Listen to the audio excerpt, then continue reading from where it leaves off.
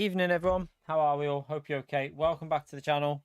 Welcome back for some Gran Turismo daily races, and then we're going to watch the manufacturers as a watch along. So we're going to watch that with you lot and see how the racing is on that one today. Hopefully it'll be as good as yesterday. Toyota Cup was really good. So hopefully the manufacturers will be also very good. But yeah, we're going to do a couple of daily races first. Jump into daily race C. Do I think three daily race Cs? Yeah. We can squeeze 3 daily race season first. But first of all, thank you all for coming into the stream. Appreciate you turning up. Get that early like in there. Helps me out massively. So, yeah, smash that like. Subscribe if you haven't done so already. But probably most of you already subscribed. Dyer, thank you very much for the 199, you legend. Chat again. Thumbs up on legend mode there for Dyer, please, for supporting the stream straight away. Thank you so much for doing that, Dyer. Appreciate it, legend. He's on set. Appreciate it, legend. Right, let's jump in. We got a little bit of warm up before we jump in. Oh, I'll tell you what I need to do before I do the warm up. I need to just activate this. Where is it? Need to activate the Toyota Cup one. So all you have to do is just click on it and then back out, and you're fine. I think. So if we watch, we click on that, and then I think that's it. That's all you have to do, chat. Just click on it like that, and then you should that activates it. So that's done. Right, let's jump in. Let's jump into Daily Race C and have a bit of a chill out. Don't know how competitive it'll be at the moment. Not too sure. What account to do? Main or second? We'll go on our main and see what it's like. Actually, we'll see how busy it is. It might be fairly busy on there, so I'll tell you what we'll do before that. Daya, thank you for the £2 legend again. What time is the race? It's on in an hour. Well, starts at 6 p.m. UK time, so that's when the manufacturers, the actual live stream starts. I don't know what time the racing starts, but yeah, 6 o'clock. So in an hour and 45 minutes, basically, the live stream will be live. So we're doing 3 dailies, and then we're gonna go and watch that. So the daily C should finish at like 10 to 6, and then that'll give me 10 minutes just to set the I can set this up so that we can all watch it together like we did yesterday and hopefully enjoy some racing. But yeah, let me nice one, Andy. Glad you enjoyed that GTR setup. Yeah, the GTR set, I probably should have stuck with that, you know. Looking at, I maybe should have just like optimized that more than but yeah, I moved to the Genesis because it just had more overtaking potential. But God, these tires on this bloody thing are awful. Also, it's a tire wear issue with the wheel, but it doesn't matter too much. But well done getting to A+, Andy. Let me just do that. Let's get this done before we jump in the time trial and have a little warm up. We'll give it a wash. Why not? You're at VW. How are you, mate? Next week's dailies. We don't know what car daily C is yet because it's racing. It's sports medium tires. Could be the Red Bull Junior apparently. Rumor is it might be the Red Bull Junior, but I don't know. But it's at Trial Mountain. It could be a road car. It could be. Don't really know. Daily race B is Cataluna again. So Trial Mountain was last week's daily race B, and it's now going to be this week's daily race C. And Cataluna was daily race C about 3-4 weeks ago, and also a GTWS series race about 3 weeks ago. But we got that again as well. Variety, chat. PD love it. Let's go into this. You're right, Ray. How are you, mate? All right. I'll just jump in. We'll have a little 10 minutes to warm up.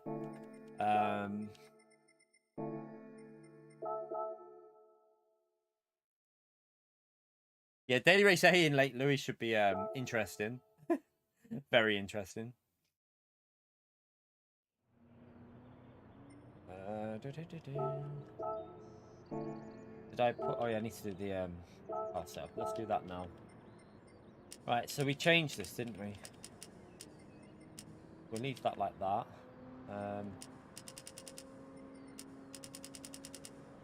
Like that. Then... that. Let me fix my sock. I've got It's annoying me. Alright, let's go. We don't want that view. Oh, that's... I was probably on that view because I was racing the little one last night again. We had the little race on a couple of tracks again. Savagery again. Absolute savage driving from air track. Right, let's change the brake bias.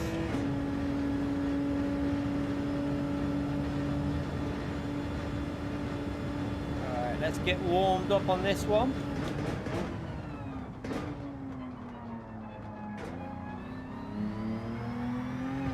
Drift out.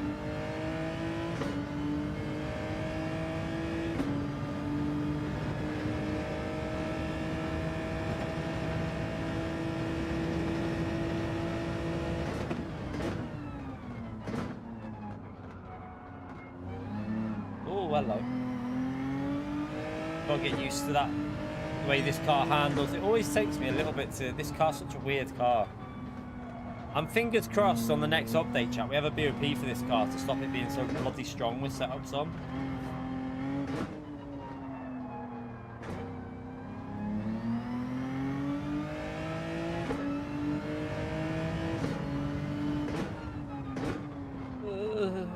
Turn.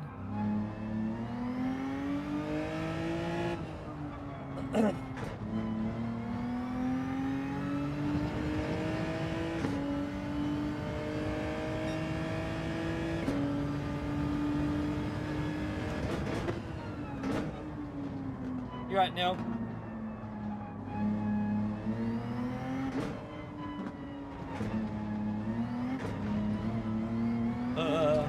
Not that again.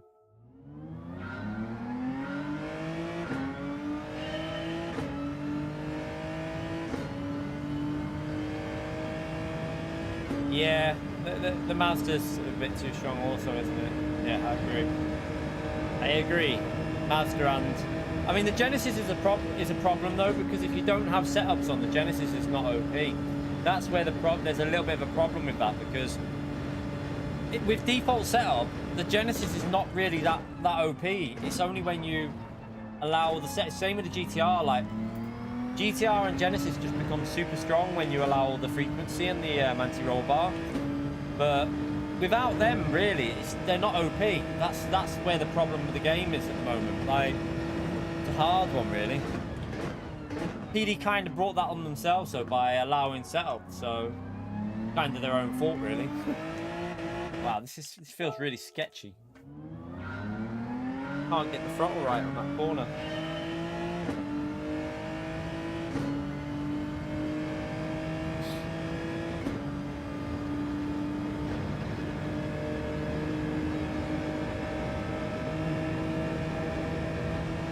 Take this top off in a minute. It feels really yeah.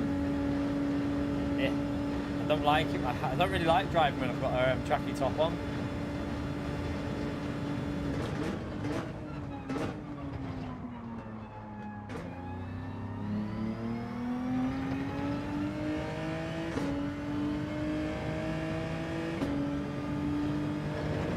Right.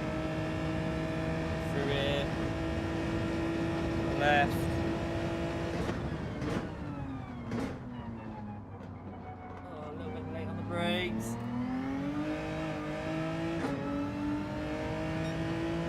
A little bit slow.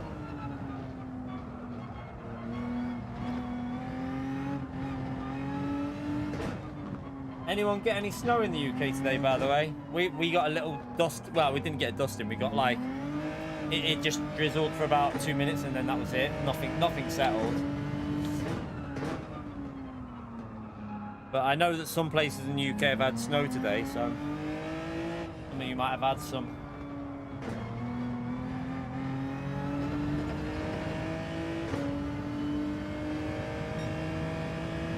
What are you on about, Christopher? What's he on about, chat? I don't know.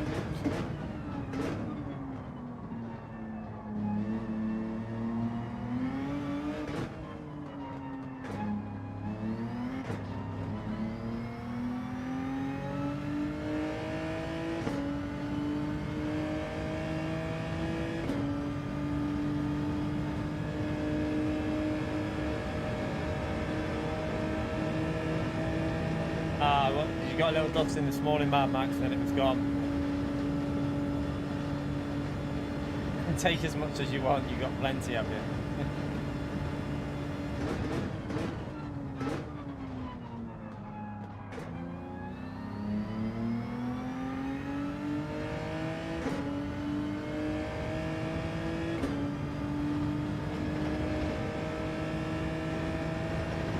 I don't mind snow, so it's a game for me, but we don't really get it where I live. We never really get any snow.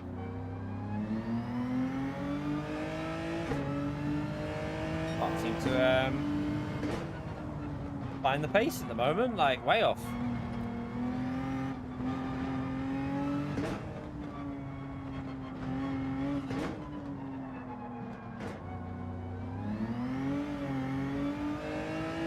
Terrible.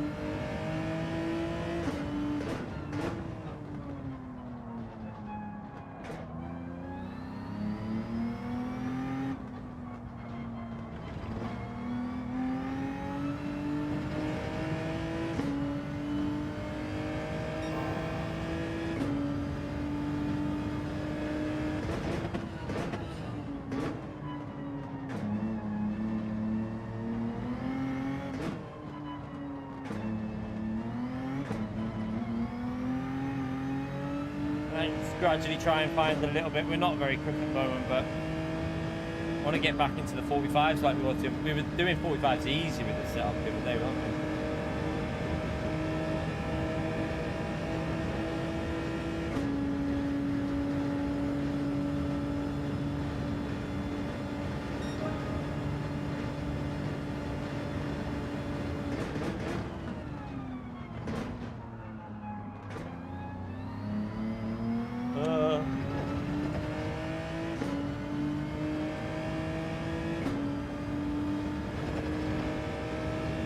Turn one, not very good.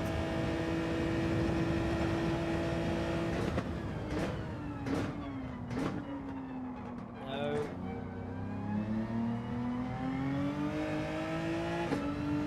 Right, let me I need to take this off. This jacket's annoying me. 1 second.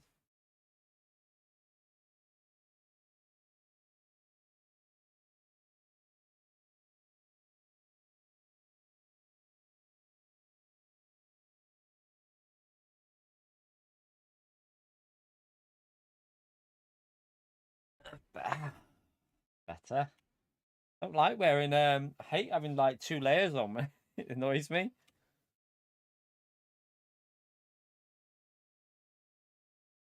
I get like, it feels tight on my shoulders. I don't really like, the only time I have it on is when I'm on my way to the gym, and then I take it off when I'm in there anyway. Right, let's go.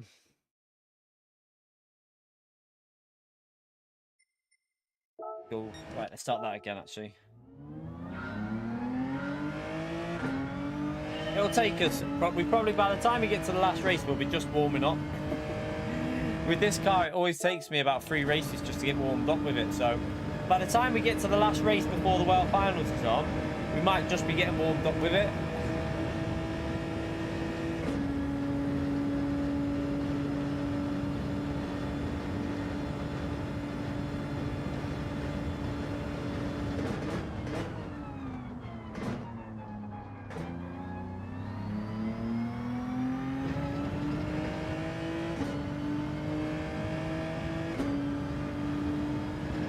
My hand's cold. No, my hand's fine.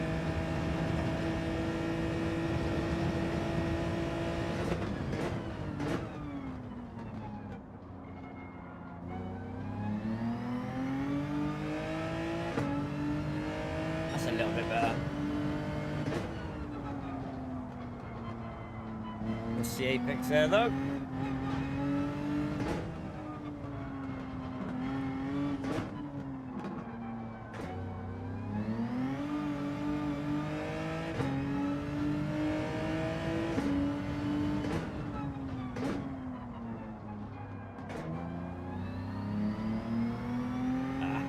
Should have went second.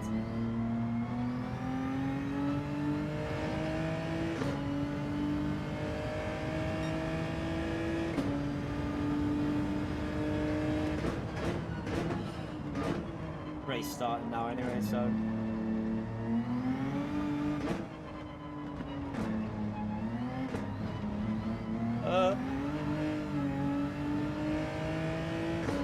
Alright, let's start this race. See how busy it is. I don't know how busy it'll be because I don't know how many people will be on doing these races. Oh, we got a really fast driver in P1 chat. We won't be keeping up with him. See if we can get a P2. P1's way too quick for us around here. He's rapid.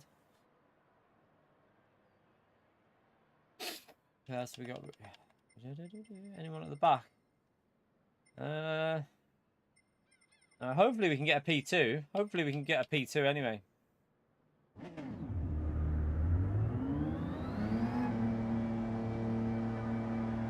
Boozer, he pops in and out. It depends on the combo really with Boozer. He might not be enjoying this combo. Boozer's like he'll definitely probably pop up in the World Series stream because it's Nordschleife.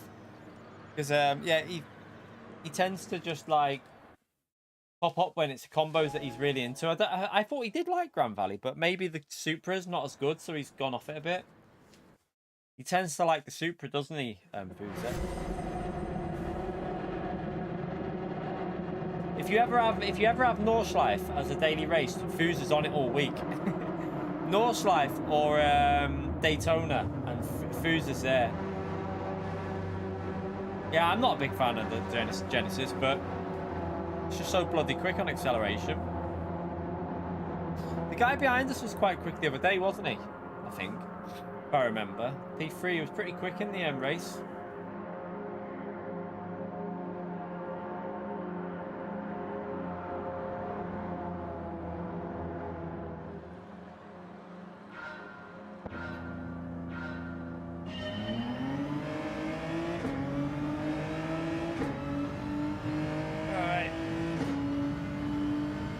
Stay as close as we can. Well, to be honest, I don't want to be too close because the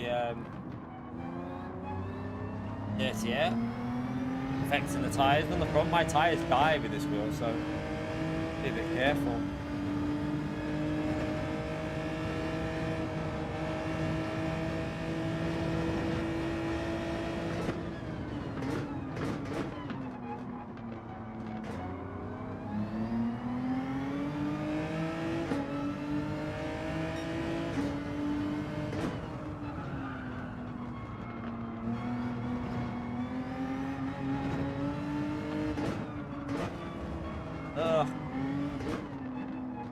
Terrible.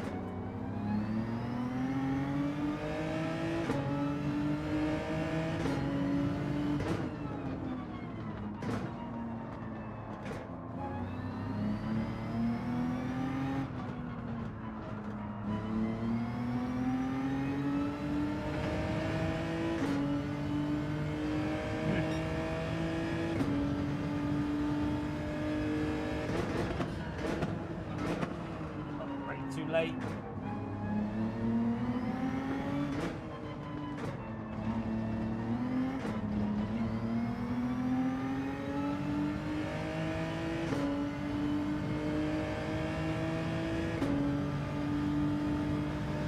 Looks like P2's made a mistake.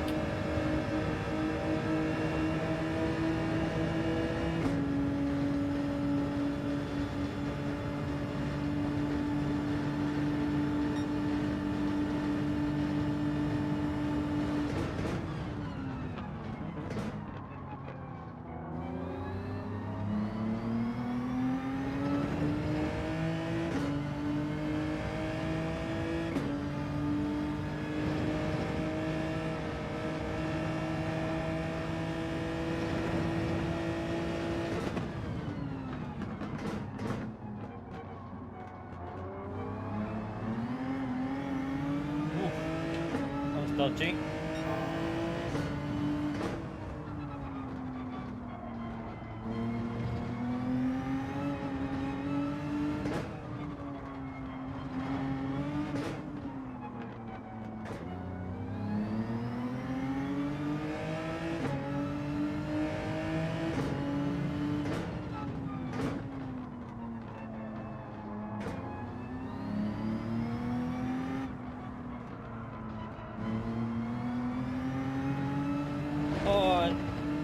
Lost the rear on the right in the middle of the apex. The rear just went.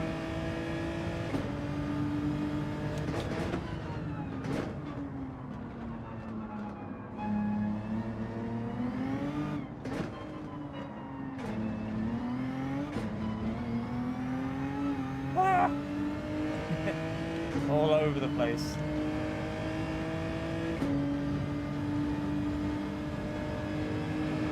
Good thing is we've got kind of a nice gap to the cars behind, so we should take a P2. What we'll probably do because we're going to fade with the tyre wear because of being in this slip, and we won't stand a chance of getting near him. But we might just go on to the second account and race from the back. It might be a little bit more entertaining for you lot watching.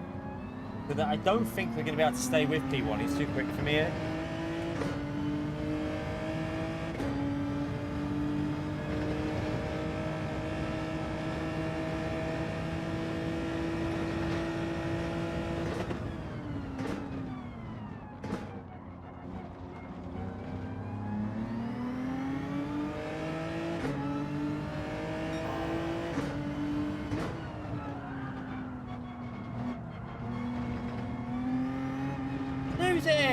You bloody legend.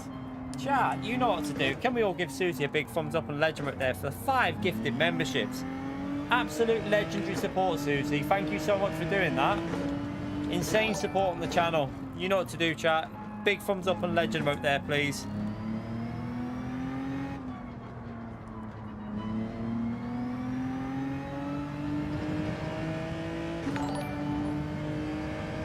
Just trying to hang on here. Just trying to hang on to P1.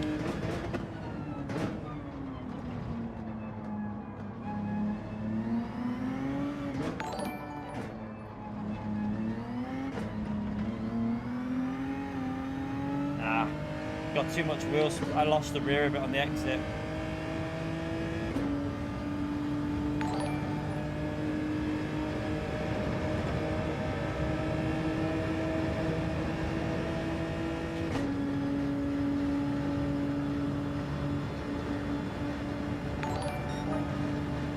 So fast, isn't he, P1? Way too quick for me.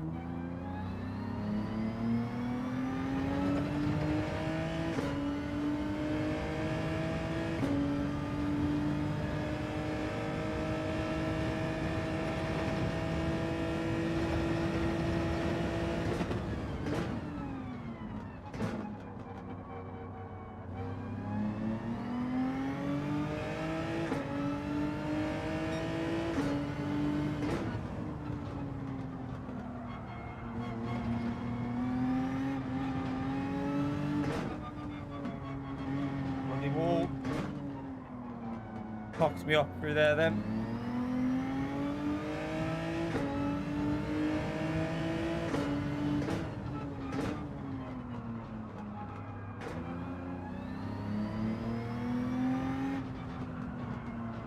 Oh no.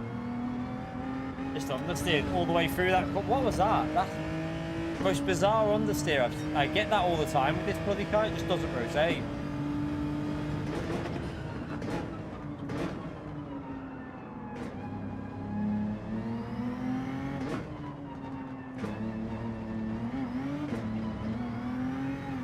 Don't be a big game. Pisses me off, this penalty system on this. That screwed us up. That might even put P3 right behind me now. P3 is going to be right up behind us after that lap. That was a terrible one.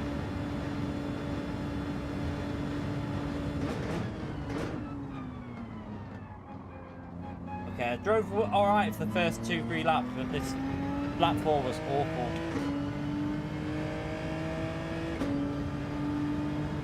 My front tyre is dead already as well. Because we were in that slip and we were doing quite fast pace, that front left just died.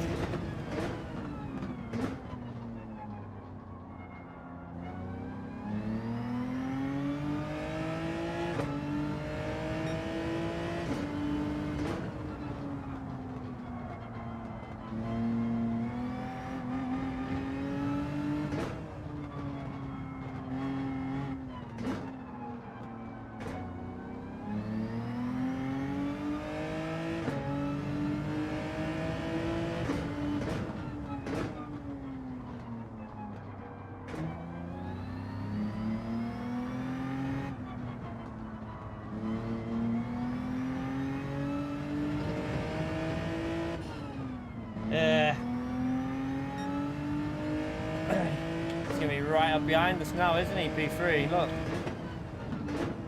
Gonna have to slipstream. All because of one mistake. Well, one dodgy penalty, I should say.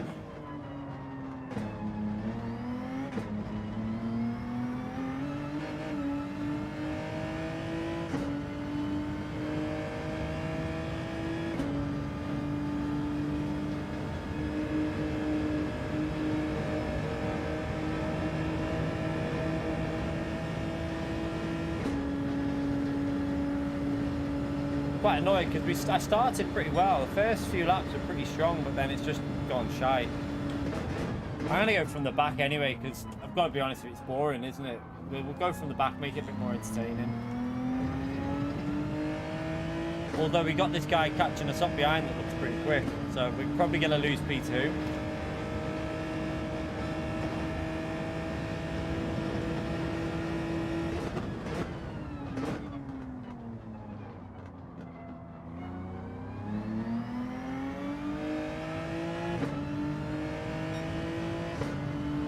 Is this a burner account for someone behind us? Because he's bloody quick.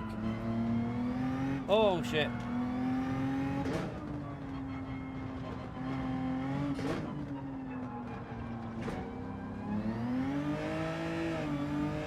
What is wrong with this car?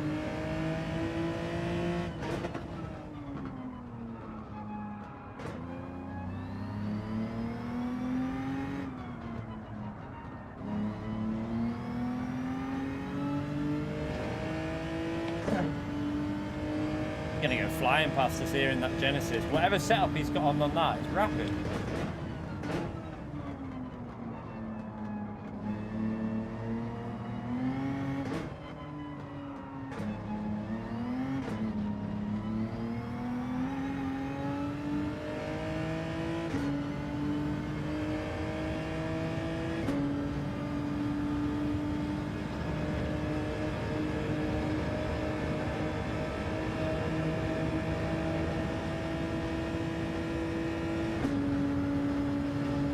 Wow, look at the speed he's got in there. What the? Why is my car so slow here?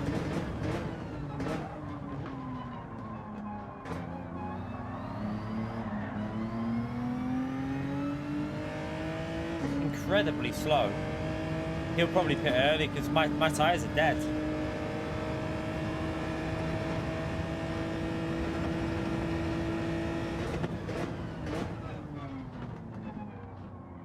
On the oil, that won't make a difference anyway. BOP's on, so oil doesn't change anything really.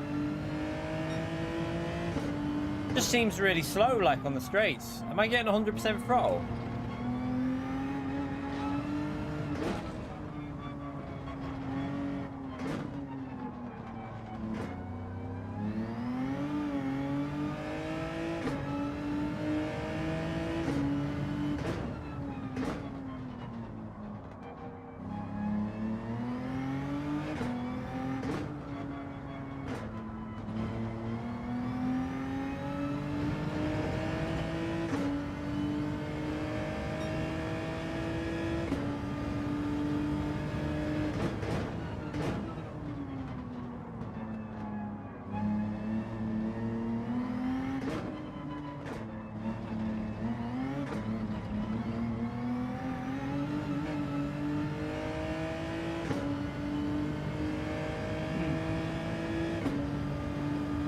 Around wide.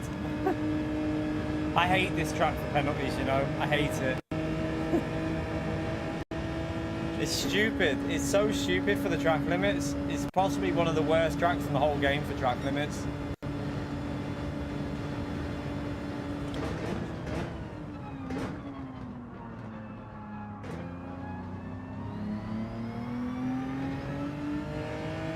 The oil doesn't make any difference, Christopher. BOP's on, mate. You can run a car with red oil, it won't make any difference, really. Oh, shit. I'm just getting... Look at my tyres. I've got no grip at all on the tyres. They're gone. I need to get this wheel fit changed over to the GTDD Pro again because I can't be doing with this front tyre wear with this wheel. It's terrible.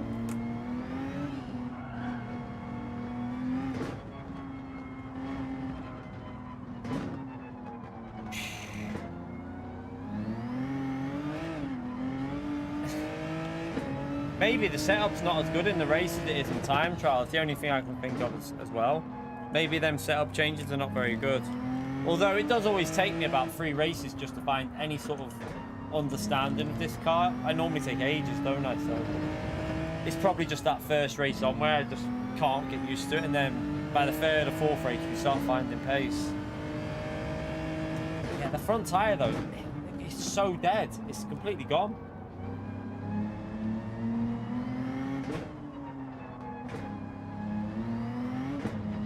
Probably going to lose positions to people that have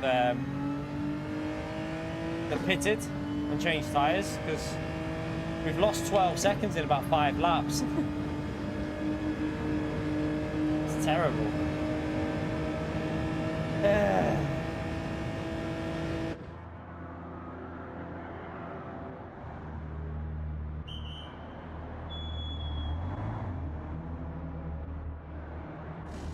The tyre wears because of the wheel. We already know that. We know for a fact it's the GTDD Pro is better on tyre wear than the CSL, but we knew that as soon as I switched to this after as soon as the pedals died on the CSL, we knew for a fact that it was we lost a podium there. We shouldn't be losing that. We were way ahead of P3, but we've just had a nightmare. Penalties up. 2 penalties didn't help, obviously. But yeah, we know that this wheel's awful on tyres.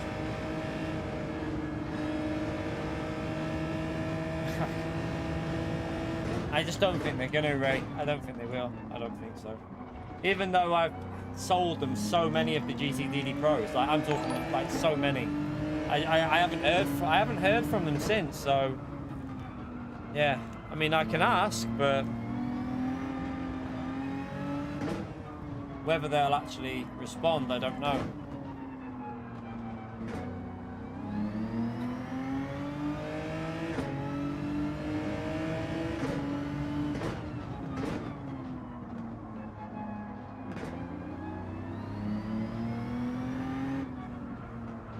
Yeah, I'm sure you did, PO.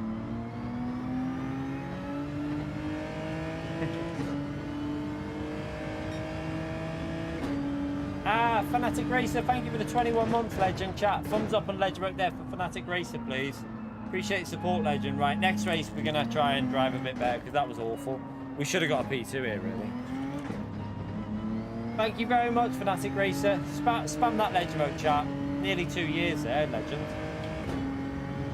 It's tyre wear. Look at the front tyre's nearly completely gone. What?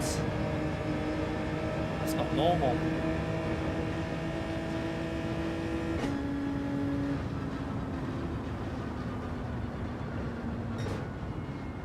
We'll go again. It's got to be that front roll bar could be an issue, but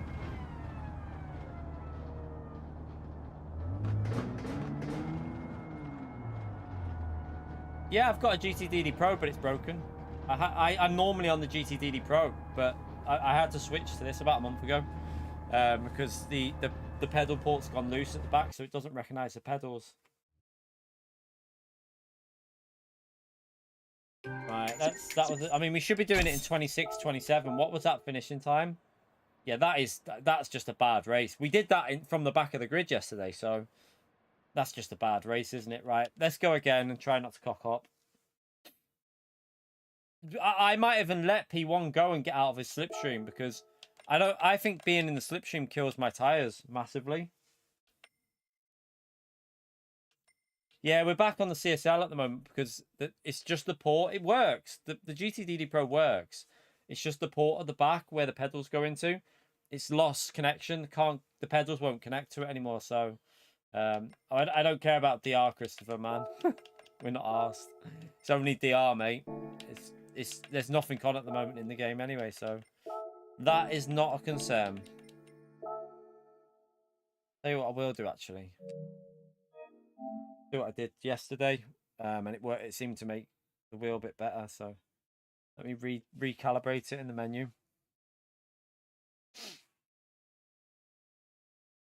Just recalibrate it again, just in case.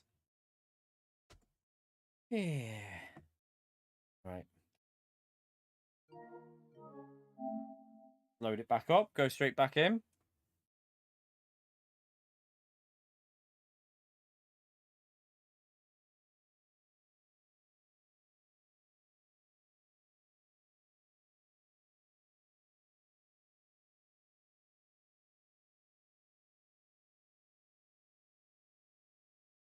Right.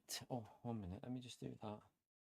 I'll do one more on this account, and then no, I haven't done a like I say, I haven't done an RMA on it yet. I haven't done it. So when I do it's in warranty until January. So when I do the RMA on it, hopefully I'll have it back within. Yeah, I'll do it probably in the next week or two anyway.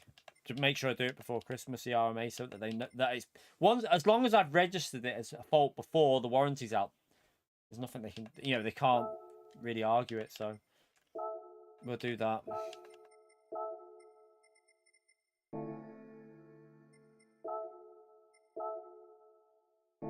Right. Jump back in.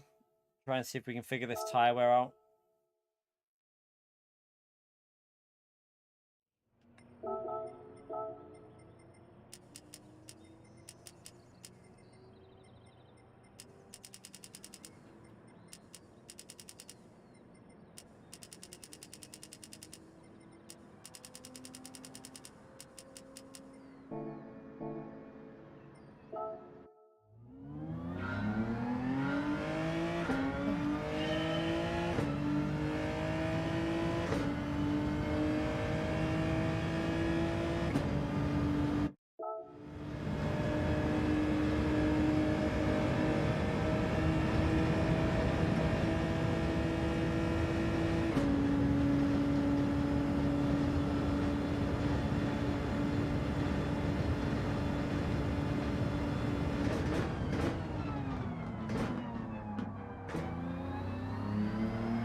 Oh.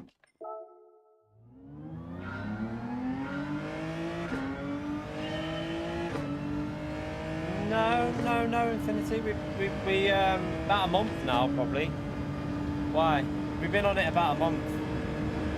We were on the GTD Pro for about 18 months, mate. We had the GTD Pro for about 18 months, and then it broke about a month ago. Well, just over a month ago, I'd say it was. Maybe about 5 weeks ago. But yeah, that it doesn't really matter how long ago it was. It's just you can't. I don't think you can fix a tire wear issue with this wheel. I think it's an issue with the wheel, because the GTD Pro, our tire wear was pretty good with that wheel. We were pretty good on tires compared to other drivers, but now with this one, we've been losing it.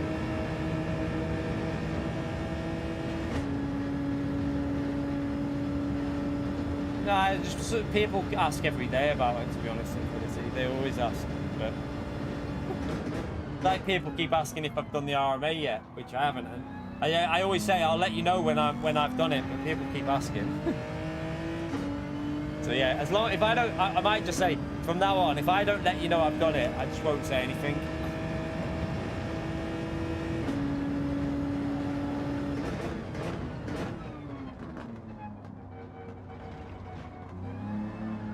Oh, 50.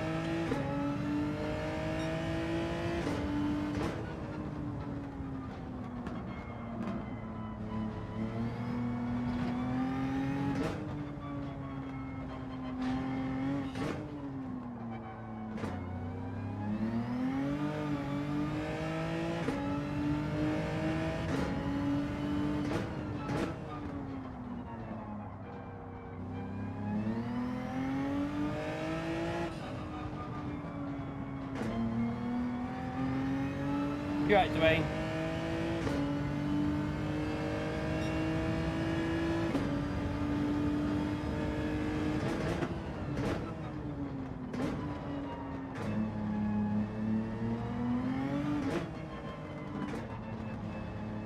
To be fair, this will had an issue on GT Sport as well with tyre wear. So I remember on GT Sport the tyre wear was worse on this than the TGT as well. So when we moved from the TGT to this wheel, we did notice the tyre wear was worse even on GT Sport. So it could just be something fundamental with the wheel that causes a bit of an issue.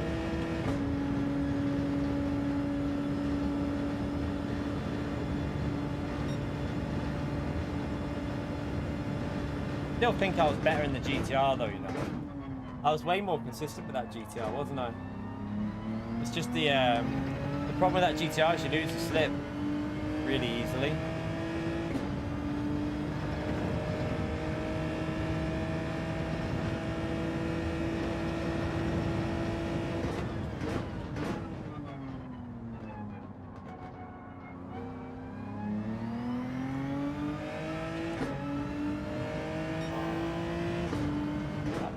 feel slow, but it was.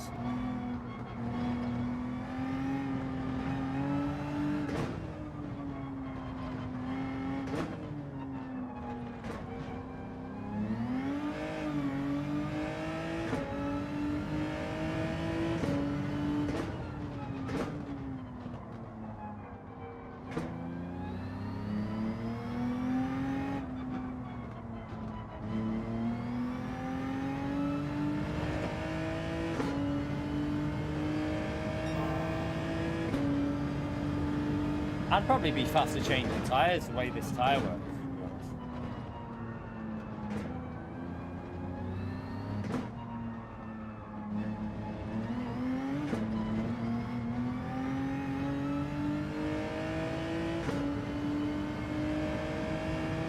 I'm switching all the wiring around the way. My wires are a mess.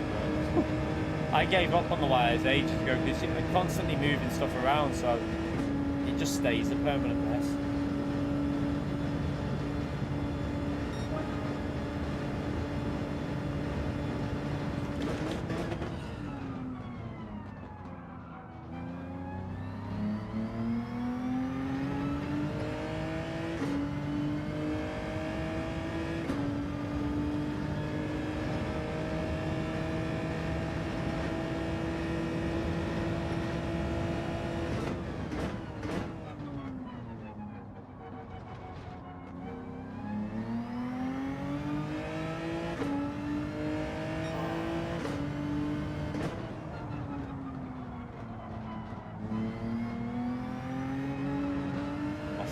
There.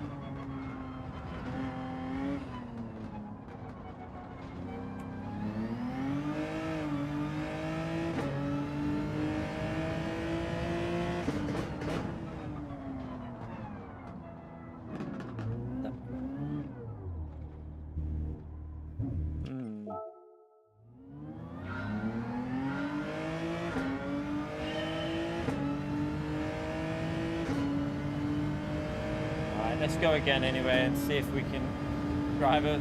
Just need the tyres to last. It's tempting to change the tyres, but you just put yourself in traffic if you change tyres.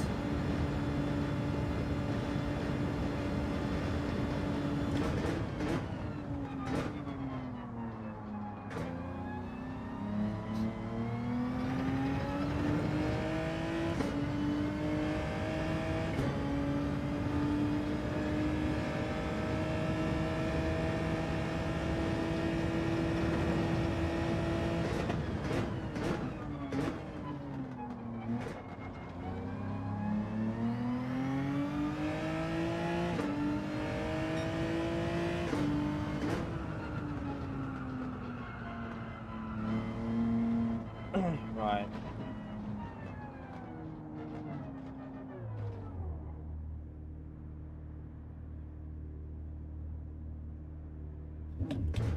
Yeah.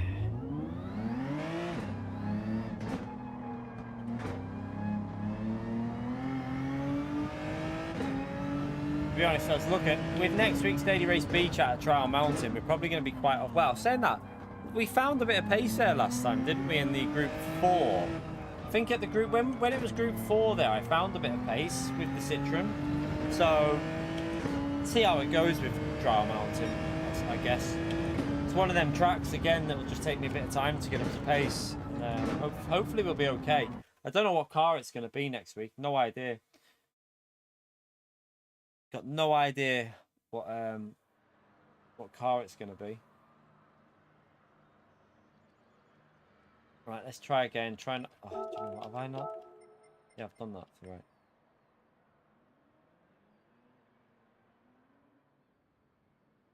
Right. No, we'll keep that. We'll keep it again. We did all right with it yesterday, so it's got to just be a case of getting used to it.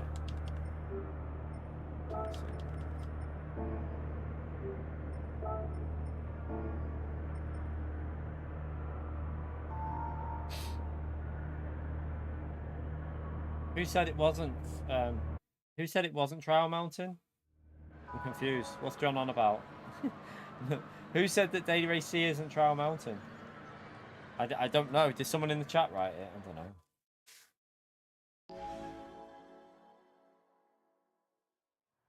No, race C, I said, John, mate. I said race C next week. Hence, I was talking about this one. I was saying this, and then I said next week's race C, mate. I said race C is Trout Mountain. Well, I think I said it. If I said B, I meant C, because I was talking about this week's race C, and then I said about next week's race C. Is it bad, Woody? I haven't been back on that again since, to be honest.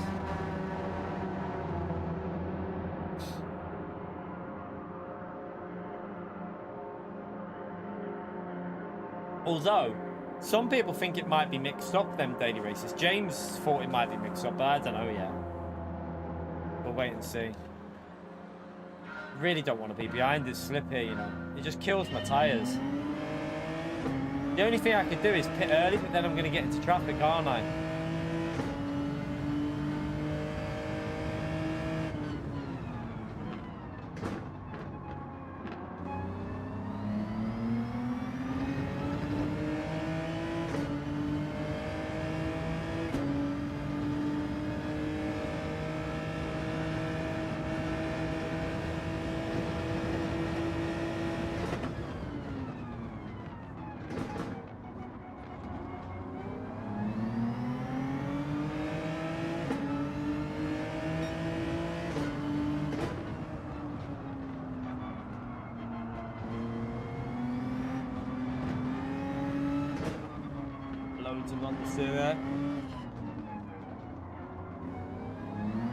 What the f...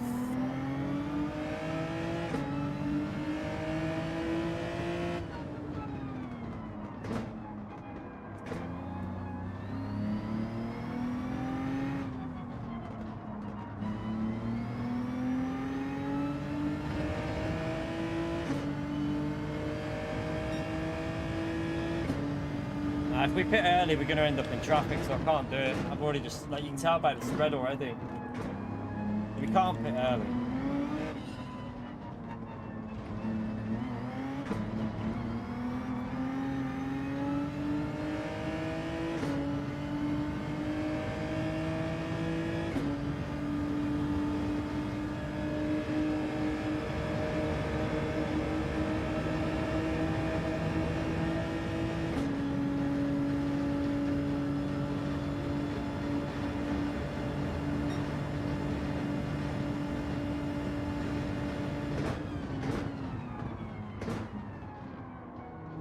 Nice if we had some brakes.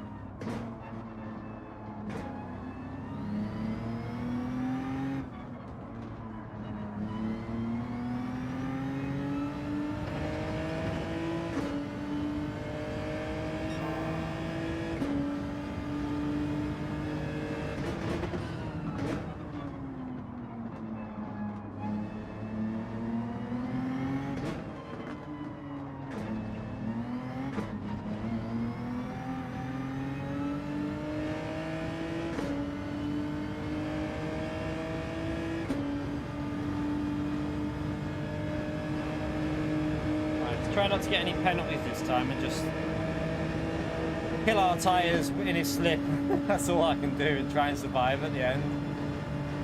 I can't get near enough for an overtake, and yeah, he's too quick at the end of the race.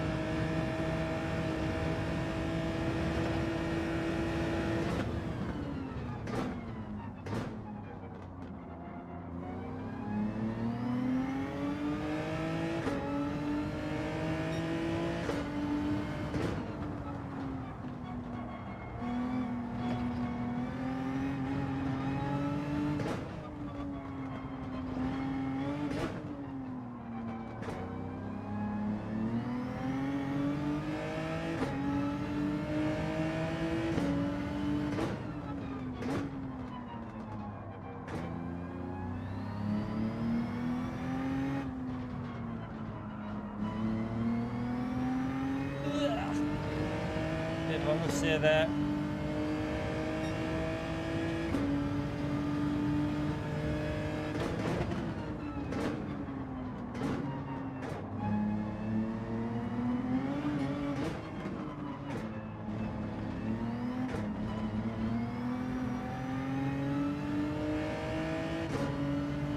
Tyre wear is just getting killed in the slip, isn't it?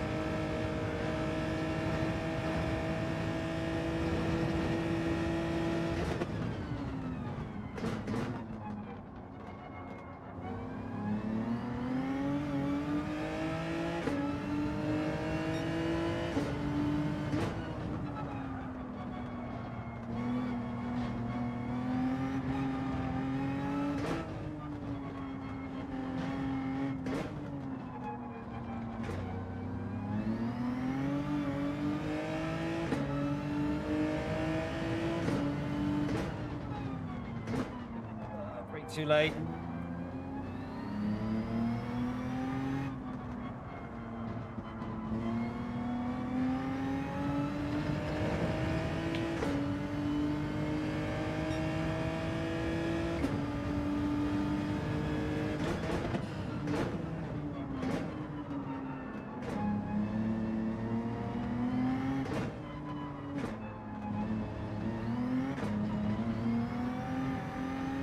See how he's just pulling away now that my tyres are completely fading off.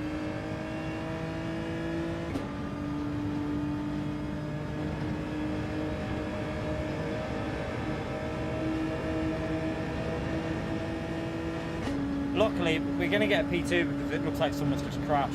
So we've got a nice gap behind us.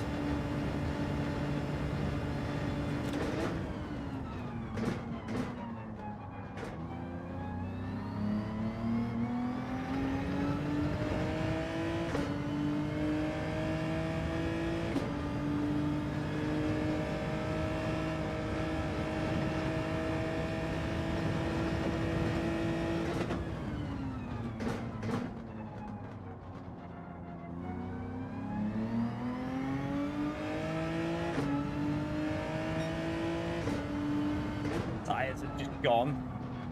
I literally can't even turn it in anymore.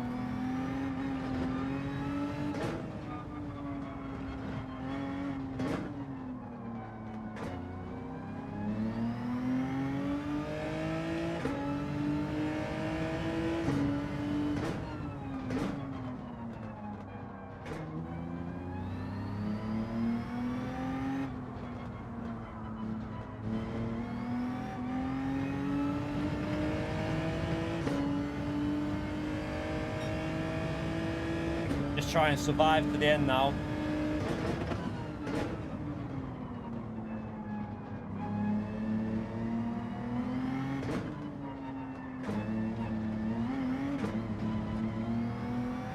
Don't be a penalty, don't be a penalty, don't be a penalty.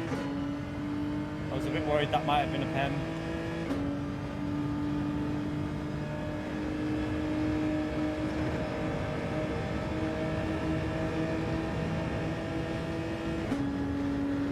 Probably a 47.4 or something. I can just feel the tyres completely going. 0.3, it's not too bad, but let's try and brake a little bit earlier and just get the rotation done earlier.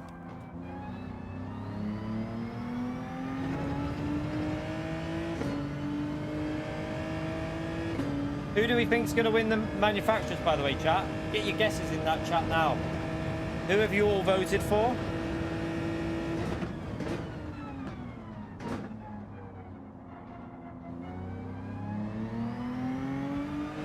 Right, Mel, Subaru for you, Golty. I voted for Porsche on my main account and McLaren on my second because I had to give Consta support because Consta's a legend. So yeah, hopefully we're all going to give Consta some support tonight, because I hope he does well. I really hope Consta does well.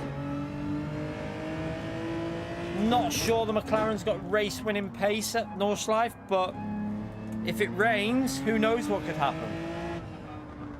All I hope is that they get. I want them to get a good result, because Consta deserves it. He's come on so much on Gran Turismo. He really deserves a bit of luck in these World Finals.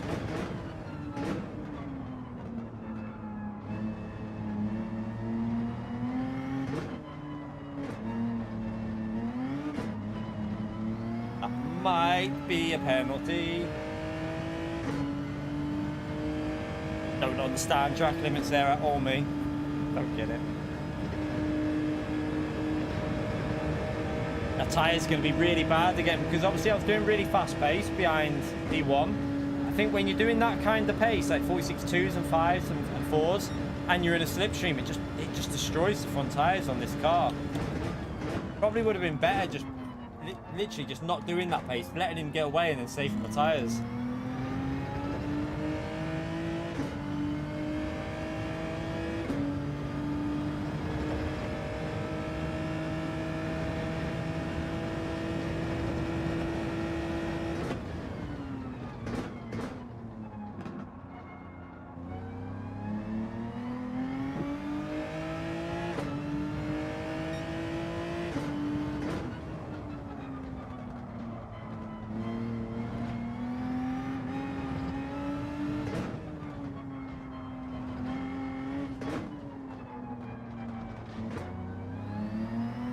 Better run than the race before, though. That's the main thing. The better drive than what we did before. Much better drive.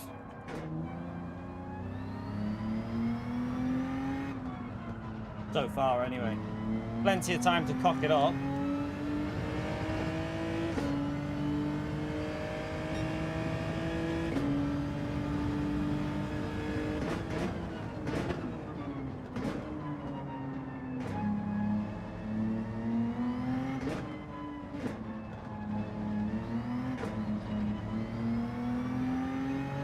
Quite a good exit that, actually.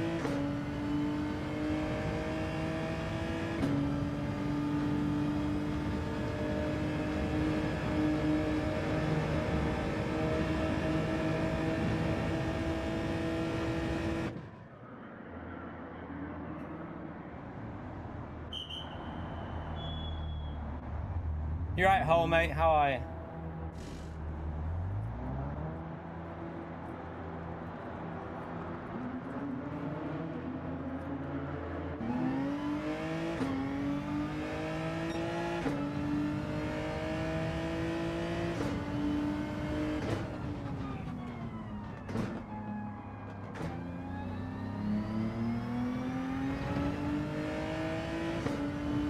Keep this smooth, this might be my fastest finishing time of the week.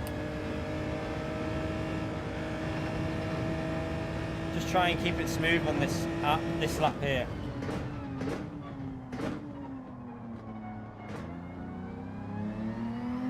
Use a bit of first gear now because them tyres are completely dead.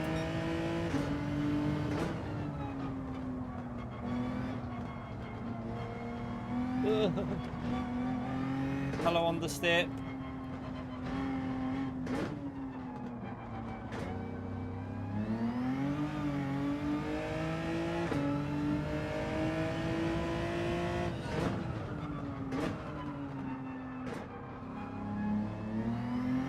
No grip left.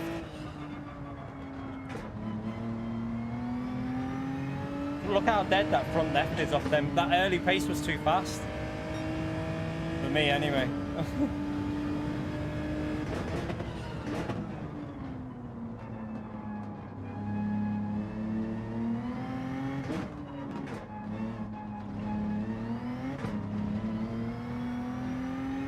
Good run though, chat. That's probably I think that's my strongest run of the week. I've got to be honest with you, because the tyre, I mean, I can't deal with that tyre wear. I probably should just change tyres, but I know I'll come out in traffic if I change tyres, and then we just end up losing time. What is it? Is it a 25?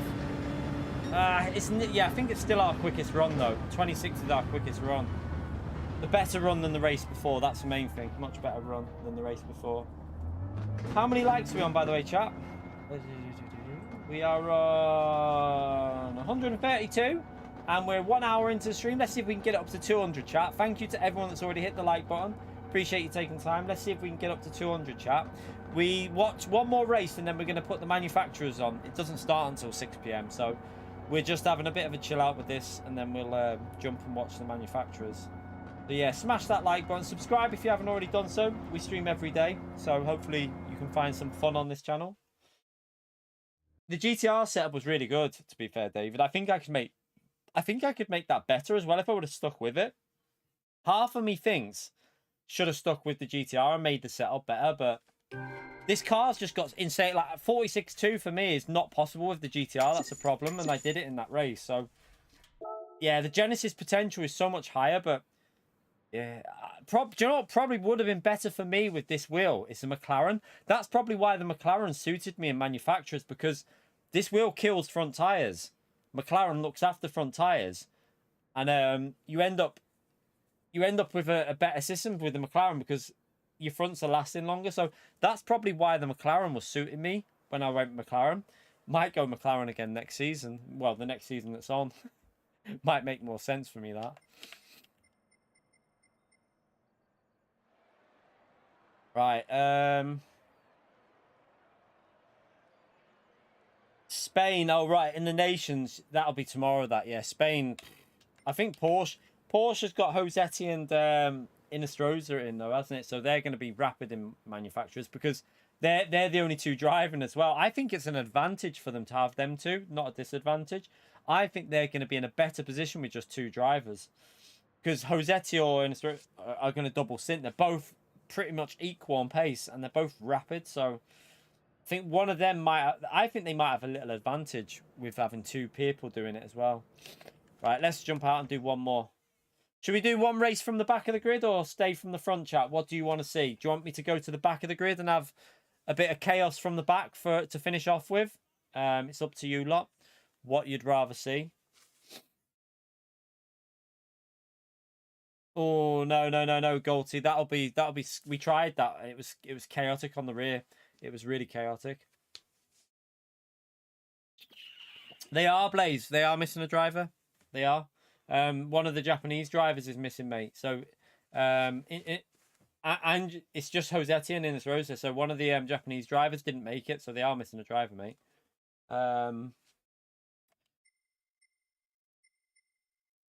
Yeah, should we do a race from the back? Because we've done two races from the front, so we'll do a race from the back now and just have a bit of chaos to finish off with. Why not?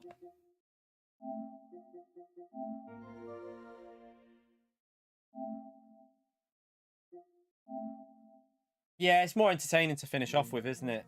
Before we jump into the World Finals and watch that together. Yeah. Well, I think it's kind of an advantage that for Porsche having just obviously Inestro, like Angel Angle, I don't know how you say it, but him and Jose Serrano, just them two. It's probably a little bit of an advantage for them, in my opinion, to have just them two. I think. Plus, another thing is one of them's going to have the double stint, aren't they? So if one's double stinting, they don't lose the rhythm, so they just get into it straight away. Like you lot will know. Sometimes it takes a lap or two to find your like rhythm and pace. Whereas if like Jose Serrano has to do two stints, he's just going to go in the pits or whatever, change the tires and go straight back out, and boom, it's going to help them out. I think that. Right, let's. What are we doing? Oh yeah, we're in the right car. That we need to do. We'll do it anyway. We'll just do it just in case. You're right, EFC. How are we, mate? Yeah, we started about an hour, just over an hour ago, and then we're gonna watch the World Series manufacturers together. So feel free to stick in here and watch it in this channel. This channel will have moderated chat, so yeah, we'll keep it respectful for while we're watching it, and yeah, hopefully a lot of you will enjoy it. The little one really enjoyed that race last night, though, you know, chat. She was going crazy watching that. That's how good that race was, though, last night, you know. That's how that Toyota race last night was so enjoyable to watch. Like, it was like proper intense, wasn't it? And that's what, there's something about Gran Turismo when it comes to esports that beats other esports events in my view. I don't think the other esports events generate that intensity that Gran Turismo does. Gran Turismo just really, like, it's just something about it when it comes to the esports races. It really nails them. And like that ending was just insane. Like, it was so crazy. I was shouting. I don't even do that on the F1 chat. I'm not even like that on the F1. And I was like proper shouting at the, it was crazy. But yeah, like I hope today's race is similar. I hope so anyway.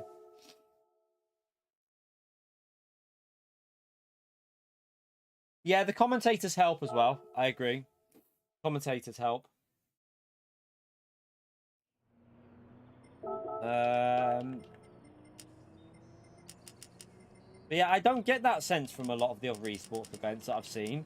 Like especially the Rensport one just doesn't do it for me. That one, the Rensport. I mean, the game's supposed to be okay, by the way. I know that Kinetic's got it, and he's got the beta, and he said it's like a cross between AC and GT in the way it drives. It's like a cross between Gran Turismo and AC. So he said it's actually quite fun to play. So that Rensport might actually be all right when it comes out, but I just didn't get the same intensity from watching the esports event they did. Right, let's I'll tell you what I wanted to do on this. I'm just gonna try something with I should have done that anyway. It's that, isn't it? Should I do? Yeah, I'm gonna try it from the back with that bit more rotation, chat. What I might do, let's just try something really risky. It could be very dodgy what I've done there, but I'm gonna try it. Might as well, while we're going from the back of the grid, give it a little test, see what it's like. Yeah, I've watched a couple of the F1 esports before, but I got a little bit bored. Sometimes, though, I just don't know what it is. There's something that... I think it's also, a lot of it is Gran Turismo's visuals and the... what's the word? The... They do a very good show for it as well, with like the replay cameras, and it's all just... It really works with Gran Turismo, because Gran Turismo's replays beat everything out there. There's not a game out there that has replays as good as Gran Turismo. And I think it all adds up for a really good viewing experience for the esports events. Yes, I know. Well, yeah, it's not Slightly Mad. They're actually... I've been following it on Twitter, EFC. You mean Revival, GTR Revival you're on about, aren't you? The GTR Revival game I've been following. I'm super excited for that. Super excited for that. I have high hopes for it. I just hope that it's as good as what they're making out at the moment. I've been following all the stuff on Twitter, well, X now, but yeah, it looks very good.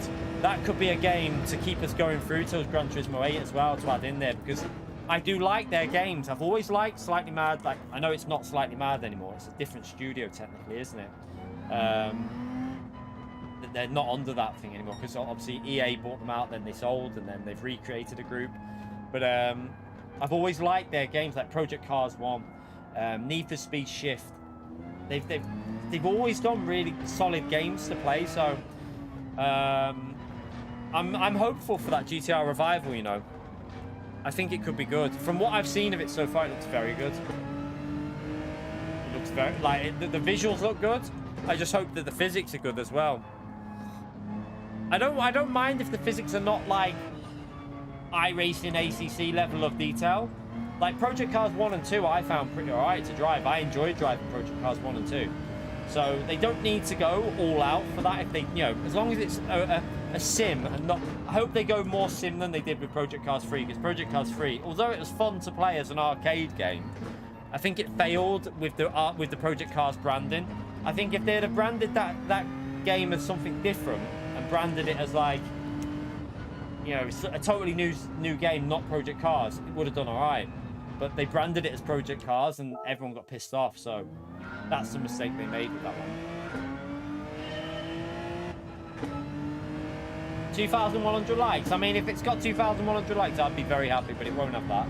Probably about 180 or something. Let's have a little look. We are on 160. We've got 160 likes, 40 short of 200, chat. Let's see if we can get them 200 in there. So thank you to all the people that have already done it.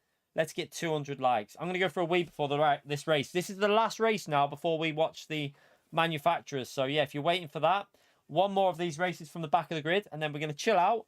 I'm going to get my snacks ready. I'm going to get some snacks here, and we're going to watch the manufacturer series. Right, back in a second. Just going to go for a quick wee.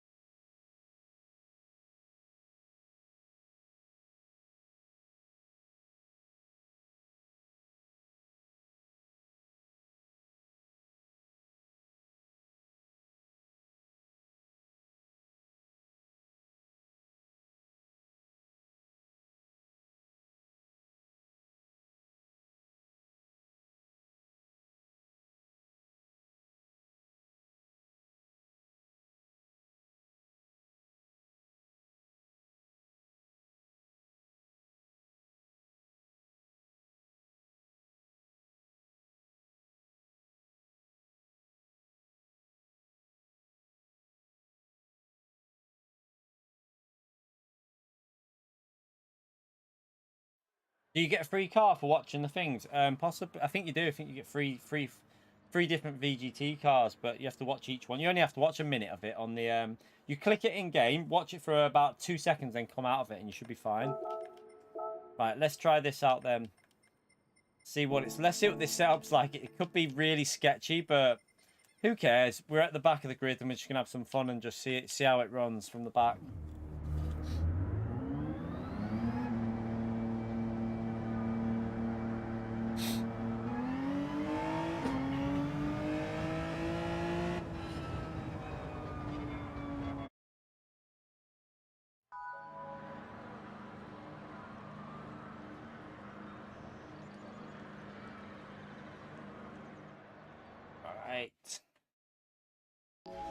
Try and have a bit of.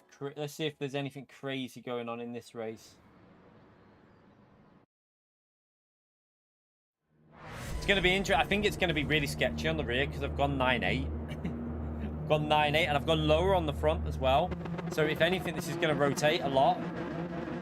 It might be too much, but if you don't experiment with stuff, you're not going to find stuff out, are you? So let's just see what it feels like in the race. If it's crap, we just try and get a best position that we can get.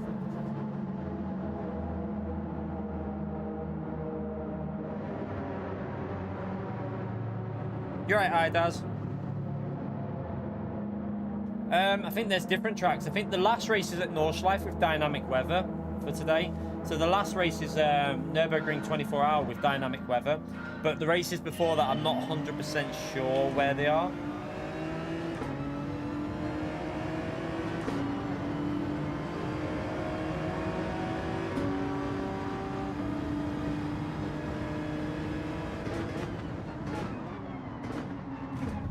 Okay then.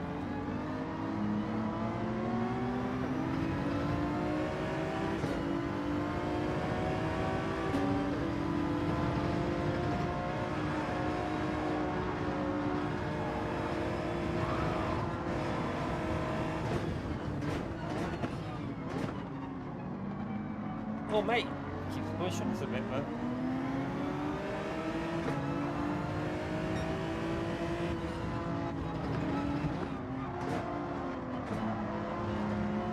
Doesn't want us to pass, does it? In a sec.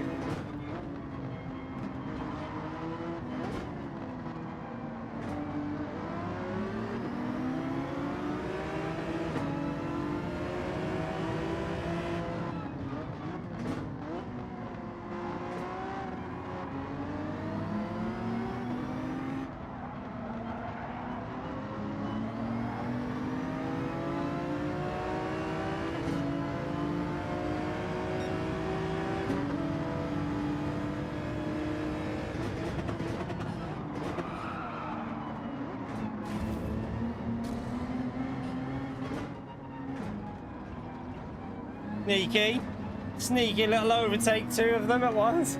Nice. Saw an opportunity and took it.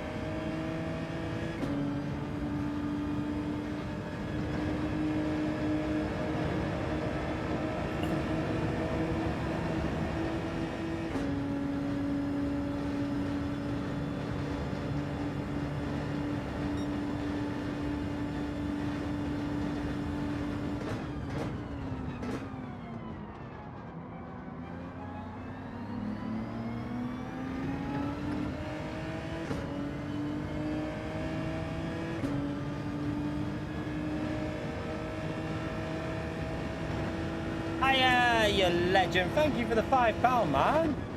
Chat, you know what to do. Big thumbs up on legend out there for Dyer, please. Thank you for the support, legend. Oh shit, I nearly crashed.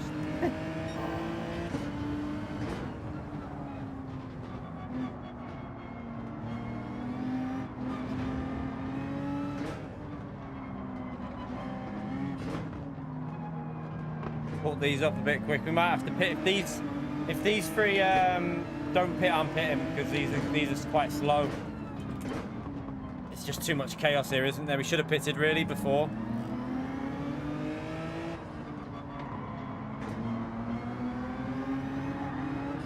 That's what I was worried about with this setup. That's what I was worried about. That right there is why I was a bit concerned with what I did with it. To be careful of that. It was feeling quite nice until then, but then that was just proper drifto.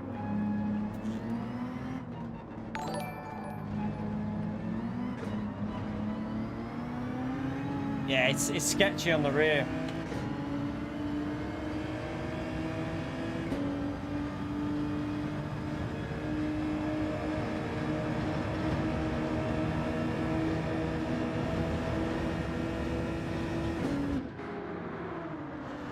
Let's go in the pits. I think the drivers that pitted earlier will be a bit quicker than them because they were in front of them, so probably better just to get in the pits and get a jump on them, really. You're right, Ben. How are you, mate? So there's another group that are going past me now, and we're going to be right amongst them.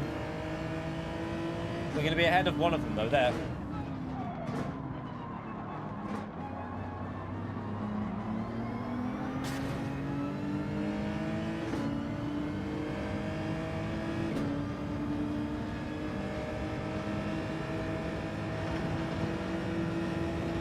Oh, did I go over it? Yeah, I went over the line.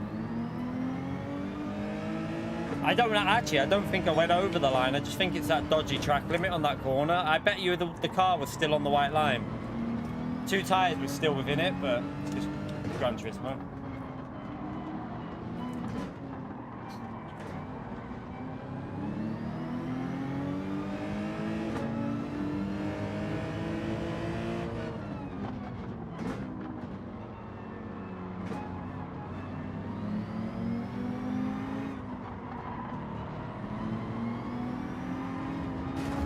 Oh, mate. That's annoying. That's a little bit annoying.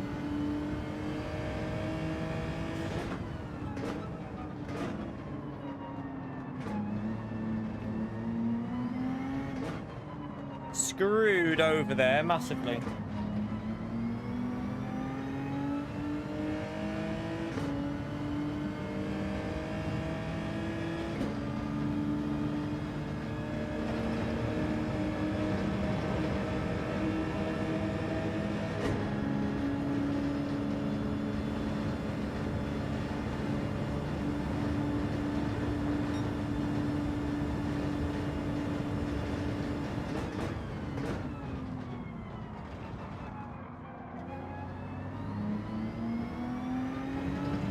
Lost a lot of time with this traffic to do some good laps.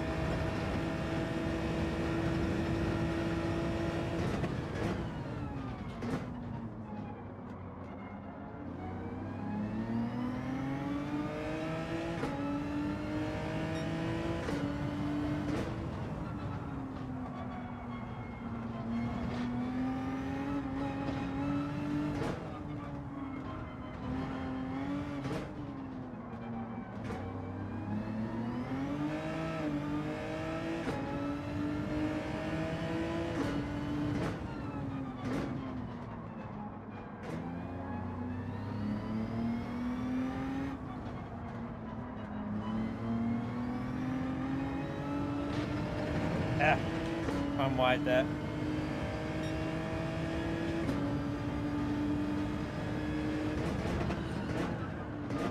Setup feels alright though, you know. Like, I think I could get used to this setup. If I was to stick with it, that might be a penalty though, because I just absolutely cut that. But I could definitely get used to it. I don't know why that's not a penalty, because I just cut the shit out of that corner.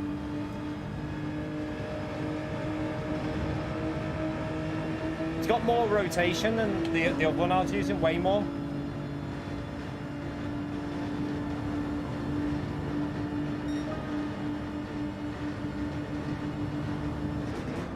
Yeah, it's pretty good, this setup, you know. I mean, considering that lap was far from perfect.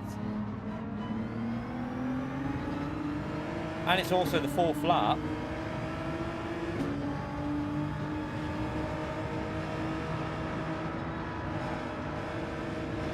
Just that being in the slip again. Well, that's handy. Stay near him so that we get a free position.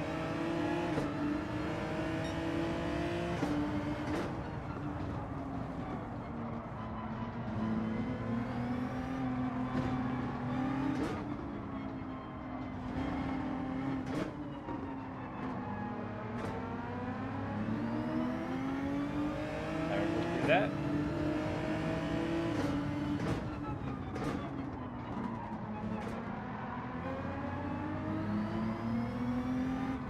Someone's just quit.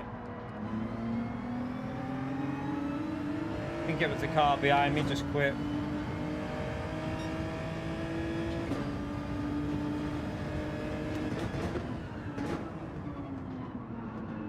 Right, let's catch this next group up now.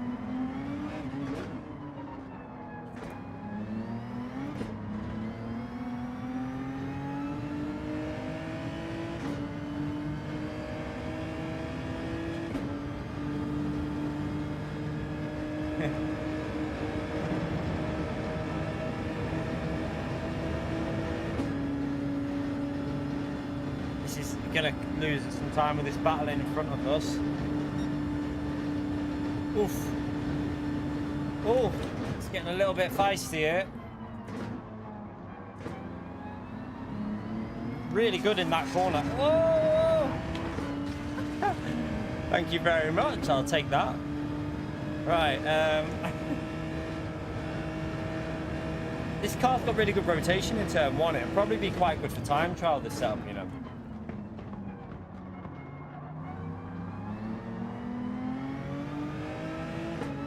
Freebies.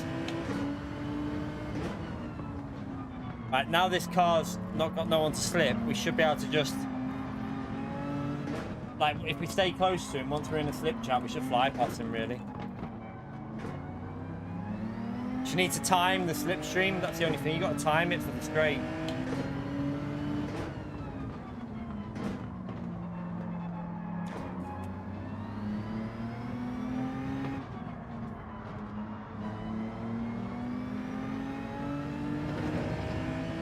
So we want to be like 4 tenths back, really. A little bit close at the moment.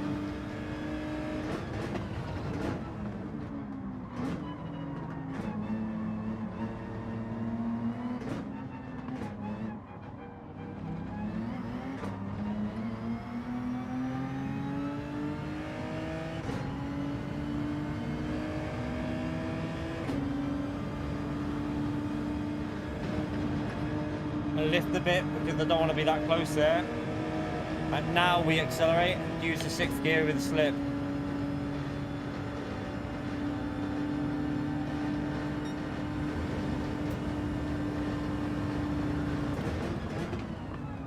Not going to fight it, in fairness, he's letting us take it.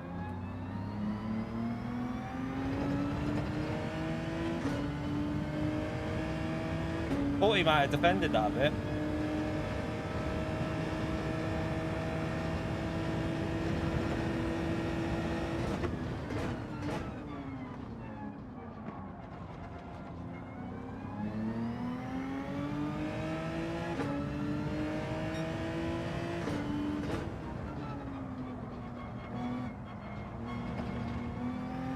It'd be the people that are obviously pitting late. That's what we've just got to see how many of them we jump. But we've had a bit of battling, haven't we? So I don't think we're going to gain that. Oh, Jesus. I don't think we're going to gain that many positions. Especially if we drive like that.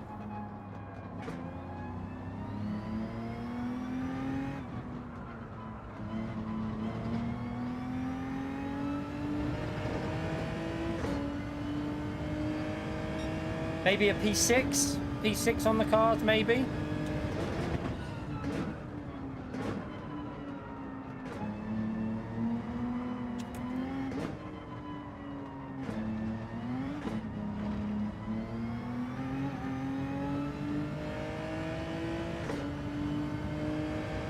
Yeah, don't forget to smash that like button. Huge help if you do that, chat. Subscribe as well. We're going to stream. We always stream every day pretty much. So hopefully you enjoy it. And on here, we're gonna watch the manufacturers in a minute. So it starts at 6 o'clock. So if this race finishes, I'll get it set up after this. Right, we're up to P8 there. There's one position gained.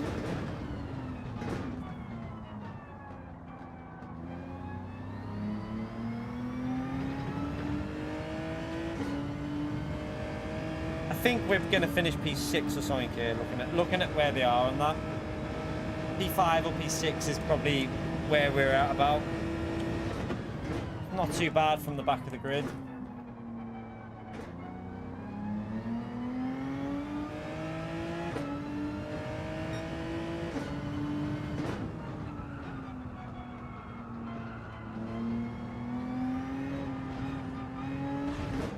Oh, hit the wall.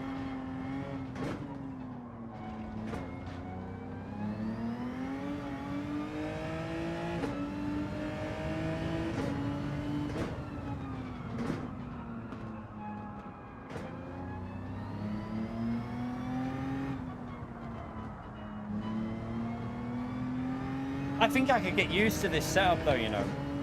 It feels more like it rotates better. It actually turns on the throttle a bit more.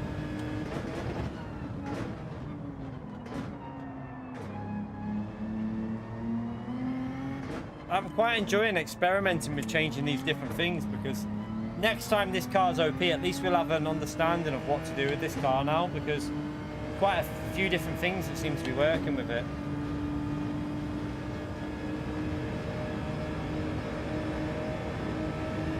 No, it's not getting sketchy.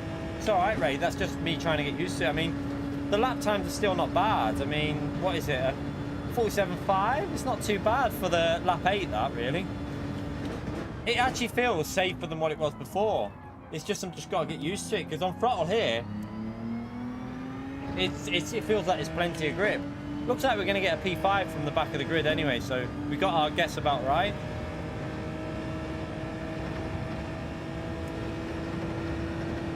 The front tyre is always going to be bad, but the rears are really good. The rears feel better than normal, if anything, which is weird.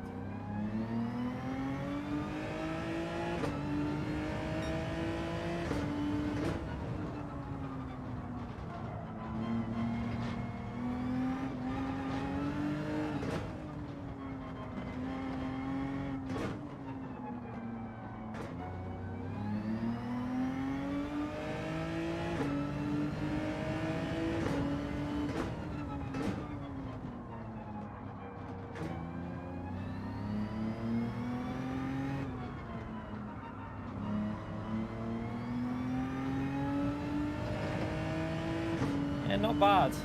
We'll take a P5 from the back. I'd be interested to try this in time trial, what I've done here, because I reckon it'd be quicker in time trial.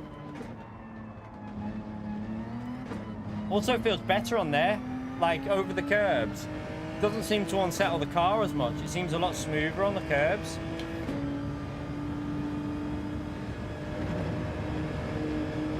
Just that front left tyre is completely dead, but it's dead no matter what I do.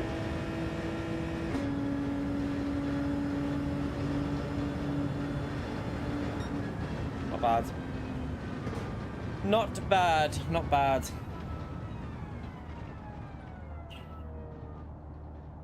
Right, let's get it set up now for the, we will get it set up for the World Finals, the manufacturers. Get it set up, and then I can get my snacks in. I go and get myself a drink. Well, I've got a bit of drink left. Top it up, get myself some snacks, and then we'll watch this manufacturers. I really hope it's as good as yesterday's Toyota Cup. Yesterday's Toyota Cup, if you missed it, watch it. Brilliant, absolutely amazing. Like race 1 and 3.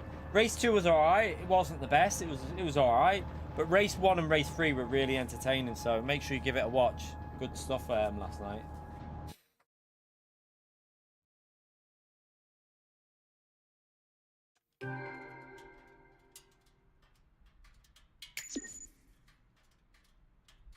Yeah, he's really quick, Damien. He's probably one of the fastest I've seen it here this week, actually, I think.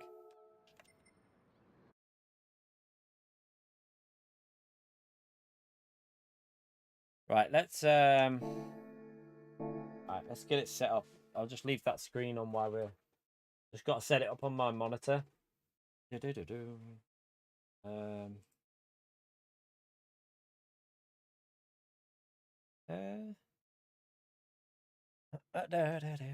So we want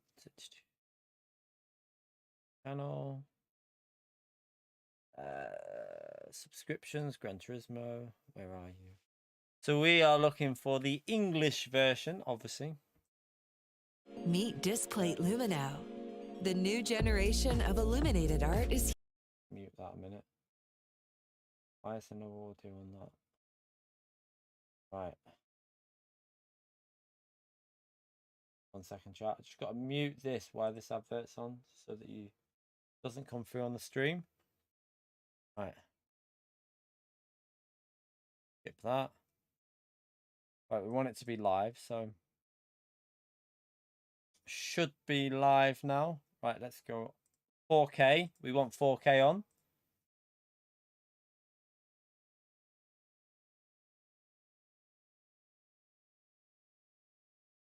Right, just let me double check the audio again. It should be fine. Let me just do it in a minute. Just gotta, we're gonna do.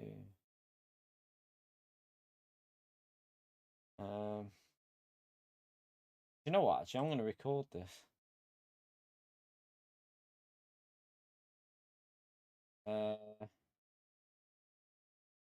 Right.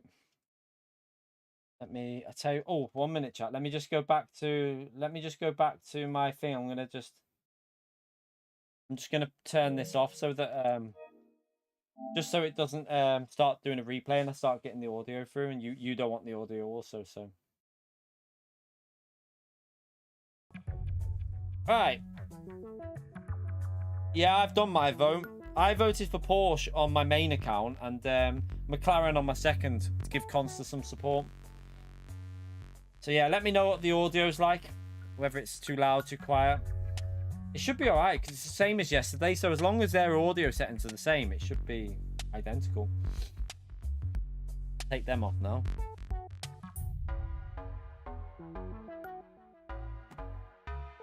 Right, get your guesses in that chat. I want to hear what your thoughts are. Who's gonna win? Consta, you legends. Yeah, we're gonna see who, obviously, who you think is gonna win. I think it's gonna be a close one because Porsche isn't really the strongest car for Nordschleife. It's not really the strongest car, is it? McLaren should be inferior, a little bit quicker with 5th gear. McLaren should be quicker at Nordschleife with the 5th gear. So you've got Toyota that'll be quick there as well. Toyota will be very quick at Nordschleife because we all know what that's like. There's a few cars that are going to be very quick at Nordschleife. It's going to be also the Genesis, because of Slipstream in 6th gear, will be flying in 6th gear. Be a very interesting race. So we've got qualifying time trial for the Nürburgring. Then you've got qualifying race Barcelona, and then grand final is at. I wonder if both races are quite long. Are both races pretty long? Yeah, last race will have dynamic weather. I think it's like 40-minute race or something, 45-minute race or something. But I think both races are pretty decent length, I think.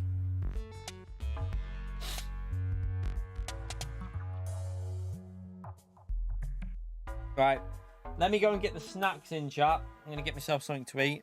So while I'm watching this, I'm not starving. Smash the like button. How many likes are we currently on, by the way? We are on 210 likes, chat. So thank you to you legends that have already done the like and got us over 200 there.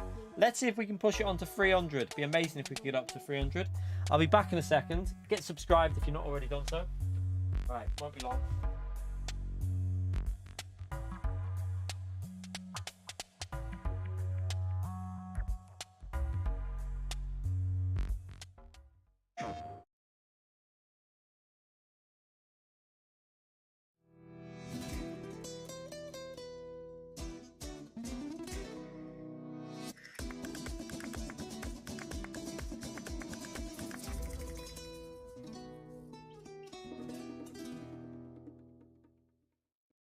PlayStation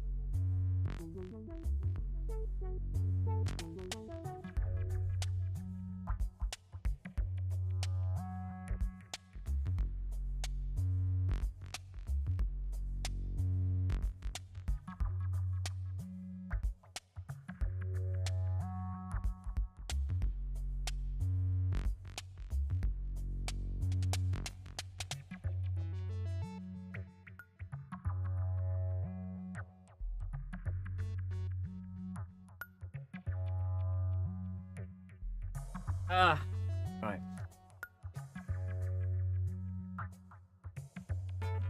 Just top my drink. Oh God, I spilled it.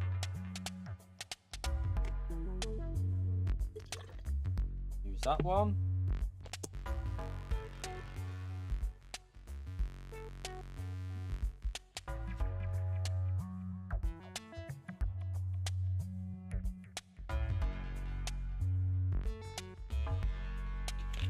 Don't know how much is in that. That'll do.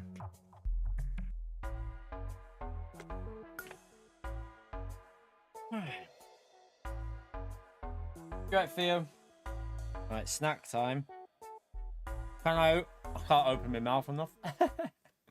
I should have thought about this shit. I can't open my mouth enough for the sausage roll because of my tooth. Ah.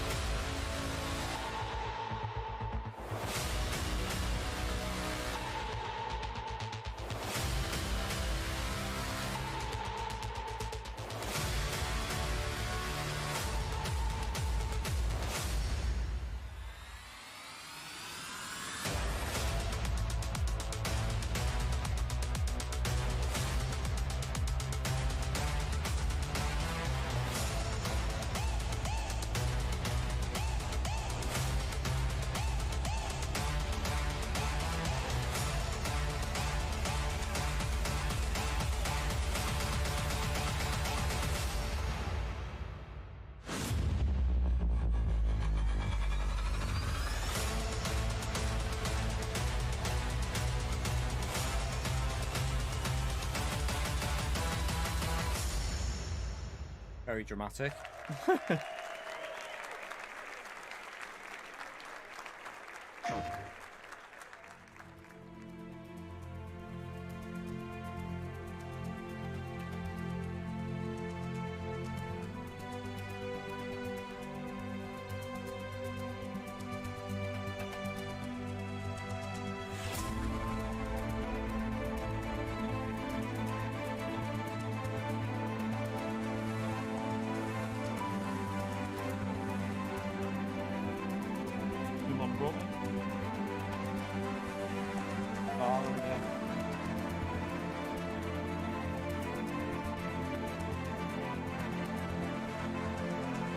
You're right, Rube.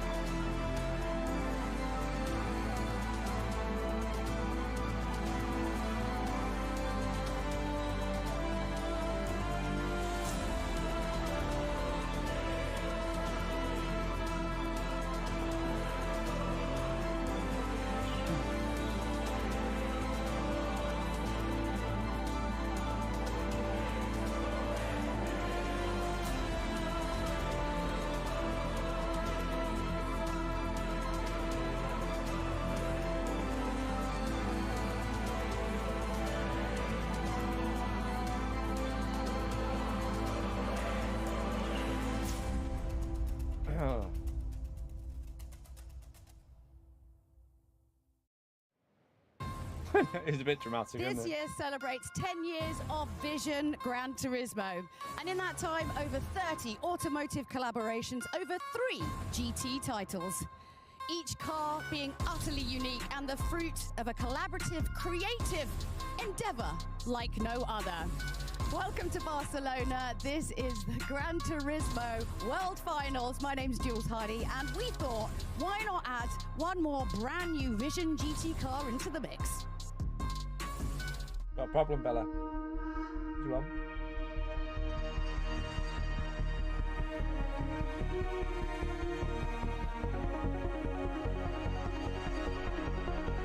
It's mine.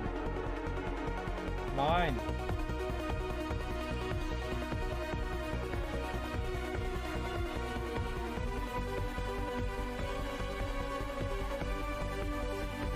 What are you doing, Bella?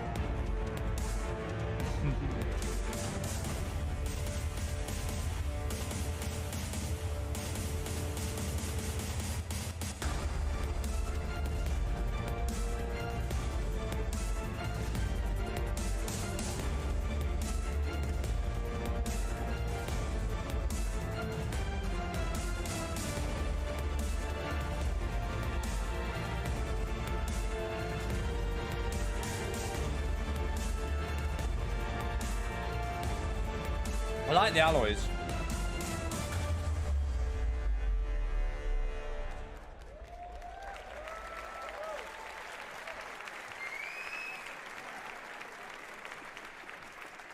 Come on, guys. What do you think of that? Let's hear it. Is that beautiful? Look better in black, wouldn't it? I think it'd look better in black. Welcome John Kristeski, who is the senior creative designer for Genesis North America, and of course Kazunori Yamauchi-san, who is the series producer of Gran Turismo. Give a big round of applause. We have some amazingly talented gentlemen in the building right now. So first of all, I mean, I guess we should probably start with what's its name and how did it come about? Sure. Yeah. It's the Genesis X Gran Turismo Vision GT concept. And it actually came about through the global collaboration of our design group, which is made up of an extremely talented, diverse group of designers from all over the world. Orange just looks a bit, all race enthusiasts, in black course, it looked better. And fans of the Gran Turismo game.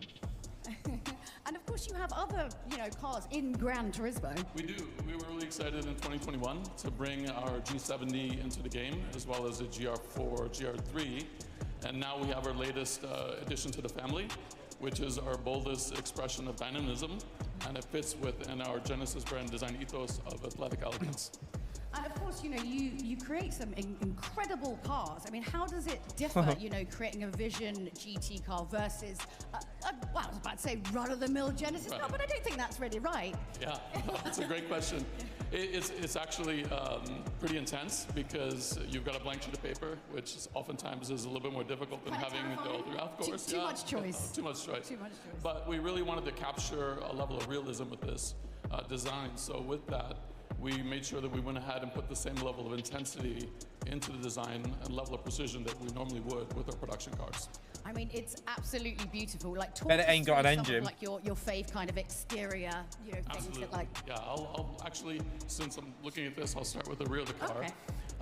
The rear third quarter of the car was inspired by the muscularity of a professional athlete ready to start, to launch into a race. And that translates into the parabolic gesture that runs through the entire car. And then the overall silhouette, giving it that traditional, not traditional, but the classic 60s, 70s race cars that were so beautiful, long dash axle. And then with that in mind, what we did is obviously we wanted to carry through our production identity in the front of the car, which is inspired by our Genesis emblem with the crest grille and our two-line signature inspired by the wings. It's very pretty.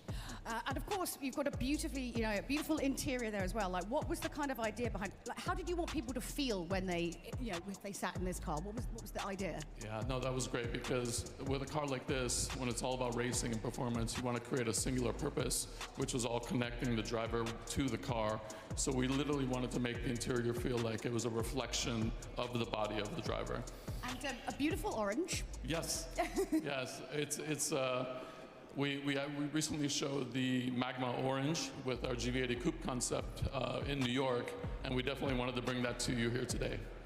And Yamauchi-san, I mean, it's 10 years of Vision GT.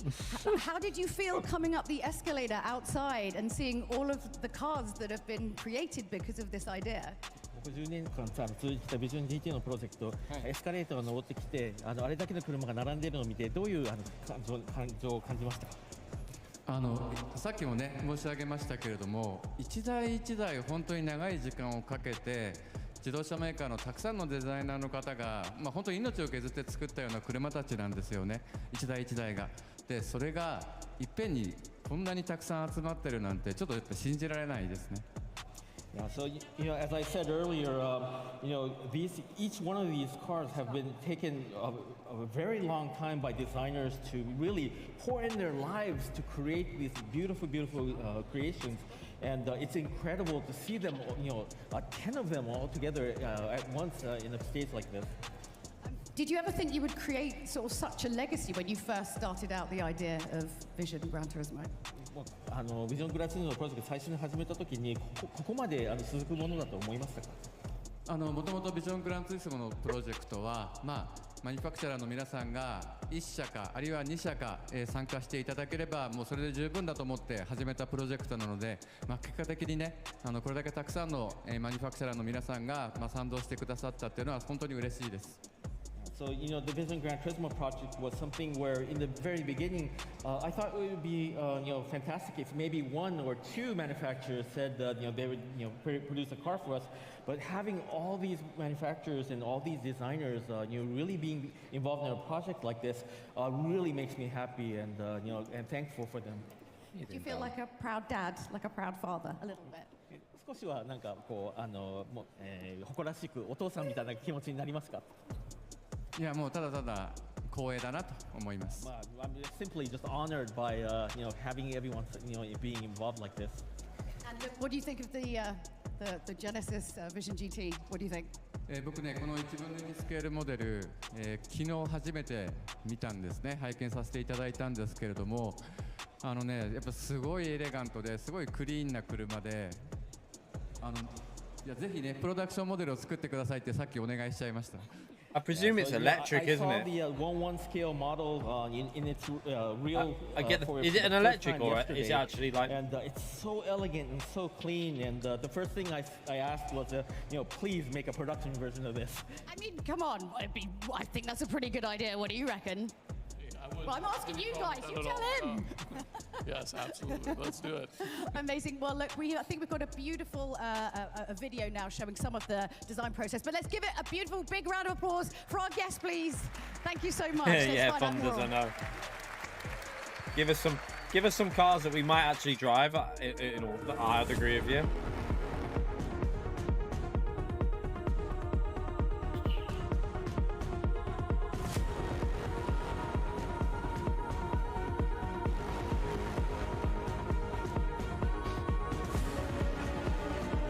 Haven't they started to put some rev counters on electric cars? So it's like a fake one. They've started to do fake ones. There was it the Hyundai I seen? It makes like it revs, but it's fake. It's audio and it got a rev counter. Actually has like fake gear shifts on it.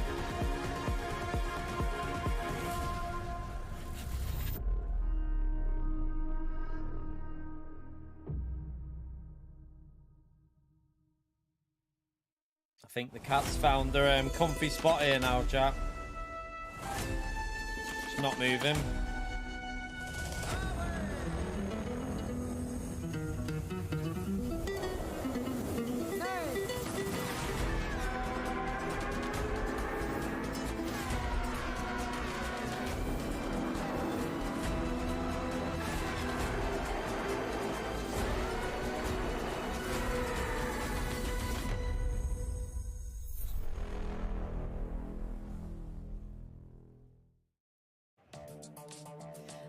And welcome from Barcelona to the Gran Turismo World Finals. I'm Jules Hardy, and we have got day one done. Oh yes, yesterday was the Toyota Gazoo Racing GT Cup, which was full of action. Coque Lopez coming in third, Cockburn coming in second, and local boy Paul Ura taking the win.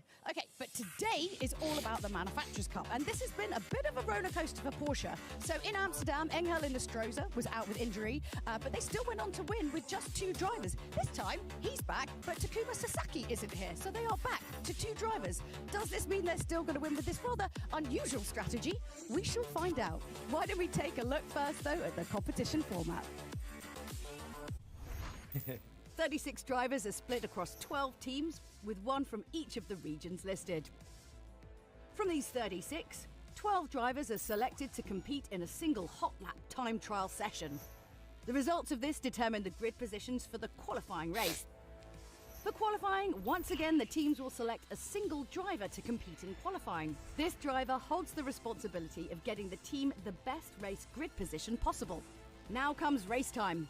Each of the three drivers within the team have to take a stint in the race no longer than 3 or more laps, and all tyre compound rules must be adhered to. Well, a very big hello and welcome to the GT desk for the first time for the Manufacturers' Cup for the Gran Turismo World Finals in 2023. JV, I cannot wait for this. The World Series showdown a couple of months ago was incredible, and here we get to crown our champions. Yeah, my only question really is whether the home crowd here in Barcelona is going to make more noise than they did in Amsterdam. I'm sure they will. They did yesterday, so There's some very cool racing coming up. I'm sure we're going to hear from these guys behind us. I am sure you're right. Let's have a look, shall we, at the qualifying highlights that took place earlier on here today. This was a qualifying time trial, one lap dash around the long lap for a qualifying, isn't it? This was Lamborghini in their qualifying. That's from Team Radio. It's so fucking annoying. I'm glad we were able to bleep that out. Yeah, so Lamborghini unfortunately not having the pace. Team BMW though quick initially, dipping under the 8-minute barrier, but Team Subaru are looking very, very fast, as they have done. Why didn't they let Will qualify for Lambo? I would have let Will qualify in Lambo personally, but... Yeah, not a bad lap time there for them. This was Team Toyota's effort, and they were looking pretty handy out there, as you can see behind the wheel of the car. Kobayashi going to pole. So qualifying results then after that one lap session that we had earlier on this morning. It's Team Toyota that will line up on pole position ahead of the qualifying race, which will determine the grid for the grand final. Subaru will join them on the front row. Then you've got BMW, Nissan, McLaren, Genesis, Honda, Mercedes-AMG, Meyer down in 8th place, along with Porsche, the winners from the Manufacturers' Cup in Amsterdam a few months ago, ahead of Renault, Lamborghini, with Mazda bookending the field. It's going to be hugely interesting to see how it all works out. Here are the start list. These are the drivers that will take into the qualifying race. Only one driver allowed to compete in this qualifying race, though, JB. Yeah, very strong field there as well. Team Toyota fielding Coque Lopez. He came so close to taking the win here yesterday. In the it all depends on weather this race, though, chat. If it rains, they'll all just catch each other off with the physics on this game. How fast he is. Everyone just catches at this track. You just catch everyone up. They were third last time out at the last event at Amsterdam. So. Not happy with P11, I'm sure, on the grid, but we know the pace is there for those guys. And also a returning Angel Inestrosa for this event as well. Really looking forward to seeing the Chilean back after a frightening accident a couple of months ago. He's back, he's recuperated, he is ready to be a part of McLaren, no fear. McLaren's really good in the rain. Manufacturers' Cup Grand Finals here tonight as well. There's loads of campaigns on Gran Turismo 7 as we speak. Take a look at this and find out what we've got in store for you. If you've opened up GT7 in the past couple of days, you'll see that it's been updated for the GT World Finals in Barcelona. It's your chance to get rewarded with amazing gifts all weekend. If you think you can predict who'll be our 2023 winners, click the bonus campaign button on the GT7 map screen to join the we in the race we did, Antomics, we pitted like remember we got damaged, so we pitted on you can vote right up until the start. I think it was the end of lap 1. Oh no, end of lap 2 we pitted and caught them all off back up within a lap. World Finals directly in GT7. Oh, you going? See you later, Click Bella. the button on the GT7 map screen and join the Viewers campaign by BBS. You will automatically receive a new Vision GT concept car for every show that you watch. While you're in GT7, participate in the final celebration race to experience the same races as the drivers competing at the World Finals this weekend. Keep practicing and who knows, it could be you going head-to-head here next year. Tavares, I don't think he My only regret is did. He don't think he qualified, did he? We're busy on air at the moment, Jimmy. Yeah, I left my PS5 at home. Amateur mistake. I could be a million credits better off, but unfortunately, no. Well, anyway, You're right, there's Thierry. loads of things going on with Gran Turismo 7, including GT Sophie 2.0, new AI system that's come out. This is been developed in line with PlayStation, and it's an incredible feat of technology, Jimmy, and you've had your own experience with it recently. Yeah, super exciting. I've not had a chance to play with GT Sophie until yesterday, and I'm so impressed with just how intuitive the AI is, and to have it now coming as a permanent feature in the GT7 on PS5 only is amazing. Great to see it here, and I think that's the single-player experience is a massive part of Gran Turismo, so it's good to see it being fleshed out. And it's a real learning AI system as well. It learns as it goes along, it evolves, it picks up lines from different drivers, different cars, and it's incredible how you are, as it says on the video there, be able to race together as one on GT7. It is absolutely spectacular. Get yourself on there and have a go. We highly, highly recommend it. You're right, Adam. Loads of things going on within GT7, as we said, but also here tonight in the Manufacturers' Cup. Now, let's shift our attention back to that, because we've got teams to watch, and including in that... Hey, Adam, you've been slacking in the gym. Not seen you in there recently, mate. For that outfit, who start on pole position for the qualifying race. And as you can hear from the rapturous applause in Barcelona, he is a hot favourite. Yeah, no pressure, Coque. I mean, he did pretty well yesterday under the pressure of the home audience, and anytime anything happens to the Spanish driver, these guys are making a ton of noise. So, but Team Toyota have always been very strong in the Manufacturers' Cup, so I'm sure we're going to see a similar performance there. Here to come in here, Zona, of course, representing Team Subaru. His normal, fairly chilled out self, I think it's fair to say. I'm not sure he feels pressure anymore, but definitely a hot shoe in this Subaru. Yeah, Takumi Miyazono, famous, of course, for doing the Triple Crown in 2020, the Toyota GR-GT Cup, the Manufacturers' Cup with Team Subaru, and also the Nations Cup. Anyway, are they knocking it down tomorrow? Race. These are the details. Circuit of Barcelona, Catalonia, no chicane layout. I didn't know they were, but I'm guessing they're knocking it down tomorrow. Cup action tonight, 8 laps though, and this is probably going to not, but determine the grid for the grand final. Yeah, so I mean, this is one of those circuits that you, if I'm honest, when you look at it for the first time, think, I don't know. But we've seen some amazing racing over the last couple of days here. And I think we're going to see exactly the same today. These guys are all fighting and squabbling, as you say, for that qualifying position in the grand final. And we know at the circuit we'll get to a bit later on, that qualifying position is crucial. So this is going to play a big part in tonight's event. I was talking to Yamauchi-san before we What got time into, is it getting knocked down, Adam? And I said, you know, who do you think is going to do well? And he said, the thing is, I can't tell, because it depends on what happens in this qualifying race. Even though, let's look at Team Toyota and Subaru as that example. They qualified well. If they get unlucky in this qualifying race, they could be right mire back in the field. And as you say, puts them on the back foot for the grand final. Yeah, and the great thing, of course, about the Manufacturers' Cup is that we have various different cars, various different strengths and weaknesses. We always say that Subaru, not so quick in a straight line, but in the corners, lots of downforce, very agile compared to some of the Subaru other is cars, very quick in top Toyota, speed, just to let you know. historically, it's been a bit of a rocket in a straight line. Subaru is quick once it gets going. It just takes, it needs to get going. Slow acceleration but quick top end. Here tonight and become the Manufacturers' Cup champions of 2023. 28.2% of you voted for Subaru, 26.5% for Team Toyota, 11.4% for Team Porsche, who of course were the winners from the World Series Showdown. As we know, they are a driver down. Here is Angel Estrada. Oh, okay, Adam, that's a bit early. I ain't getting up that early. Well, returning to competition no, in the then. Gran Turismo World Series after a very nasty in a straight line, Great yes, to see Robert. him recuperated, The Subaru's top end is good. Porsche, Oh, YouTube. Is that our? No, it's the actual YouTube channel, chat.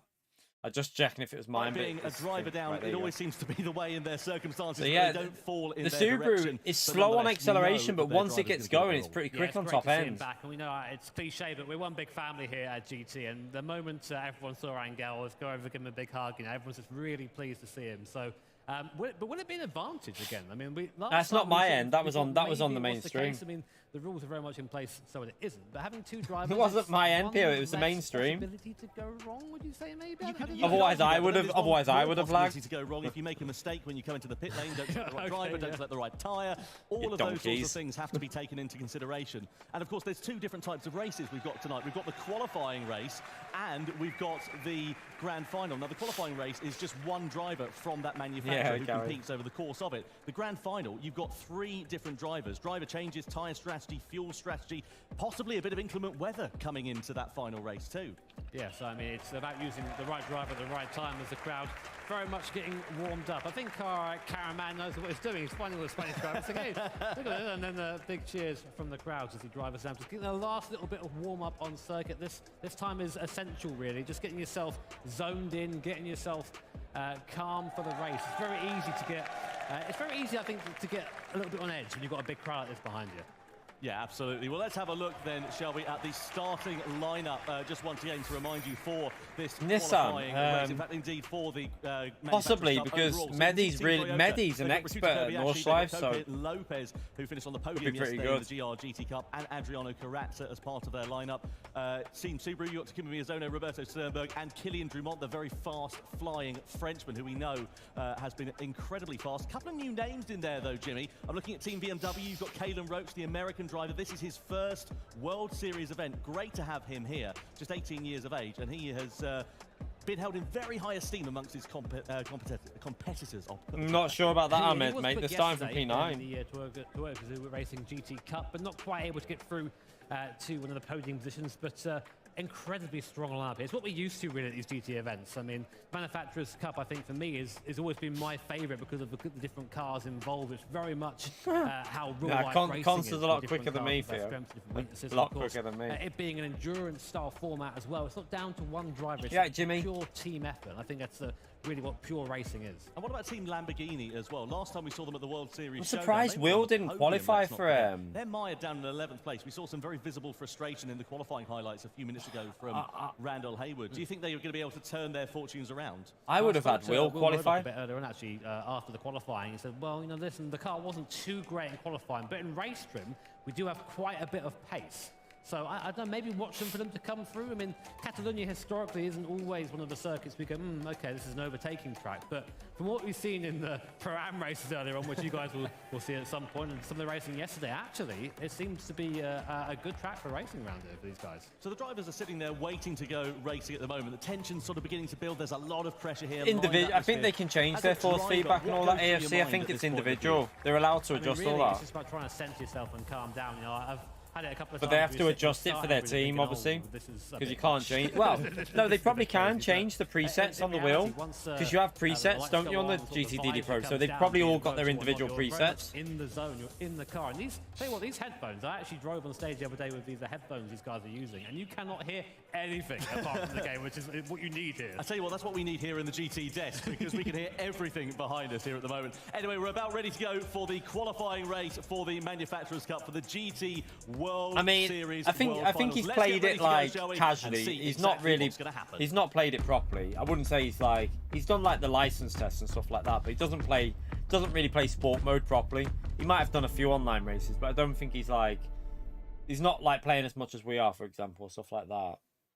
Well, the drivers are in place then. We are ready to go for the Gran Turismo World Finals. We are live, of course, in 7 different languages. We've got the Japanese commentators. There's the Portuguese guys, Duarte and Francisco. Emilio and Andrea for Italy. We have got Andrea and Lucas in Spain. Fabian and Donald for Team France, and in there's no weather in this race. This track doesn't support weather. Only Northlife has weather for the races. And ready to go for this race is Koke Lopez, who will line up on the grid for Team Toyota. Subaru with Takuma Miyazono at the helm. BMW have got Seiya Suzuki at the wheel with Team Nissan with Estevez. Let's see what he is going to be able to do. Yeah, I don't know why they're doing this. Is this not for points? Is this just for position in the race? Why not have this as a point and then have the second race as double points?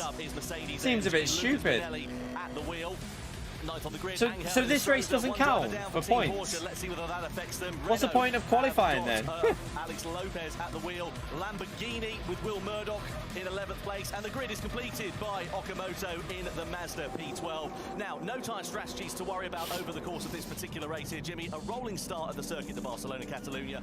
What are your expectations? I mean, the strat for me, if I was racing, is just to send it straight away. 8 laps, a bit of a sprint race here, especially if you're a team like Porsche or Mercedes AMG down in sort of the lower half. Yeah, that's a bit daft. They should have had like half points or something for this. You don't have time to be stuck behind maybe slower cars in the field. Team Toyota, though. That's weird. Why would you do that? Sort of the easiest job. Koke Lopez, all he has to do really is try and navigate T1 nice and cleanly. And even with maybe not the best race, you can still find yourselves in the top 3 or top 4. And of course, that's where you want to be going into this isn't really going to. This is going to be super hard to overtake, chat. Medium tires, 8 laps, no tire wear really. This track is insanely difficult to overtake on at the best of times. So I don't know. I think people at the back might be a bit screwed here. Gran Turismo World Finals. It's the Manufacturers Cup. It's go in the qualifying race here tonight with Team Toyota leading the field across the line from Team Subaru, BMW, Nissan, McLaren and Genesis. Now they're all going to have the advantage of the slipstream, but for Team Toyota. Let's see what happens down to the first corner. Team Subaru coming under pressure there with BMW trying to get their ovals out on the outside. Are they going to make a move stick? No, and they might come under a bit of pressure here from Team Nissan. You see the acceleration then with the Subaru. Subaru's got really bad acceleration. It's not the straight line speed, it's the acceleration. So it's the acceleration from low speed, it's really slow, but once it gets going, the Subaru is pretty good. So watch the Subaru at Nordschleife on the back straight, it's pretty strong. If you are close enough, not quite close enough for a move though on the inside there, as we now come in. Grid starts would have been interesting. Behind is a bit about between Genesis and McLaren. Genesis do have the inside line into the middle sector. They'll take P5. Nice move from Genesis, making a position. Yeah, Nico Romero getting that position then ahead. We know the McLaren's really strong at Catalunya. Of the McLaren at the moment as they come through turn 9 on the run in towards turn 10. Now, this is one of the few overtaking opportunities here at the Circuit de Barcelona, Catalunya. And will we see any dives to the inside? Will we see any defensive defensive lines from the cars being attacked in front. Nico Romero knows that. He goes defensive. We've got a squabble for position as well as Nissan up the inside of BMW for third place as well. And Subaru now back into second position as well. Genesis and BMW now going toe-to-toe here for fourth place. And McLaren getting themselves involved in the action. Through the right-hander we go. It's too wide between McLaren and Genesis as they come through the final couple of corners. Who is going to be able to give way here? They're banging wheels. Go on, McLaren. The final corner, and it looks like McLaren are going to get hung out to dry here on the inside. Keep an eye out for Renault in the background. Fifth gear on McLaren's pretty strong though. Oh no, he's got hard there. Oh, he's lost the slip. No, but nowhere to go. He's boxed in. McLaren there keeping him behind the Genesis. That's very clever driving. We can't quite see him there because of the pip. But down comes Genesis into T1. Renault looking around the outside. Becomes still the outside now for this long right-hander. Oh, McLaren's off. Just popped into the grab a little bit there, and Renault through up into P6. Now, while that's McLaren's having a nightmare.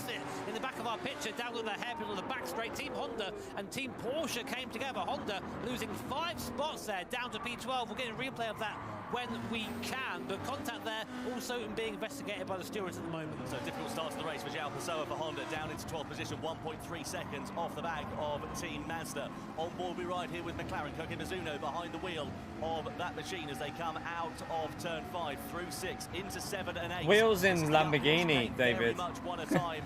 Through here. It's all Consta, I mean, I don't know. Consta's really good. Well, I don't think Consta, does Consta like this track? I'm not too sure.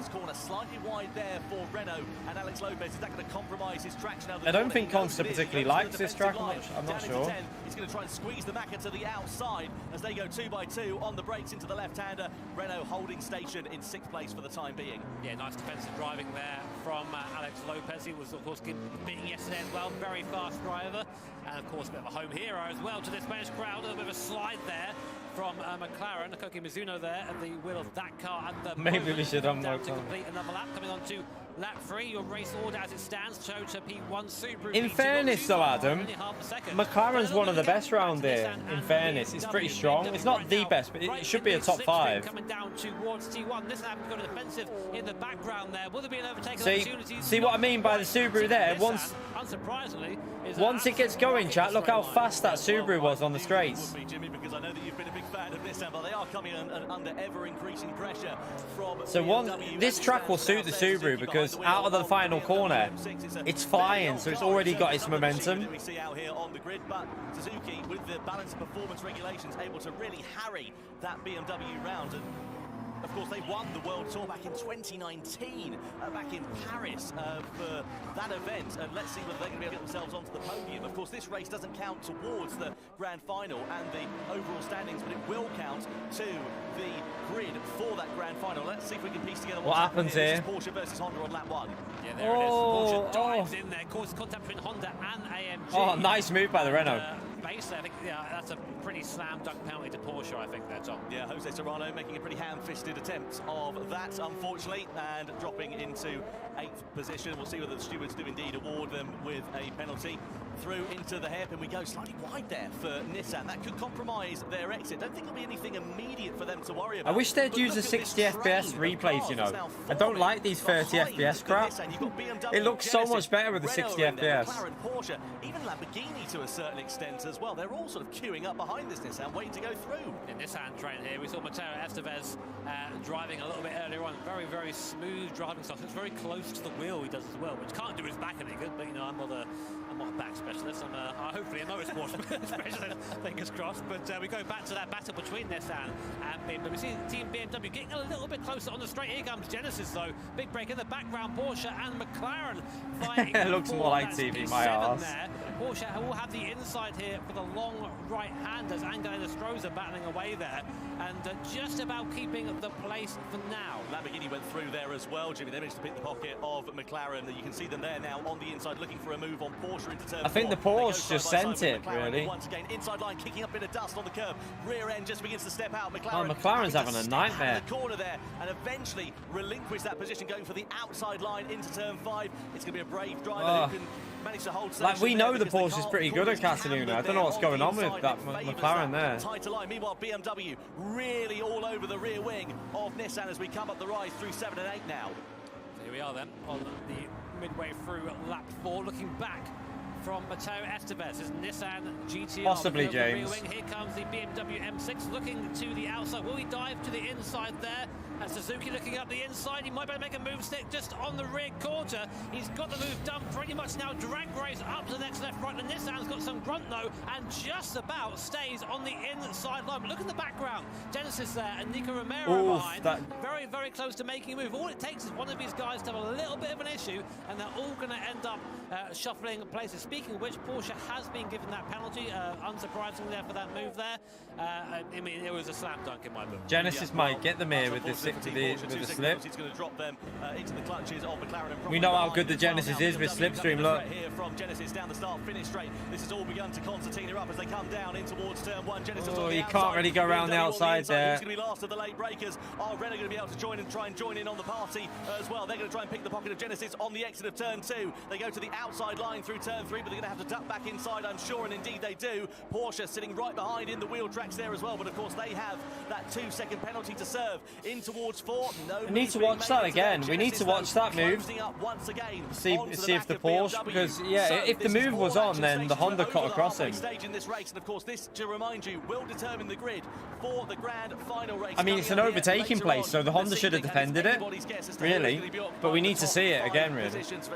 Also a nice little starter for what to expect, I think. Here are the teams, here are the speed, and here are the manufacturers to look out for. McLaren. Oh yeah, McLaren. Maybe a track limit. Could be track limit. And Renault, the beautiful Genesis Vision GT revealed a bit earlier on. Shame we can't see that in the race, really, isn't it? But won't be able to miss it. It's bright orange.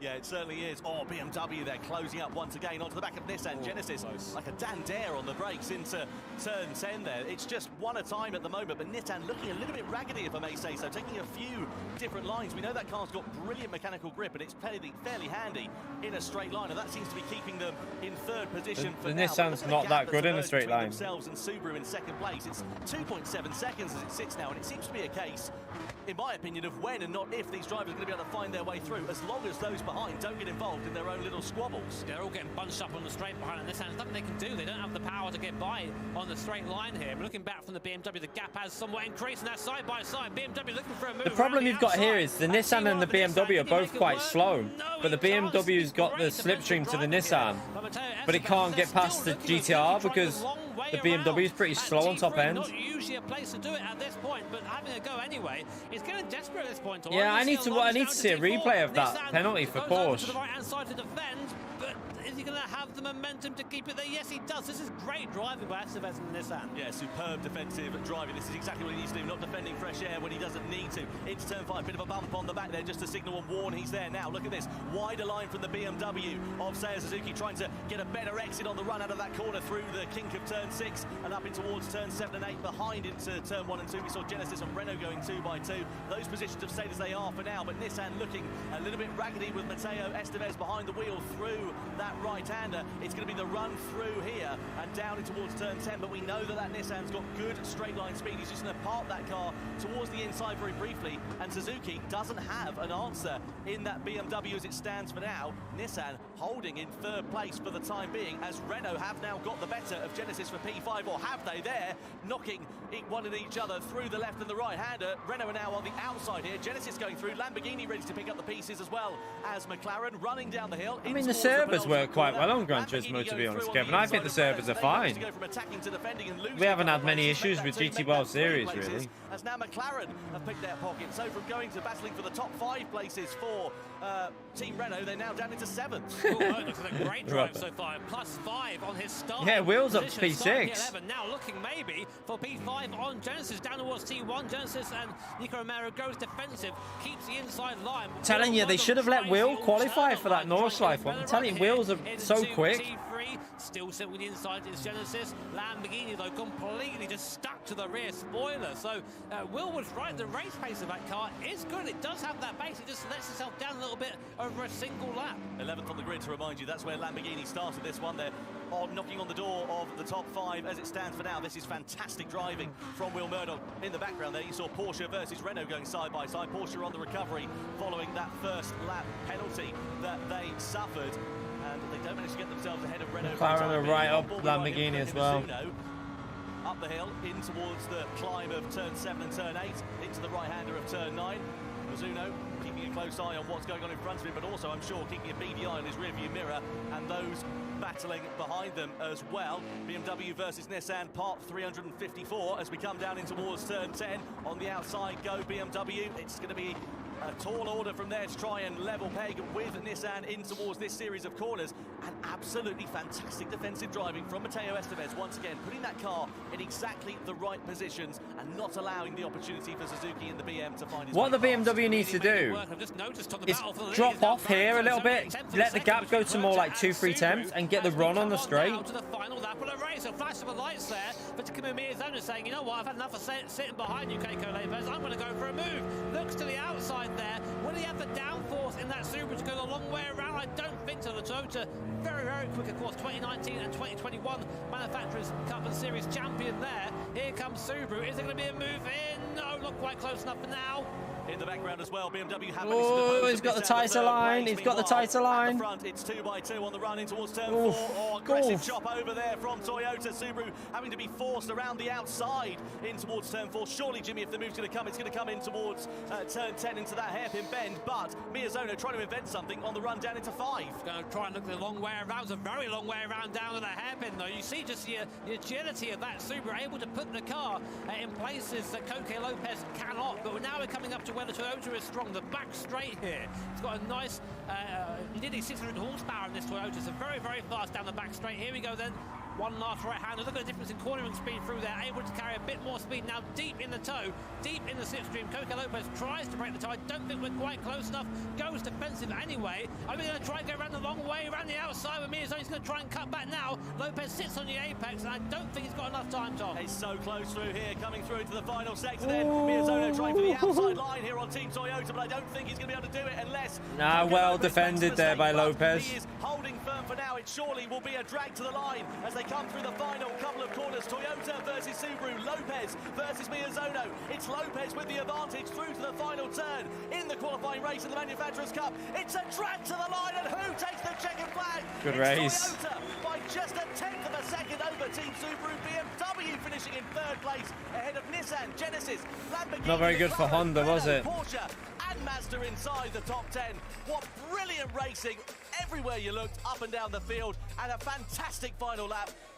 Yeah, I want to see that penalty for Porsche again, really, because if it was in the braking zone and he... Catalunya has consistently provided good racing this week. It's been amazing. I mean, a big shout out as well to Will Murdoch. Maybe a little bit of British bias there, but +5. Not bad for Team Lamborghini there. So a good job from him. But of course, I want to see what you're. I want to see it again, really. BMW and this, and that was going the entire time. Matteo Estevez did a great job defending for the most part, but couldn't quite keep BMW behind in the end. So here's where that fight started. Yeah, let's have a look and see if we can piece together what happened. This is going into the first lap. You can see here BMW just in front. This is the drag down to the start finish straight at the start of the second lap. McLaren versus Renault in towards turn 1. Latest on the brakes. McLaren's best. Well, McLaren's just as good as Porsche in the rain, though. All went wrong for Team Porsche into the side of Honda. Biffed it into the side. I want to watch that again. As a result of that, they picked up a 2-second penalty. Because did the Honda have anywhere to go? Because he had a car to his right. So I don't know if the Honda had anywhere to go. No forward progress. There was, however, forward progress for Will Murdoch in the Lamborghini, 11th on the grid, and they made fantastic ascension through the field as we watched this battle. Yeah, no, I saw it there, but I didn't really. I want to see it slow down, like. For the entire race, you see here. Just Suzuki trying to find a way around Matteo Estevez. There's no way around. Really great defensive driving, but unfortunately for Estevez, eventually they got just that a little bit closer. Renault and Genesis had a great battle as well. Genesis with Nico Romero there, putting the car up into 5th eventually. So a good run from him in Team Genesis. Here finally was the move between BMW and Nissan. BMW looking the long way around, just about had the overspeed into T1. Late braking.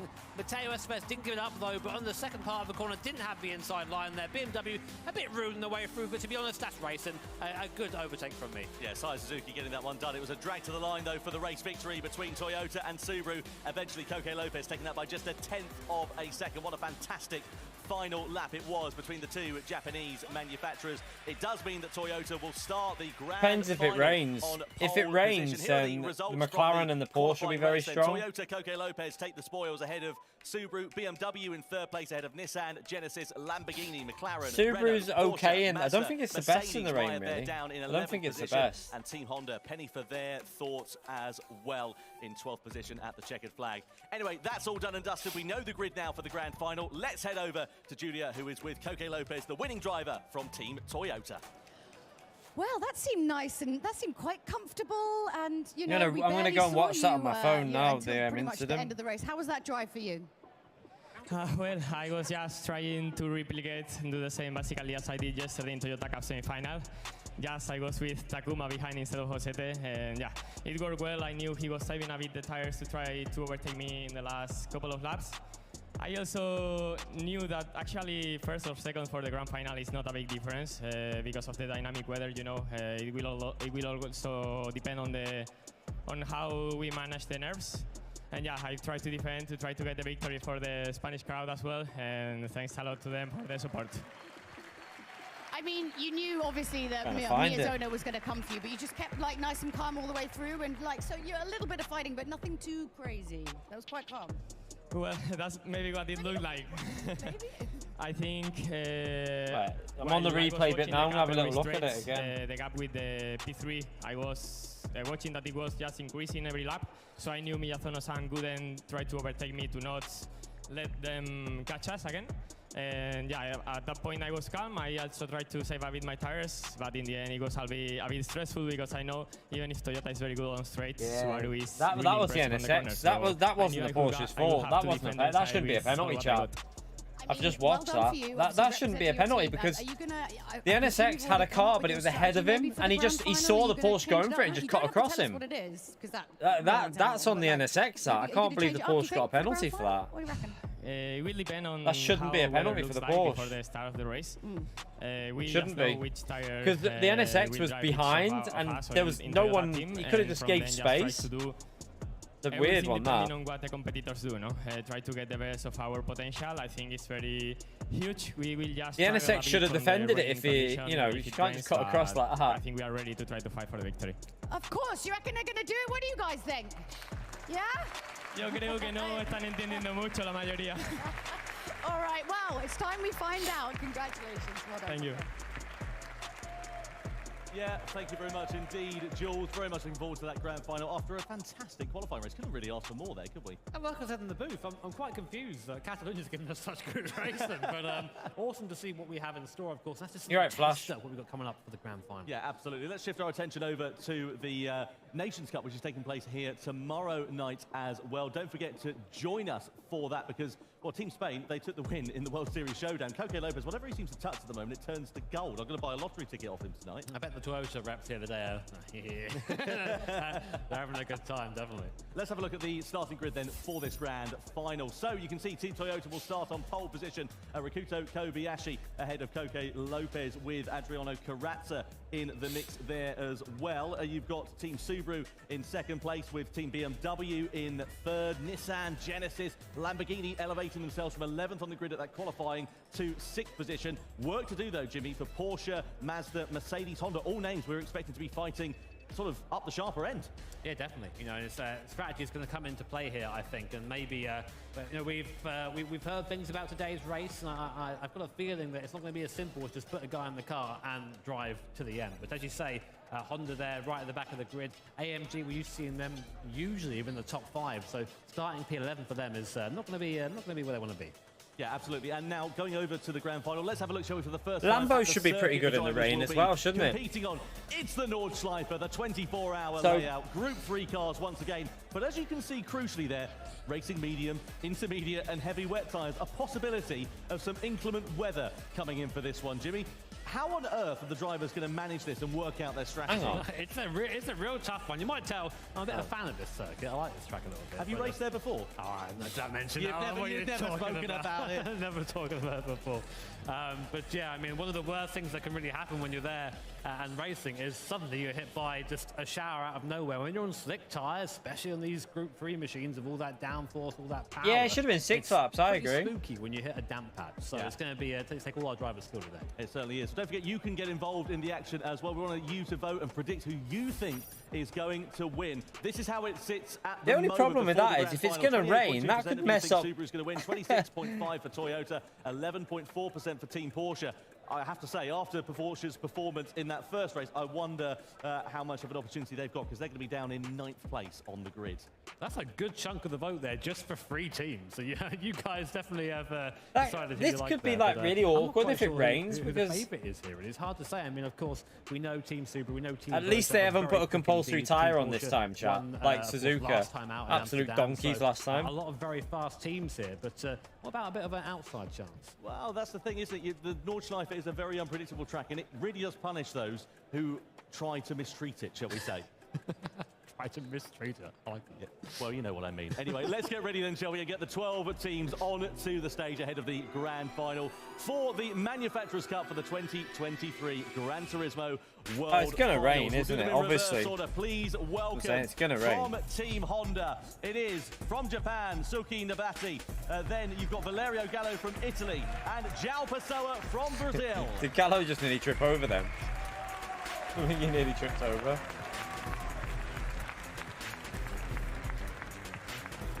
The 11th team making their way onto the grid from a Team Mercedes AMG. It's Lucas Bonelli, Tomoaki Yamanaka, and Baptiste Beauvoir. Lining up 10th on the grid for the grand final, it's Team Mazda from Spain, Paul Ura, from Japan, Hiroshi Okamoto, and from the United States of America, it's Robbie Heck.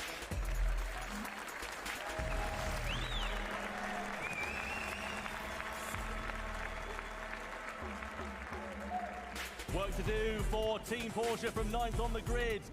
Missing a I mean, driver, of MR course. cars Please won't welcome have an onto the advantage stage in from the Chile, dry, Helena Bettel. In the wet, Stroza. yes, but And not in the from dry. Spain, Jose Serrano. And even then, the Toyota's not bad in the wet. The Toyota's pretty strong in the wet, you know. Remember we used the Toyota, and it was really good in the wet at Spa. It was really good in the wet. Will be Team Renault. Please welcome from Australia, Guy Barbara. From Brazil, Artemoso. And from Spain, Alex Lopez.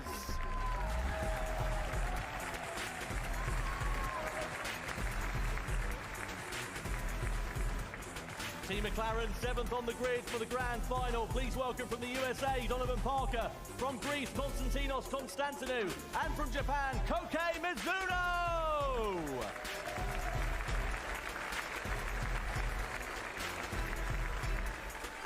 Sixth on the grid for Team Lamborghini. From the UK, Will Murdoch. From the USA, Randall Hayward.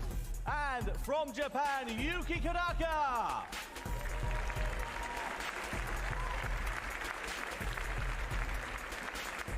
Thank you. Thank you very much for the 249, you legend. Chat. Legend mode there for thank you, please.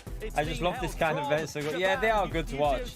This should be an exciting race as well. I'm going to go for a wee before it starts. Hopefully it's a good race. Back in a second, chat.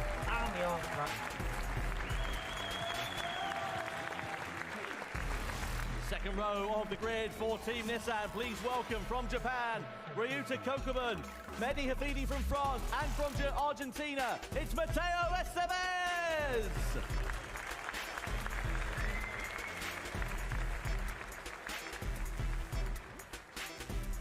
Third on the grid for Team BMW. Please welcome from the USA, Kalen Roach, from Japan, Saya Suzuki, and from France, Thomas Le Boutelet.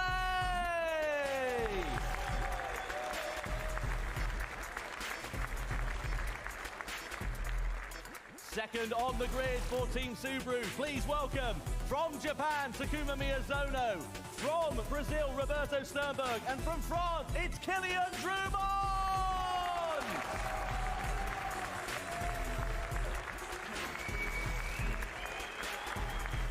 Pole position for the grand final in the Manufacturers' Cup for Team Toyota. Please welcome from Brazil, Adriano Carrazza. From Japan, Ryuta Kokuman. And from Spain, chocolate. it is Kokei Lopez.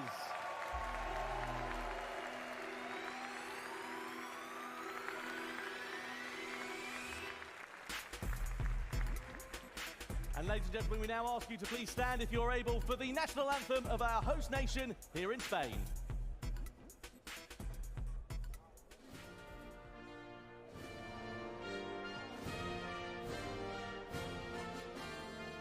No, they run the same BOP as we run, good chaps.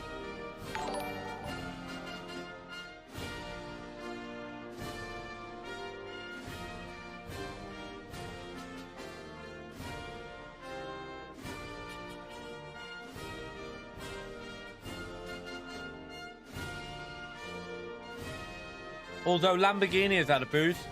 I think Lamborghini's had a little bit of a boost for this one. For this event.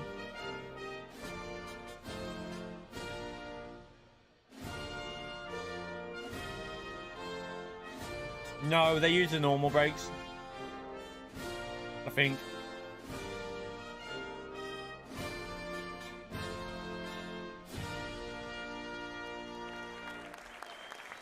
I mean, they qualified though, good chaps. They've qualified in them cars, so the way it is. Can I just suggest that you take a quick look at our 35 drivers, shoes, gloves, and caps? Just take a quick look over there. Now, you may remember that in 2022, we showed some lovely racing overalls imagined by Dior Men's artistic director, Kim Jones, for Gran Turismo 7. Well, Dior's collaboration with Gran Turismo continues, and our drivers are kitted out with new driving gloves featuring the number 47 as a tribute to Christian Dior's first show in 1947.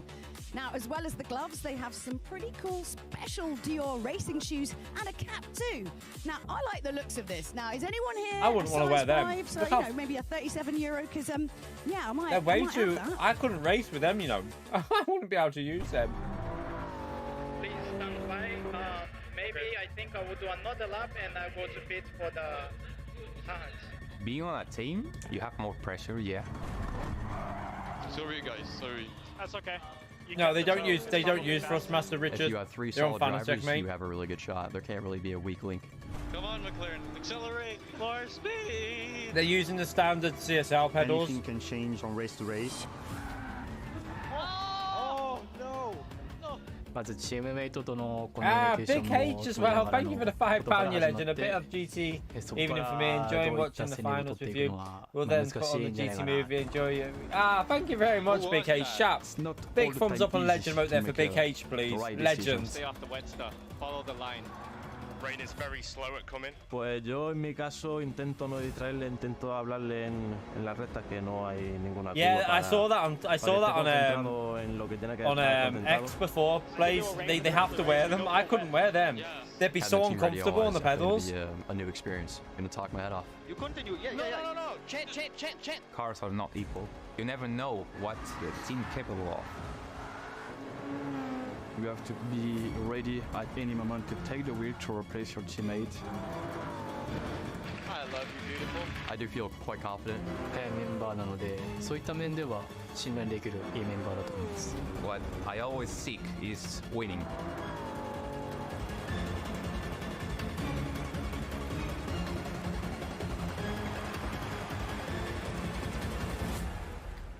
Hungry. Well, I am pumped up and ready to go for this one. It's time for the grand final of the Manufacturers' Cup here in Barcelona. It is going to be hugely exciting, Jimmy. The Nordschleife is a circuit, as we know, that doesn't take any prisoners. What are the sort of key elements that's going fast around here? You've done a fair few laps this year yourself. Yeah, I mean, it's one of those circuits that I think is just, first of all, quite intimidating when you're just driving just on your own. When you're driving with a pack of other drivers, some of the best. Thank you for that, Big H, legend. It can be one of the most insane experiences, I think, in esports anywhere, really. I mean, I had the pleasure myself of actually driving around it and trying to find maybe some areas to focus on. It's a very difficult circuit to go around. So, first of all, we started with Hatzenbach. It's at the start of the Nordschleife, just after the GP circuit. It's the official equipment, though, isn't it? The GTDD Pro is the official, equipment of the game, so they're obviously going to use it because it's got the fuel, it's got the traction, it's got the ABS. That's why they use it. It's all on the wheel. Very important to build everything through here.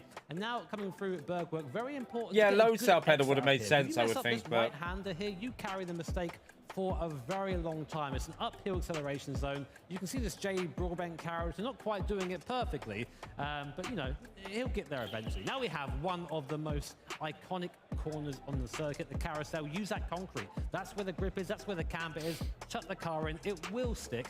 Use it to get a better exit out of the corner and to have, well, a better run through the corner in general. Now we come to one of the most crucial parts of the circuit. This is a Dottinger Herd, see back straight, one of the longest straights in motor racing, and this is a great opportunity for slipstreaming. Get a good exit onto here, get close to the cars near to you, and use that toe all the way down the straight. Yeah, why is he on and that's, intermediates? one of the easiest ways to overtake around it, if you can stay close enough. It's not why is he driving on intermediates there? Order for these drivers. Don't forget, of course, you can get involved in the action here tonight. Predict the winner is what we want you to do in the Manufacturers Cup for 2023. And of course, the Michelin driver of the day will be announcing that in the press conference after the event as well. So keep an eye out on a particular driver in a particular team that's caught your eye and you thought, goodness me, they have done really very, very well. And, well, you never know. You could end up being featured in this as well. And, of course, our bonus campaign to predict the winner, you can win 1 million in-game credits if you can do that before the start of the grand final. So you've literally got a couple of minutes left to do it. If my girlfriend is watching, please tell on the PS5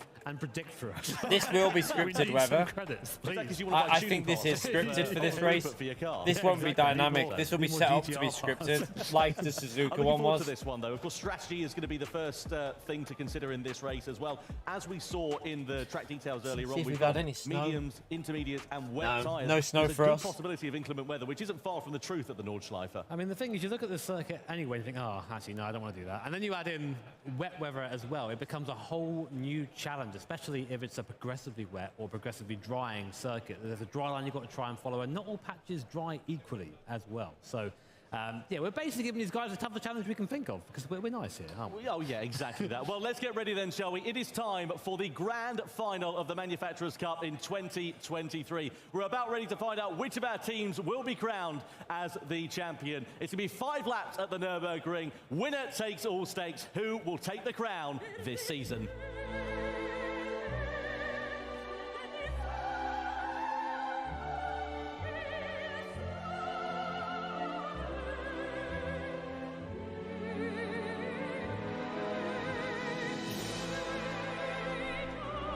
We never get snow, Bram.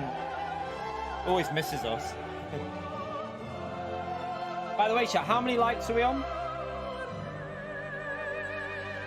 275. 25 more for 300, chat. Get it smashed. Let's go for 300 plus.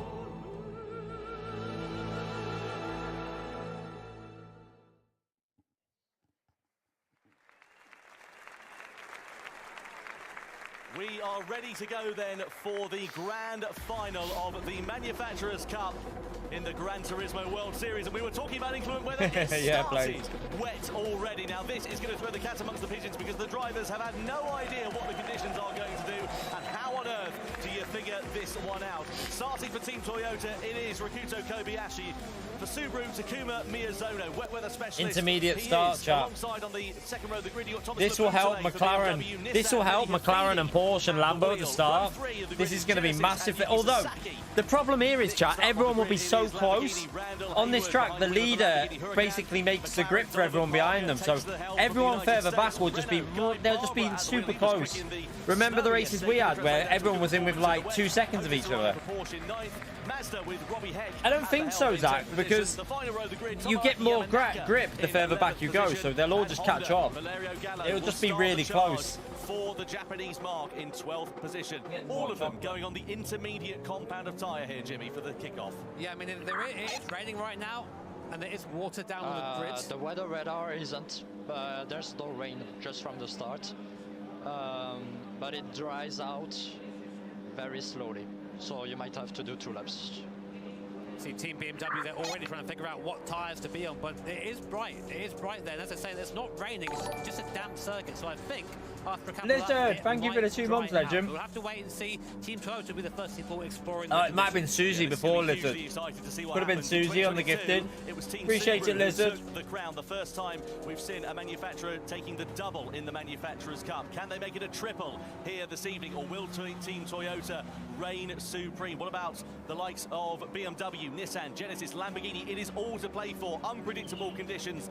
5 laps of action at the Nürburgring 24-hour layout. 3 drivers. Only one can be crowned as the world champion as we get ready and go racing. The grand final for the Manufacturers' Cup is underway here at the Nordschleife. Toyota Subaru will have to go defensive because of acceleration. Subaru from BMW into the braking zone of the Castrol as we go for the first time. Any moves being made there? Genesis having a look on the inside. Nissan versus BMW further behind there as well. Nissan being shuffled out wide. Genesis also in some strife. Renault and Guy Barbara sliding their way round turn 2 and turn 3 and dropping a position to McLaren in the opening couple of corners. A good start for the Americans. Randall Haywood for Lamborghini and Robbie Heck up 2 places in that Mazda at the moment. So a good start for those guys. AMG, Mercedes fighting at the back as well. But everyone's just trying to feel out the grip at the moment. It's a difficult situation. No one knows how much grip there is. And Team Subaru there already going for the move. Miyazono, of course, very good in these conditions, looking around the outside of his fellow countryman Kobayashi, looking for the cutback now, trying to use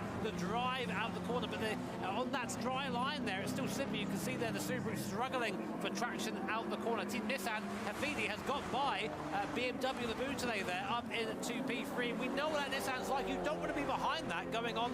Lambo's up to P4. As quick through the corners as some of these cars behind. Looking in the distance though, the circuit, it's very wet at the moment as you can see with the rain coming down, but there are blue skies and Team Toyota there. A little bit wide. Kobayashi just exploring the limits on the outside. I wonder whether that was intentional or not, or whether he's struggling with grip in the opening sort of half a lap or so. We're on the Grand Prix loop at the moment. You'll know this, of course. Problem is here, if the Lambo loses the slipstream. We're about ready to head on to the Nordschleife, and we're overtaking opportunities a fairly far and few in between. And look who's up into P4, Tom. Lamborghini, a great start from them. +2 on that grid. Randall Haywood doing fantastic in these difficult conditions. And again, it goes to show, big sideways moment there from Kobayashi. And then you see the Nissan trying the long way around. He's going to try and cut back now on the Subaru. Great traction out the corner. I think he might get Miyazono here. Again, looking to try and do the same thing. Coming through Mehdi is so good at this track though, isn't he? Oh, he's on the curb, he's on the curb. The curb as well. Get off no that. traction out there, but Miyazono struggling on the first part of the Nordschleife here, and that's allowed the cars behind to catch as well. Well, the rain is certainly coming down. The problem here is the leader has way less grip than everyone behind them, because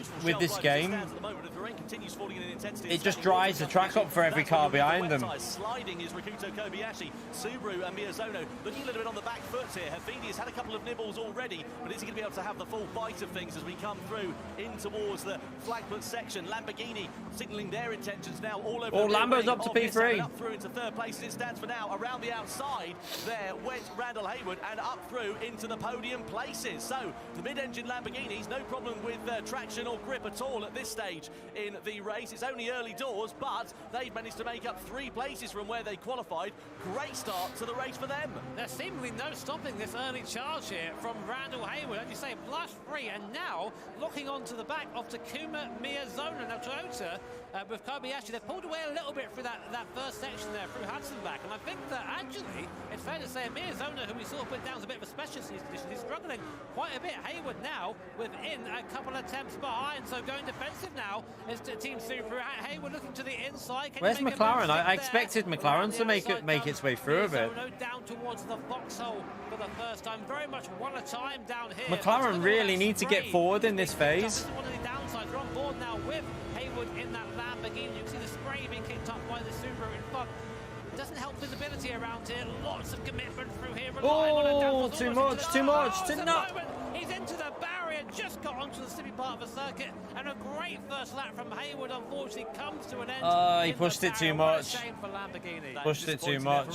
After a quite fantastic start, and now he's got all of that hard work to do all over again. The one crumb of comfort he can have is that the field is all still bunched up on this opening lap. The problem is that because they're running the 30 FPS, good chaps. They don't, for the replays, they're not running 60. They're they've got it on like the what do you call it mode, the ray tracing mode. I don't know why they don't use the 60 FPS mode. It'd look way better. 2 mistakes in the corner after, pretty much. That's how it feels anyway. In that, we'll talk about Team Honda. While we are watching, actually saying that, it's a bit of action here between Genesis, who run wide and get taken by McLaren and by Renault. We said that earlier as well. I'd prefer to have the 60 FPS mode for the replay. P8 in the background, AMG sliding, trying to control as Team Lamborghini and Randall Haywood trying to recover after his instance. So here's a replay of what happened to Randall. He just pushed it too much. Comes round over the crest on the left hand. Just pushed it too much. Just a bit offline, and the car starts to rotate. Hasn't got enough room to recover it, and into the barrier he goes. Yeah, big shame there for Randall. No, I think the BOP is the same, Spencer. Same BOP as what we run. I think the only car that's got more is the Lambo. I think it's a little bit lighter. I think the Lamborghini's slightly lighter than what we've got. Moments ago from Caleb Roach, the American driver who is one of the members of Team BMW, saying that the BMW struggles greatly in the wet, so they are hoping that it won't rain. Of course, it is now raining. They're sitting in 4th place, so you would imagine, given what he said, that it's damage limitation at this particular point in the race. If the rain does stop... McLaren's in P5 now. McLaren's starting to push forward a bit. I have to say that they will begin to get a little bit faster. Speaking of the rain stopping, it's not falling down now. The track is wet, but there is no rain coming from the sky. It's just standing water that's clearing. Unlock James for ruining Porsche. I can see some water on the ground, so ignore that. Lamborghini now on the recovery against Team Honda. So Randall Hayward having to get his elbows out on Valerio Gallo. Side by side, they go. We're heading towards the carousel section of this lap, and Lamborghini have managed to depose Honda of 8th place for now. Next target is Genesis and Renault, who are involved in their own squabble in front. McLaren's up to P4. McLaren's up to P4, Jack. Come on, McLaren. Come on. Holding into 6th place ahead of Guy Barbara in the Renault. Oh, the Renault's right right there. there. Outside of the circuit, and that drops them back as well here. Oh, goodness me. Genesis now with BMW in front, Team Radio. Gallo behind to Twitchy ahead. Okay. Twitchy there being Guy Barbara in the Renault, of course, as on board with Team Genesis. Renault there with a penalty and a mistake, colliding with another car. So the stewards taking a dim view of their early antics as we go into the carousel. Oh, Nissan's gone wide. A long way around. Now I was saying use the concrete there. Usually you do it in the wet as well. It's quite grippy down there. And Team Subaru a mistake. So Toyota a mistake. Our leader. Oh, Toyota. Has gone from nowhere down to Oh, P12. what? Yes, that's interesting. A mistake. McLaren in P3 chat. Come on, McLaren. Everything. Here's the replay. So this is into the carousel. He's going to loop it round, isn't he? Going back onto the... Oh, he got caught the left. Lights the rear tyres up, spins it round. It's such a slow... No worries. Yeah. Kobe actually there disappointed, but the support of his teammates saying no worries, just get your head down and now try and refocus on the rest of this race. So this is going to be absolutely critical for Team Toyota to make ground as the thing is, so they can now. Lamborghini on the recovery now. Oh, Lambo's having issues. Genesis for 5th position. There was a bit of come on, McLaren. there. Genesis got shuffled out wide. Honda picked their pocket also. So Genesis now down into 7th place. Lamborghini and Honda through into 5th and 6th respectively. Just showing how challenging this race is. Bear in mind, there is Team Subaru and there is Hayward, who was in the barrier big time half a lap ago, and now he's within the sight again. It's because the track's drier for everyone behind. The track dries up for everyone behind, so the gain, it's the physics on this game. Everyone just closes up. It'll keep doing that. You take off in the dry, you probably won't do in the wet. And now through the Stefan Beloff S, very, very quick through here. BMW is right behind the McLaren as well there. Car in front of you not to have a crash if you run this closer. McLaren there in front, you see a little bit slower through there. We're still on board with Hayward, carrying the BMW in front. Mazda giving a 0-second penalty, so I'm not quite sure what that's all about. But oh, McLaren's got a bit deep. Now under fire from BMW as almost we run into the back of Team BMW here. Now we're going to come through the Kleiner carousel and come to one of the most important parts of the circuit. Medi's run wide. Oh, are they deliberately running wide there? Opportunity to use that draft, use that slipstream, and the cars with big straight line speed advantage, they're going to do well. So watch the Nissan down the straight on the Subaru. You can see their manufacturer cup rules. Drivers will be penalised for any the Subaru's quick on the straight, but with that slipstream, the Nissan should gain on him a bit. The Subaru will be at risk here from... McLaren could be pretty good here with the 5th and 6th gear. Right, let's see. Will the Nissan have the grunt though? As we come down this long straight, Subaru going to be a bit of a sitting duck here to Team Nissan. It's Miyazono versus Hafidi. Hafidi's going to pull to the inside and surely... Right, the Subaru will come back a bit now though. Look, the Subaru come back. Look, the Subaru comes back. It's going to be a bit of hip and shoulder. Very close up the rise, through the left and then the right. Subaru not giving any quarter. Geez, that was close. So tight through there, but Nissan that looks so close. Themselves ahead, and Lamborghini now up to 3rd place as well. That's a brilliant dotting a her. What's happened to McLaren there? Because they managed to let themselves right up the order. So we come to the end of the first lap, and we're still separated It's too wet to pit. It's too wet to pit. So the GP circuit, round away. We're looking to the inside for maybe P2 here on Miyazono into the GP circuit, into the hairpin. Takes second away. Oh no, he's gone too deep. He's gone too deep. Nissan's. Oh! Loses the lead down to Subaru's in the lead. Miyazono just getting that braking zone right down towards T1, takes the lead back, and it just shows you how tricky these conditions are. They're changing lap by lap, and it's still very wet out there. This is the right tyre to be on for now, but that could all change come next lap. That mistake in the first corner there for Nissan concertinaed the whole field up, and look at them now. McLaren all over their gearbox. Donovan Parker, who's behind the wheel of that machine, looking to try and find his way through. Genesis with Yuto Sasaki behind the wheel. Labutale and BMW also ready to try and take profit. Are we going to see a change of lead as we come in towards the hairpin? Lamborghini looking to the outside to be a brave driver. They can do that. Can they make that stick? No, They'll be will inspired. it? Subaru going to get back through. They're going to try and rough it out on the outside. We're side by side. What a move. What a move. What a move. What a fucking move that was. Fantastic overtake. If he can just keep it on the road now, That move was amazing. What a move. He's come straight back through the field now. Within half a lap, he's now the problem is the Lamborghini will have less grip than everyone else, so they'll catch him up now. That's how it'll work. The race coming on to the GP circuit, made a mistake down into T1, but now it's locked back onto that rear spoiler of the Subaru. You couldn't have three more different cars. The Lamborghini mid-engine, the car behind the Subaru, small, agile. The Nissan, in comparison, a bit of a turbo brick and a twitch there from Subaru and Miyazono trying to get through the chicane. And now we come on to the McLaren's still there as well in P5, not far behind. For the Northern Loop, and this is where I think Lamborghini are really going to be able to stretch their legs. As Tom points out there, blue sky. Yeah, and the sun is beginning to come out. The track is going to begin to dry. Team radio for Nissan. Who's driving for Subaru? Yeah. Oh, okay, makes sense. Makes sense, what's that mean? Well, it's Mehdi Hafidi, isn't it, that is driving for Nissan. So, right, the sun has come out now. That's going to change the complexity of this one. I reckon we could see some drivers coming to box at the end of this lap. It's a very long way to go until then. Let's have a look at a replay of what happened down to T1. Nissan going to outbrake themselves. Lamborghini are going to go off following their line. Look at that, just an armful of understeer. Lamborghini going off in sympathy, but managing to pick their pocket. Subaru say thanks very much and get the supermarket deal. 2 for the price of 1, but themselves have a slide on the exit of the first corner, and then what that did was concertinaed the rest of the field up, and they were all just sort of tippy-toeing round the second turn. Look though, Jimmy, the track's beginning to dry out. There's a dry line already beginning to appear at certain parts. Yeah, because the patchy bits on circuit there, and that's what the drivers are going to be aiming for. That's where there's going to be a little bit more grip than the wet surface.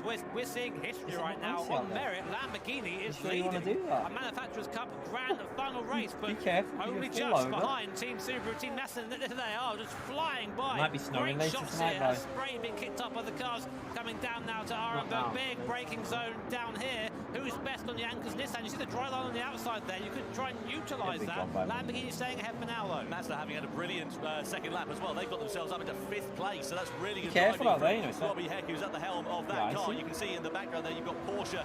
Your balance, you walk like a penguin. BMW in the mix there as well. At the front is a 4-way tussle for position as Lamborghini still lead from Subaru, from Nissan, from Genesis, but there's not much of a gap that's beginning to appear from behind. If anything, that gap is beginning to disappear now. And see what I mean about the Lambo not being able to pull away now, because they've got less grip. Teams is 6/10 of a second, and that's McLaren off the back of the field. So that just goes to show how tight this race is. What even happened to McLaren? Frantic will be an understatement. Here comes Team Nissan trying to get by Subaru around the outside. Won't get what happened to McLaren here? So look at all these cars, all just separated by no time at all. Team Nissan lunge up the inside. It really does show you the issue with the game, with the drying out track chat, and how the lead car just has less grip. Everyone just follows because they have more grip all the way behind. I must say, hasn't pulled away in the way that I thought he was. He's got a bit of a gap now, thanks to the overtake. Look at that snake of cars there. It looks like AI, they're so close. The thing is, Jimmy, that, of course, it's all well and good Lamborghini being fast in the wet. There's no guarantee that that pace is going to translate to the dry as well. So if the circuit does continue to dry out, as we're expecting it to, there's no rain that looks like it's on the horizon at the moment. The skies are blue, the sun is out at certain parts of the circuit. That Lamborghini, though it's quick in these conditions, it might not be so, and then you might see the likes of Nissan, Lamborghini, perhaps even some other cars, the Toyota, the BMW. Is it still too wet, though, to pit for dry, is it? As the track begins to change in terms of its conditions, here come Mercedes looking to the inside of Genesis. They have to pit now. They have to pit to keep within the rules. Between the Mercedes AMG Toyota. Will this not favour? Way back up the grid after the spin at the carousel earlier on. I was going to say, Tom, that end of this lap comes the $1 million question. They have to pit. End of this lap. Here's a replay. This is Team Mazda on Porsche coming down the hill here, up down towards Arenberg through Schradenkreuz. A very, very fast left-hander. Mazda there takes both of them in a straight line. 2 for 1. Thank you very much. That RX Vision very quick down the straight. Beautiful bit of driving there in the Mazda then for Robbie Heck. Just to go back to what I was saying, sorry Tom, but they're going to have to pit end of this lap. No, max 2 laps per driver it is.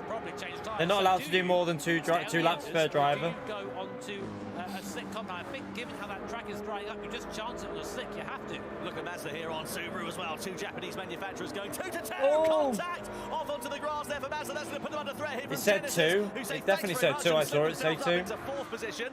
You look at the front too. They've just rocketed away now. Nearly 2 seconds now over. Yeah, that was probably wrong. It's 2 laps maximum. At the end of a lap for slick tyres, if you're out on intermediates, you're going to burn up. You're going to be slow. So otherwise, all the drivers can't do a lap, can they? Behind the drivers at the moment here at a live event. No, but on the start, it definitely said 2 on one of the screens. I saw it at the start when they were doing the race info. It said 2, and unless they changed it. The commentary booth, to be honest. Yeah, it really is going to be frantic, and well, let's see what the drivers will do in terms of the pit stops. They'll all be going onto the dry tyres surely, because look at that, the dry line very, very evident. Brand, I'm on about, they must have shown it twice. They must have shown it twice, because on one part of the screen it said 2 laps per driver. This lap is Porsche picking up a 1 second I'm going to show you. Pissing me off now. What tire you think? I'll let you know towards the end of the lap, but it could be another lap. It could be one on intermediates. So there's Guy Barber who's behind. Sorry, that's Guy Barber who's behind the wheel of that car at the moment, wondering what the team are going to do in terms of tyres and strategy. So Renault down 11th place for now. They've got a bit of work to do to get themselves up in the fighting positions for the podium. Look at the determination on the face of Robbie Heck. He is really trying to make the most of this last half a lap, this last sector of the course. Look at the mirror to the right-hand side. Look how close the AMG is. A fire-breathing V8 breathing down the neck of this rotary monster in front. And now, what are we gonna see from Robbie Heck? We know the car's quick down the straight, so he might be able to use the tow from the Genesis and Subaru and maybe get a bit of a slingshot. Meanwhile, Lamborghini and Nissan are putting away exponentially. 2 seconds is a gap now through there. There's Mazda being pretty much pushed along by that V8 behind Team Toyota there as well. Look at that. 5 cars in a blink of an eye. You wouldn't even know there were 5 cars in that little fray there. And now when they'll pit for dries now. Super just about holding on, but we know that first bit of acceleration zone, it just doesn't quite have the grunt. They'll pit for dries. Over these 4 drivers. Surely though, surely Porsche have to do 2 pit stops. Surely Porsche have to do 2 pit stops, otherwise they've got a pit stop advantage. They'll have to pit twice. At the moment, if the checker flag fell, it would be Lamborghini who would be crowned as the champions, but there is ever such a long way to go. Nissan have closed the gap right up. Mehdi Hafidi on the back as well. We're going to see some driver changes at the end of this lap 2, and out of the Lamborghini will go Randall Hayward, who's been behind the wheel. Will we see the likes of Will Murdoch getting behind the wheel of that machine, or will it be their other driver of Yuki Kadaka? They must use each driver at least once. Team radio again from Renault. We have to take the risk. We have to take the risk. Yes. It's got to be slick, hasn't it? It's got to be medium tyres at this point. It's the only risk they can take. The only 6 available are the mediums. Here comes Team Nissan on the back of Lamborghini. Will they go from a very risky part of the circuit to do so? Big thing about it. No! Big lunge out of the last part of the braking zone. And then back onto the front. What a move. Good move. Just about getting by. Good move by Nissan, but they don't want to come into the box now. They all want track position, don't they? Coming up the pit lane, that's the crucial thing. That's why Mehdi Hafidi was so desperate to be honest, to get ahead of Lamborghini. Would you not rather be the car behind that sees whether the car in front's losing grip and have... I'd rather see how the car in front reacts and have a car in front of me on slicks. Just chew themselves up. They must hit at least one more time in this race, and everybody going for the medium compound. No surprise there at all. I suppose that does mean it's a bit of a moot point because every team is now in the same boat at least. But the question is the teams that were quick in the wet conditions going to have that same level of performance as the track is now beginning to dry out? The track isn't completely dry though, as all the cars squabble for position down towards the hairpin. Oh, Lamborghini's off. The Lambo just got launched by the Genesis behind. Oh, what a shame for Lamborghini, losing places left, right, and centre there. And they get crashed. I think I hit off a Corsair, just very, very slow out of that hairpin. We'll see if we can get a replay of that. But the real winner is Team Genesis and Nico Romero, the Spanish Did Nico driver, just? up in Did Nico hit him? And of course, Ryota Kokubun, he now Or did he just brake too late with the wet? Clear. It's been a long time since we've seen this hand at the sharp end of the Manufacturers Cup. So we see if that can continue for the rest of the Genesis rammed him off. Lamborghini and Genesis are under investigation. Well, this is going to be very Genesis slammed him off, chap. Of penalties. Hopefully we get a replay of that. Nico Romero it is. That needs to be a 5-second, doesn't it? Surely. If that was a complete punt, it has to be a 5 seconds. Down their neck as they come through the S-bend on the Grand Prix circuit. So Nissan, they've now got a nice comfortable cushion as it sits for now, and Kokubun, he needs to do exactly what we know he can do, and that is try and continue building on that advantage over Genesis in second and Subaru in third. So the field will now begin to spread out, and I'm sure it will come to a head later on in this race. You can see there the dry line as we get a bit of team radio from Genesis. Just take a breath, focus on the driving. Nothing you can do about it now.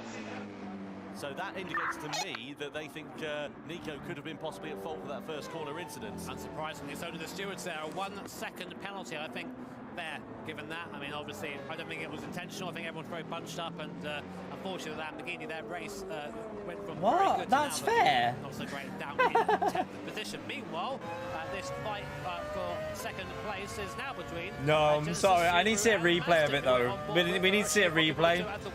Let's just watch a replay, but see what actually happened. For driving that awesome VW Beetle, but VW not here, of course. The manufacturers Cup didn't qualify. Let's see a replay of what happened, though, between Genesis and Lamborghini. So here's Genesis, Lambo in front, coming down into T1, and... Oh my God! Cold tyres, isn't it? 1 second for that? Like, that's absolutely ruined his race. I don't know. That should be a minimum of 5 seconds. That you cannot give a 1 second for that. What the fuck are they doing, chat? They clearly made a mistake. Behind the wheel was Roberto Sternberg, and he wasn't doing too badly at that point. So something has gone wrong for the Japanese manufacturer. We'll have to Nah, that's bullshit. That is a minimum 5 second penalty. So that race has sort of come I can't believe that. It's some of the most challenging conditions you can drive in right now. Oh my God. Half the track is dry, half the track is wet, and the difference is on a slick tyre. If you touch that wet bit, you're just a passenger. You're going to go flying off. You saw it with Romero there trying to avoid the Lamborghini, and I think that's probably what's happened with Sternberg. I'm actually quite shocked at that. That's terrible. That shouldn't be able. Oh, he's off. Nothing he can do. Subaru. When was that? I didn't see that. Oh, I didn't even see that when it was live. When did that happen? Sternberg, Renault get a 1 second penalty for colliding with another car. So it's a plethora of penalties here on the third and a fifth lap. So Subaru are out of it now.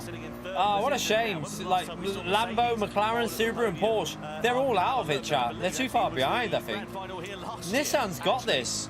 They were in third place then, but Mazda tried to do everything they can to Nissan have got this. With Okamoto behind the wheel of the RX Vision Gran Turismo Group 3 machine. Give you an idea just how chaotic this race has been. Nissan leading up 3 places. Genesis second up 3 places from our starting position. Mercedes-AMG up 8 places from our starting position. Mazda up 6 places. Honda up 7. Insane.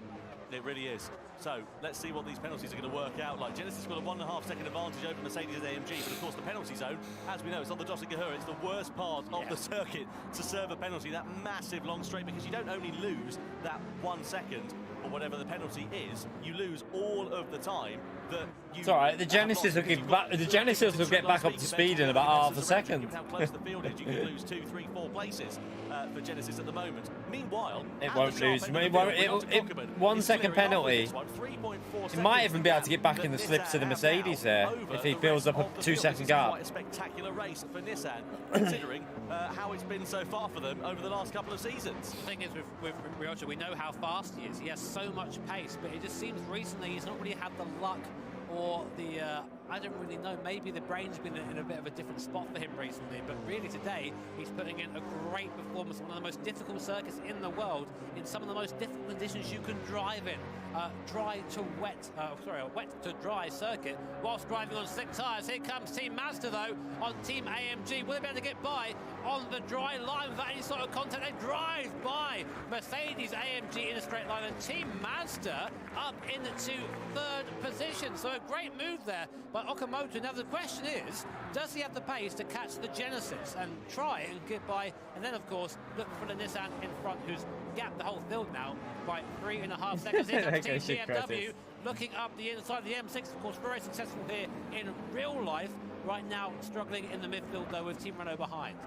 So, Renault there sitting in 8th position, just up the road. Oh dear, McLaren's going to get a penalty, I think. The rookie behind the wheel of that car said that the car wasn't particularly brilliant in the wet conditions, but in the dry, that's where it begins to take advantage, and they're looking to the outside of Team Toyota. He's going to flick to the left-hander, or they're going to try and send it through on the inside. It's very close as they run side by side up the rise through the hill. BMW versus Toyota, and BMW going through and taking 6th place away. Oh, Toyota's gone off. On the outside. Renault picks their pocket as well. It's going from bad to worse for Toyota after such a promising start to their race. Just one mistake around is all it takes. This circuit is not forgiving. You go off here, you're going to have a bad time, as we've seen so far. Yeah, it needed to rain again at the end. Last lap. Last lap rain, please. I've just had a quick peek at our weather radar. Is more rain coming? We've got the rain that's just passed there in the top right-hand corner. I'll keep an eye on that as things progress, but still, AMG on the back of Team Mazda. It looks like the rain's actually going away from the circuit there, so a bit of a false alarm. I panicked there for these guys. I'm like, oh no, not again. Well, don't get a job as a weather forecaster. Hey, Jimmy, stick to commentary. So, on board here with Mercedes AMG. Look at that, over the rise, bang, down into that compression. This is coming in towards the final part of the lap. This is where Genesis are going to be serving that 1 second penalty. Renault also with the penalty, as we saw as well, and this is where it's going to really cost them dear. Nissan and Cockerman have increased that gap to some 4.5 seconds at the sharp end. McLaren now picking up a penalty as well. 1 second for Nissan's flying, isn't it? Meyer down in 11th place. McLaren have had a nightmare. Position, so it's going from bad to worse for Lamborghini from the sharp end of the field at the start of this lap all the way down into 12th place. A lot of work for them to do. 0 to 0 stuff for the Italian manufacturer. Penny for the thoughts of their 3 drivers. You're right, Cowboy. How are you, mate? And Nico Romero done enough to keep the position down the straight. I'm going to say probably not. It's a big penalty. No, he'll lose the position, but he should get in the slip. He'll get in the slipstream. Well, will he? I don't know. Down now, and here comes Mazda, and here comes I think all 3 of them might get past him, you know. They are rocketing towards the back of that Genesis, and they're going to have the toe. There's nothing the Romero can do about it. He's going to lose 1 place. He's going to lose 2 places. Will he lose? No, he'll get the slipstream. No, he'll get the slip. Onto the back now, still with the overspeed underneath the Bill Shine Bridge. We come now down towards the heavy braking zone. Oh, I don't like it when they do. You don't want to be side by side and say that. Honda and Genesis are doing so. Honda got through. Up to P4 as well. So Genesis goes from P2 to P5 from that penalty. You see just how important it is to keep it clean around here. Mazda boxing after 1 lap.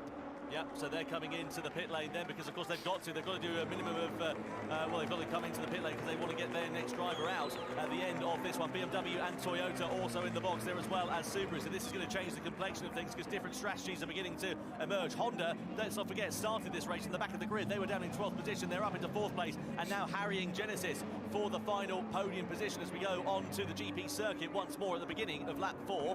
So now, of course, Mazda really a contender here, and in the car now gets Paul Yora, our Toyota Gazoo Racing GT Cup champion. Funnily enough, of course, driving for Team This will be Mazda interesting. Today, but we know he's got pace. The home crowd behind him here as Mazda, well. we've put Pole in the Mazda's rapid chat.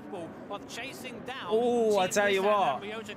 Just showing right now his Pole around this track in the Mazda could be lethal speed. The gap 6.6 seconds down to Benelli, who Mercedes are up 9 places from a starting position, but do they have the pace to catch up? That time by Nissan were quicker, 4 seconds quicker than Now Nissan have got a pit again, and their last driver's not as quick apparently. World Series in Could be interesting. Previous top 16 Superstars events as well. that when Cockerman gets himself in clear air, when he's not involved in no one's done. Oh right, these have done 3 laps. Yeah. 5 clean laps and 4 seconds. I know it doesn't sound like particularly a lot over an 8-minute or so lap time, but that is an incredible advantage. And now their gap sits at 6.6 seconds. So barring a mistake or barring so they're doing 1-1-3 for some drivers. They look like they are in a very strong position at this particular point. Oh yeah. Just over 1.5 No, they all pitted lap 2. So they all pitted lap 2, and then Pole's doing 2 laps at the end. No, they're doing 2 laps max. Because everyone pitted at the end of lap 2, so this is the 4th lap. So yeah, they're doing 2 laps each, maximum 2 laps each. Maybe he does have the pace and wants to make sure that he's not held up here by the AMG driver in front of you here. Tyres squealing there, just trying to find the grip. And Team Honda as well. Big shout out to those guys. Nabatani at the wheel of the car at the moment, up 8 spots from their starting from last in the grid. And maybe a contender here for the end, but this man right now, Ryota Kokubun, as always, just cool as anything, just doing what he needs to do, slowly building the gap. It's looking very good so far for Team Nissan. Yeah, looking forward to seeing what. Yeah, but they're all going to have to do 2 laps though, because they pitted lap 2. So they can't do that. They have to do 2 each because they all pitted at the end of lap 2, chat. That's what I'm saying, because if they pit at the end of lap 2, all drivers have got to drive, so they can't do to the end. They have to pit again. So they all have to pit again at the end of lap 4, everyone. Except for Mazda, who had done 1 lap on that stint, and now they're doing 2 laps. They all have to pit at the end of lap 4. They can't go to the end. Since then, in the World Series Showdown in the Nations Cup in 2022, the Asia Oceania semi-final, he took a victory there. So let's see whether he can use all of those years of experience. He's one of the older hands that we've seen here in the Gran Turismo World Series. He's driving an exemplary race as it stands now, just building on that advantage, just up to nearly 7 seconds now over Mercedes and Genesis. I think Mazda could be very, very, like, it depends how much they gain. As well, yeah, Mehdi did 2. Then the other driver's doing 2, and then the last driver will do 1 lap because they've all got to drive. There's 3 drivers, chat, so they've all got to do at least 1 lap. New names through as well. Paul Ura in that Mazda right now, having done their second stop, leader of the 2 stoppers so far. So we'll see how they compare. Importantly for him, he's now got a clear circuit, so 1 to look out for. But here's Team Honda, of course, doing well right now on the back of the fight. No, I don't reckon they'll get any rain now. I think it'll be dry to the end. Between Nissan and AMG is fluctuating somewhat, but it is kind of slowly increasing. It's not by a big margin. Now we're starting to see that the circuit now, I'd say, yeah, but Porsche will have to pit twice. They'll have to do 2 pit stops, so Mad Max. Otherwise, it wouldn't be fair, would it? It wouldn't be fair if they allow Porsche to do 1 stop. So this is where we're going to start to see the cars performing the drive do a little bit better. Just looking at Honda here as well, as you said, they've got Nabatani behind the wheel of that car at the moment, but they haven't used their ace up their sleeve. 2021 Nations Cup champion Valerio Gallo is still yet to take to the wheel of that car, and I wonder whether he is able to. So they have, every driver has to drive, so it's impossible that any of them can go for 3 laps because they all pitted on lap 2. So they cut that out. So they've got 3 laps and they have to pit in them 3 laps. So they'll be 2-2-1. That's how they have to, or 2-1-2 like Mazda have done. Mazda have done 2-1-2. 1 driver change left to go for the top 7 teams. So here we go then. Yeah, Mazda don't seem as quick, do they? I've been looking at the gap and they haven't even caught up to Lambo yet. Here at Barcelona right now, Team Mazda and Team BMW sort of making out the second group at the moment, and this is important that they don't squabble too much, but they want to have a chance of winning this race. They might be battling though. Look, BMW and Mazda are battling. You always think you should be first, and now Team BMW looking to the outside of Mazda. They're going to try and go side by side into the mud curve. It's 1 at a time through here, boys. Who's going to give? Neither of them do. They both go through side by side. Team Mazda just about holds on for now. I have no idea how they both made it through there in one piece, Tom. Absolutely amazing respect, but they're not giving up any quarter. Are BMW, they're trying to go for the outside line and get the switch back on the inside. I thought the Mazda was quicker than that on the straight. To the carousel, you can't go 2 by 2 into there, not unless you fancy finding out what hospital food tastes like. Mazda holding firm in 8th position for the time. Yeah, they're losing time, aren't they? Let's see how it works out in the latter half of this lap and the run down to the dotting hill. Mazda, you would imagine, would be a bit of a sitting duck at that point because BMW got that hole being punched in the air in front of them. So important to be ahead at this point as well, because there's not really, realistically, any more passing spots here unless you are. Why does the Mazda look so slow? And I think the But Seiya Suzuki is a lot quicker than the car in front. You can see him visibly being held up by the Mazda. So much more speed, carrying so much more through the corners, but unable to make anything happen here because there's just no space. Might have to look up the inside here. Might no, nearly. Mazda looks way off pace. He's just trying to get into the mirrors of the Mazda in front, trying to get into the mirrors of Podium, who I think is struggling in this middle stint. So Suzuki there saying he's a fast driver on the straight and on flying laps, so he thinks if he can pull out in the races he can make an impact. Well, says Suzuki in the BMW sitting in 9th place all over the rear wing of that Mazda for now. I'm a fast driver on the straights.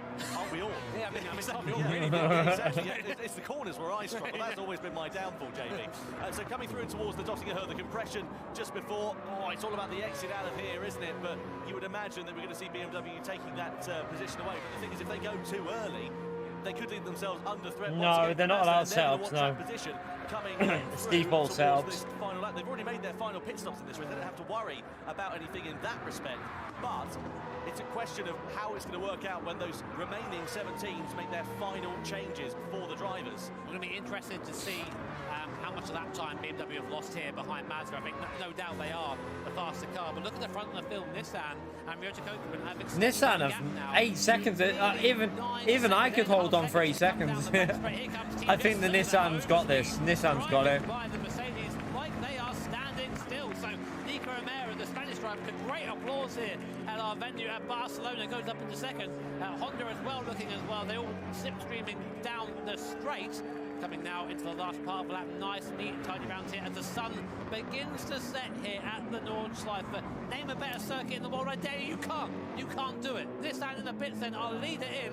Everybody else will follow as well for that last pit stop and that last dash to the line. So just to give another layer of complexity, we've had wet weather in the daytime, we've had dry weather in the daytime, now we've got nighttime dry racing. Estevez behind the wheel of Nissan, he's going to take over at the front of this race and try and bring the crown to the Japanese manufacturer. Genesis, Mercedes, Honda, Renault, Porsche, Lamborghini making their final stops, but where are the out of sequence, the likes of Mazda, BMW, Toyota, Subaru, McLaren going to emerge? This is going to be crucial here for I think, Genesis, like, there's no way Nissan can lose that from there. You've got Mazda and BMW. No way Nissan can lose that. What about Toyota as well? Are they going to be able to leapfrog Renault coming down to the first corner? Genesis versus Mercedes side by side on the exit of turn 2. This is going to be quite close between them. Mercedes back through and into second place. Genesis relegated down into third. And also Honda, Valerio João Pessoa, who's behind the wheel of that car now. I've got to say a massive congratulations to Ryoji Kokuben. What a stint from him. He's now put Matteo Estevez into a place where he can win this race. 8 seconds is the gap, and it's a I can't see Nissan losing that. An 8-minute lap time as Genesis there. Maybe a little bit of contact from Honda. Tries to back across, and Honda there with João Pessoa up into third position. What a race it's been for Team Honda and for Team A&D. Both up 9 places from the back of the grid, but now Honda might come up on a roadblock. Baptiste Beauvoir, the French general they've been calling him around here. I think maybe he invented that nickname. I think he has one of the longest. Yeah, he was a driver battling with Baptiste, wasn't he? So he's obviously got pace. We know how aggressive he can be, so it's going to be a big ask for João Pessoa to try and make that one more place into the podium. But can they catch Nissan in front of Matteo Estevez? I don't know. It's a big gap. Well, this is for the battle for positions on the podium. Nissan still some 8 seconds up the road. It depends on what sort of Estevez's pace is going to be. The gap is 7.6 seconds. It was just over 8 seconds a few moments ago. Let's see how it develops over the course of this, the final lap of the grand final for the Manufacturers' Cup. It's Genesis, outside line through onto the Nordschleife we go, trying to get a better exit on Mazda, and attack on the run down in towards Hatzenbach. Paul Ura it is behind the wheel of the Mazda, just dips a wheel. Yeah, but a little warning sign there. I mean, half a second. He's in a really unfortunate position. He wants to try and attack Baptiste has made a mistake. Baptiste has just made a mistake. That are full of the BMW behind. This is insane racing. This is after 4.5 laps of racing. All these cars separated by, well, nothing really. They're all within 16 rates. And Genesis quick in the straight line is going to help it on this part of the circuit. But you have to think that Dean Help maybe is just struggling a little bit as we come up now to the Flugplatz for the last time AMG in front, just about holding off the Alpha. I've got to say, that Honda looking very, very fast indeed. It might have a go, actually, coming down here into Arenberg, coming down now towards training points as well. Very fast left hand of the car gets light. Honda and AMG side by side. Will he got him, he's got him. He does. Jalpasoa there overtakes Mercedes AMG, and Baptiste Beauvoir up into second position. And Team Mazda down to P3, man. on Genesis from a mile back, and Genesis gets pushed out down to sixth. All side by side there. BMW go through as well. Always chopping and changing in these last stages of the race. It's going to be a good battle for P2, but yeah, P1's Nissan have dominated this. This is going to be hugely exciting as we head into the night time. The headlights illuminating the Nordschleife circuit. Well, you wanted close racing, you have got it by the bucket. Oh, he's trying to get around the outside. From Mercedes AMG, trying to find their way through. Mazda, BMW, Genesis, and also Toyota lurking in the background. Cue the Jaws music because Adriano Carrazza is behind the wheel of that Toyota Supra race. Tell you what, if the Toyota gets in the slipstream on the back straight chart, top speed. And on the inside of Honda, is that going to put Oh, what a move! What a move!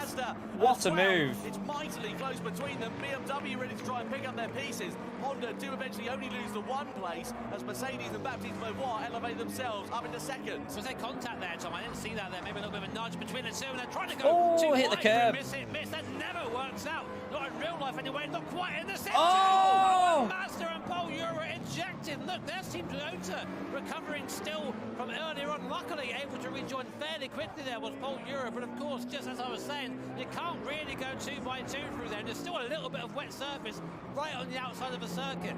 Well, it's not over until the checkered flag, and there is still a half of a lap to go here at the Nordschleife. Even with this fighting, they've gained over a second. Suzuki and the BMW right behind those two drivers, running nose to tail in third and fourth place, respectively. You've got to be so careful as we head in towards. It's a shame that the leader's so far ahead. It could have been a really intense ending, but still good for P2. But I would have liked to have seen it for the win. Now with a bit of a gap to Mercedes in front, some 0.6 of a second. Not too much in terms of breathing room, but it's getting a little bit in favour of Baptiste Beauvoir at this particular point on the final lap. But we know how quickly the complexion of this race has changed and can change. And Mercedes in front of Honda at the moment as we come up now towards that carousel section. They have actually started to take a little bit of time out of Matteo Estevez in the lead here, but I don't think it's going to be enough. If that keeps wobbling like this, then definitely it could be anyone's game for the podium. The last 2 slots are under wraps here. We've got Suzuki on board in the BMW, and Jalpasoa thinking he needs to go defensive. A little bit of contact maybe between the 2 cars there as we come up towards the carousel in the background. Genesis defending fervently there. No, I shouldn't, Epic. Nowhere near quick enough. The carousel for the first time. Bam, the car goes in. You run around the concrete there. So bumpy. These guys will be feeling that through the steering wheels. They now come up to this last section, this last third of the Oh, no. He's obviously made a mistake, P1. He's obviously made a mistake on the carousel. What a place for a showdown here at the World Finals in Barcelona. Well, this is going to be He's losing. Has he got dirty tyres? He must have dirty tyres. 3.6 seconds. They've made a mistake on this final lap. Oh, what is he doing? Feel that pressure. We didn't see exactly what happened. 3.5 seconds the gap sits. There's 3.4. a few more corners to go before he heads towards the Dottinger. If he gets it, if they get in the slipstream, he's had enough in his pocket to try and hold on to that position for now. It just looks really slow. It looks really slow. He looks so slow through the corners. Look at Go on, Baptiste. He's the low 2.9. In the water, he's got the chase. He can see his target in front of him, and that's worth oh my so God! Much time when you're Nissan just looks so slow. Team Nissan, that gap was 8 seconds, and now almost within range. We're running out of time here, and can Baptiste Beauvoir 2.7. I don't think he's not got enough corners left. He's not got enough corners left. It is all to play for. Whoever wins this race will become the Manufacturers' Cup champions. He is on it there, Baptiste, though. Look at him. He's pushing like crazy. Can he do it for Mercedes AMG on this, the final lap? 2.7 seconds the gap sits. The final battle for the podium places as well is not over. 2.6. He's not got it. He's not going to have enough. Not going to have enough. Still very close to one another. Not going to have enough. 2.4. He's not going to get in the slip. The Nissan's too good on the acceleration. moving closer, and now Honda and BMW squabbling over that last place. The gap is down to 2 seconds now at the front. No, he's not. He's not in the slip. He's not got enough. Not got enough. If they weren't battling, remember when the NSX and the Mercedes were battling? If they didn't do that, could have had this. This is the battle for the final podium place. Which of these marks is going to get it? Keep an eye out for Mazda, Genesis, and also Toyota in the background, who are on the recovery. Nissan look like they've just got enough in their pocket to hold on to this one for now, with only a few corners remaining, barring any last lap mistakes. Honda, BMW, Mazda, Toyota going for this final podium position. It's going to be a crash. There's going to be a crash. Oh, I knew it. I knew it. Oh, it's massive. It's massive. No, Genesis 6P3. Oh no, that was so obvious that. So obvious that was going to happen. Oh no. No way.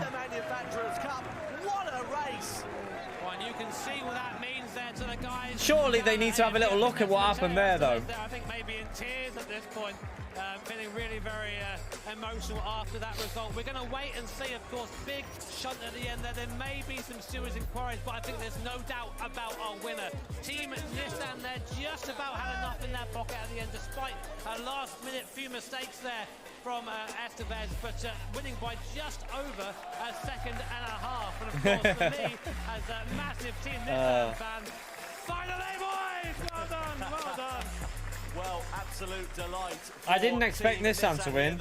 Although we did say about Mehdi being, he's a specialist here, so. In 2023, and penny for the thoughts of Honda and for Need to see what happened on that last bit there. After the end of that race. And you got to remember what Mehdi did as well. Mehdi did a great stint in the wet as well. It wasn't just Kokoman. Mehdi did a really good stint. What a dramatic end to the race. We've got to see a replay of what happened in those final couple of laps. It was dark. It was difficult to see exactly how it all pieced together. But as you said, Jimmy, I'm sure the stewards will be looking at it. I could just tell there was going to be a crash here, see. It was just so obvious. All of them fighting for that P3. It was going to end in disaster. I mean, what I was saying, what a contrast of emotions. You've got the joy and jubilance of AMD. And then Honda as well, so finally steps out of his rig there. I can see. I think he was nervous, Pio. In fairness, I reckon he was nervous. Our commentary booth just to get off the stage as quickly as possible, I think. But Baptiste spoke while there, looking very, very happy there with Peter. It's been a long time for Baptiste. It's been on the podium, so he's happy to be there again. Yeah, absolutely. Yeah, I know Kokoman did that, but Mehdi had the wet, and the Nissan's not the greatest car on the way. It's not bad, but it's not the greatest. Let's have a look at that incident once more. What even happened there? Oh! It looks like Honda connected with BMW, but I don't know if there was something that sort of kicked off that chain reaction. Either way, I need to see that before from like chase camera. Estevez did not make it easy for himself on that final lap at all. I think what happened is he made a mistake and then just decided, right, I'm going to cruise to the line. Maybe cruise a little bit too much. But there you are. There are your winning team, Team Nissan, and deservedly so. Very happy. That's been a long time since Nissan's been on the top step at one of these events. I'm not quite sure when the last time was, Tom. You've got probably a stat for us somewhere to go and find that. Yeah. But I think it hasn't quite sunk in for these guys yet, you can see. I mean, winning one of these events is one thing, but winning in front of a massive live audience like we have here in Barcelona is another. Yeah, I was just having a look at some of the stats. Last time out, they finished in 5th position in the World Series Showdown. I was having a look back during that race over some of the previous should have been more than 1 second penalty for Genesis. Should have been a 5, Let's really. have a look at the highlights then from that frenetic grand final. It started off wet with Team Toyota leading the field. Yeah, I reckon they should have made it a longer race. A matter of time before it all kicked off, especially in the 7 laps, even 7 laps, 6 or 7 laps. Nissan got their elbows out. It would have made it a little bit more interesting, I think. Into the hairpin on the Grand Prix circuit ahead of Team Yeah. BMW. Toyota held on to the race lead. We saw Randall Hayward going off into the wall on the outside. We wondered whether that might be their race run early doors. However, they managed to recover quite brilliantly. Unfortunately, went the other way for the race leaders. Team Toyota looped it on the exit of the carousel, and they never really recovered from that point on. No, just got stuck in the traffic. And here was Randall Hayward going around the outside of Takuma Miyazono for the race lead. It was a great opening stint for Lamborghini and Randall Hayward, but unfortunately, it wouldn't continue that way for them. So this was really the highlight of their race, I think. But it shows that car does have pace, and maybe in the future series, they might be able to compete again. Here was Team Mazda doing 2 for 1 at one of the fastest corners of the circuit in the wet.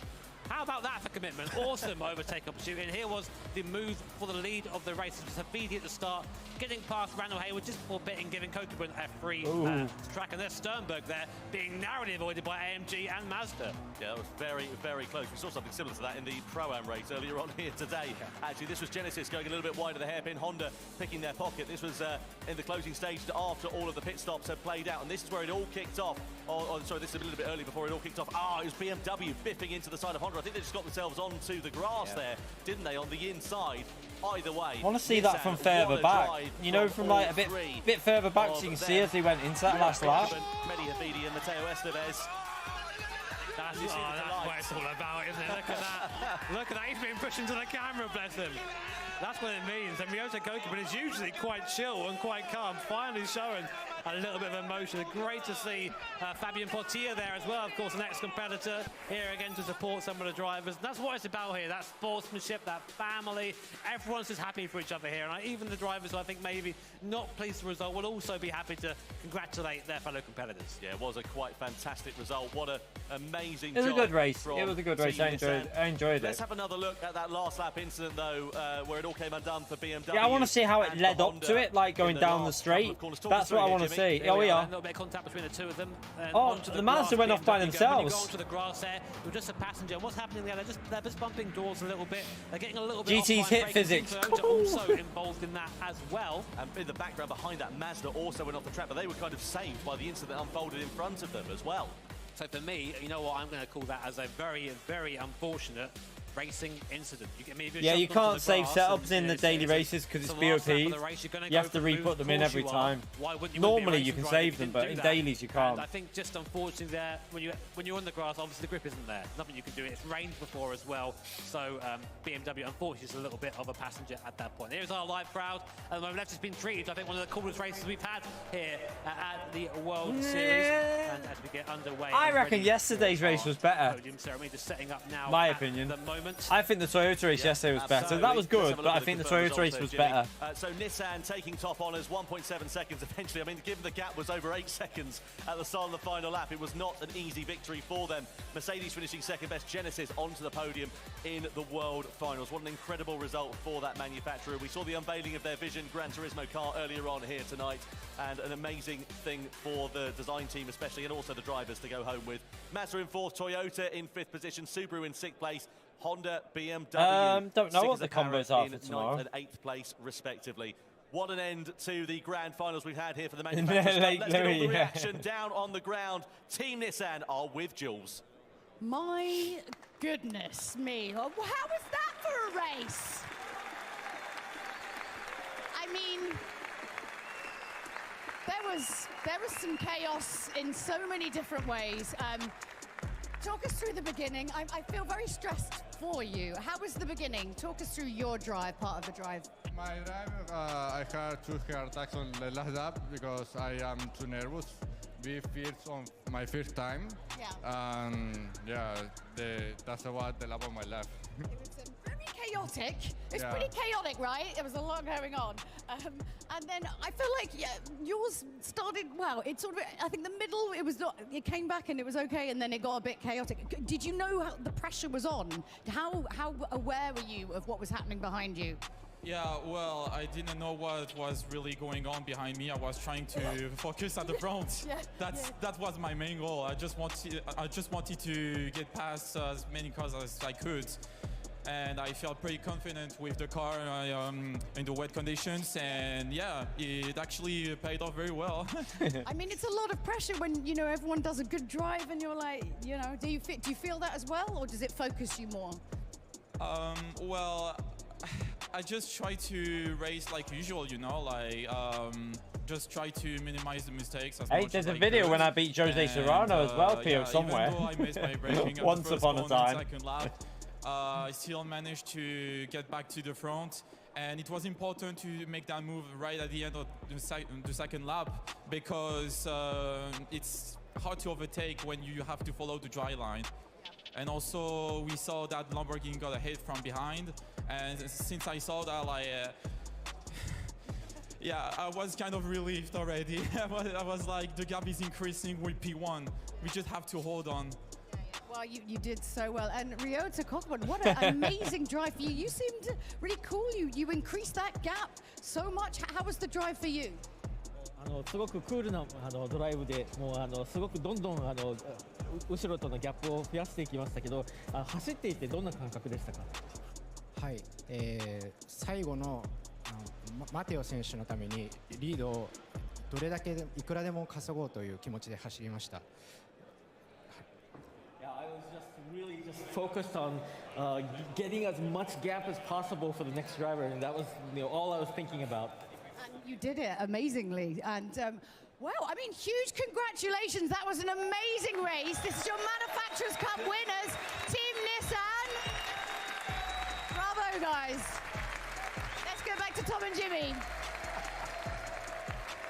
Well, great to hear there from Team Nissan after a quite incredible performance there, JB. I mean, you've wanted to see Nissan on the top step of the podium for the last 5 years, and finally you get your day of reckoning. I'm torn now between Nissan and BMW, but yeah, amazing to see these guys get the result. And it was genuinely, I think, for Ryota Kokman, one of the best drives we've seen from him individually for a very long time. You know, just as you said down there, just you've beaten me in a GT World Series race, sir. Nearly 9 seconds when he boxed. And in a lobby race, yeah, but needed every second of that. You can see how nervous he was down there. Still, even after he's shaking, it's a big deal to be at one of these events. And despite I think losing a little bit of time, did well to hold on that composure there. So yeah, I think a deserved winner in Team Nissan. Well, don't forget, of course, you can vote for your Michelin Driver of the Day. Was there anybody in particular who stands out for you? Get yourself involved in the action. Was it Ryota Kokman? Was it Spain's Paul Ura? Was it Seiya Suzuki? Let's not get into the details. For you to get involved. We'll be announcing the winner of that in the press conference after the show concludes. Zach beat us when he starts at the front in the OP car and we start at the back. That's a very good point. That is giving him too much. Yeah, well, yeah, let us know. I mean, I know who my vote's with. Yeah, I mean, let us know and we'll see. We'll arrange that a bit later on. But, yeah, really looking forward to seeing what is going to happen. I'm really looking forward to talking to the drivers in the press conference after the event, because that final lap was nothing short of incredible. And and then Wall rides his way around the track as well. How much pressure he was under, and he nearly threw it all away for Team Nissan, to be fair. But right when it mattered, he had enough in his pocket, and he got it when it counted. You know, I've had that feeling of being in a good position in an endurance race. Your body just goes tense, and every movement becomes unnatural. You're just trying to put the car in the same place you did the lap before, and I can really sympathise with that. But I think, the gap was there. All we need to do was bring the car home in first, and he did. And it was just amazing to see all that support down there. As soon as he crossed the line, a sea of GT competitors descended on them. It was amazing to see. Well, it is time for the podium ceremony then for the grand finals in the Manufacturers Probably won't Cup be in the game ever on this one. Maybe GTA. We're about ready to crown our top 3 teams as we get ready for the podium celebrations here tonight. Please welcome onto the stage in 3rd place from Team Genesis. It is Dean Helt from the USA, Spain, Nico Romero, and from Japan, Yuito Sasaki. I still can't believe they only got a 1-second penalty for that. Oh dear. It's not a good look, is it though? If it should have been more. Place, from France, Thomas Leboutelet. From Brazil, Lucas Bonelli. From Japan, Tomoaki Yamanaka. It's 2nd place for Team Mercedes AMG.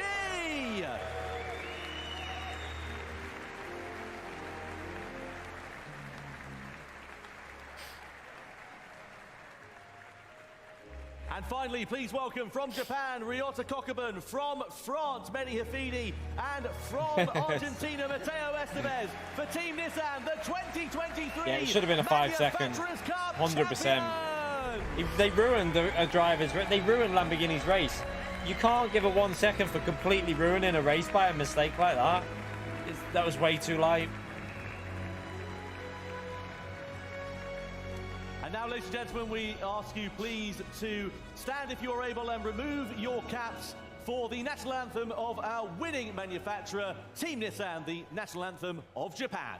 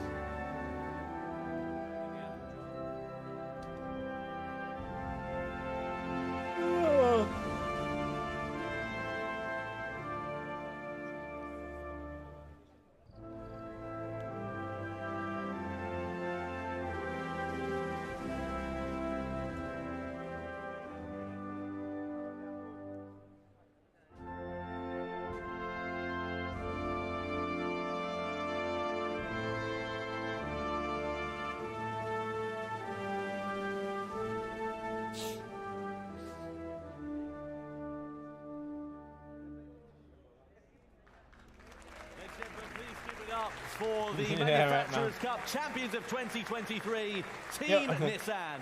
Well, didn't a driver get a 1 second? Time for the didn't at Lake Louis someone got punted into a wall and got a penalty for hitting the wall after being punted into it? The senior chief designer of North America for Genesis, and it is awarded to Dean Helt, to Nico Romero, to Yuito Sasaki of Team Genesis.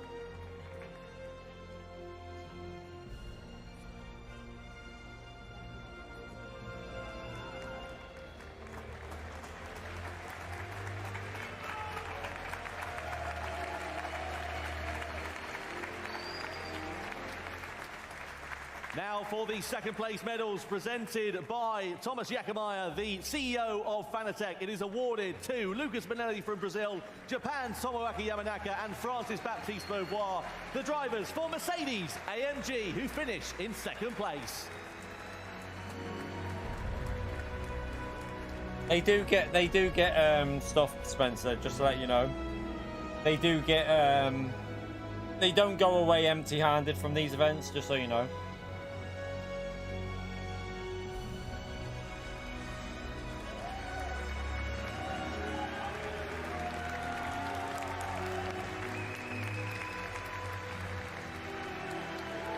A medal for punting Lambo. And now time for the first place medals. They are presented by Jeffrey Marseille, the gaming manager for Michelin, and it is awarded to Japan's Ryota Kokuman, France's Mehdi Hafidi, and Argentina's Mateo Estevez, the winners of the Manufacturers Cup champions, Team Nissan.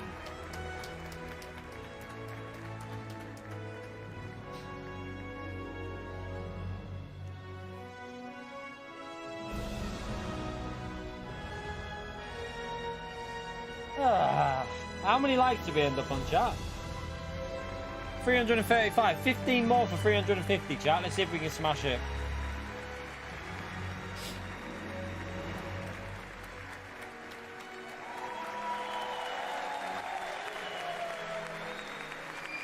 And finally, the first place trophy presented to the winning manufacturer by Kazunori Yamauchi, the Gran Turismo series producer. And of course, it is awarded to Japan's Ryota Kokuman, to France's Mehdi Hafidi, and to Argentina's Mateo Estevez. Give it up, your 2023 Manufacturers Cup champions. It is Team Nissan!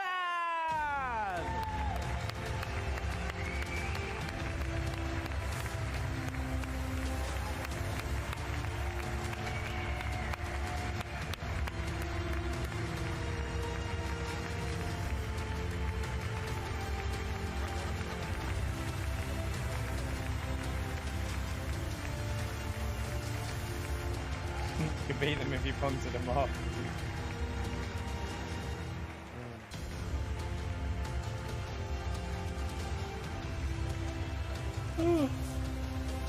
I mean, we told you that today was going to be just as spicy as yesterday, and we are always right. Well, most of the time. Jimmy, as a veteran of that particular track, was that pretty accurate? That was pretty much every race there. And every race we see here at one of the GT World Series is full of action, full of drama. We've got a whole other day of it tomorrow. I can't wait. That was amazing. What was your I don't know what the tracks are for tomorrow. It's spectacular. That final lap in particular, there was so much tension with Mateo Estevez wondering if he was going to be able to make it to the line in first place. Close. Such a gap that just decreased. We thought, oh, and he just had enough in his Yeah, pocket. no And idea, as Jimmy Stu. rightly said in commentary, he needed every second of that gap when it came down to it. Yeah, I would say the Toyota race was better. I'd agree.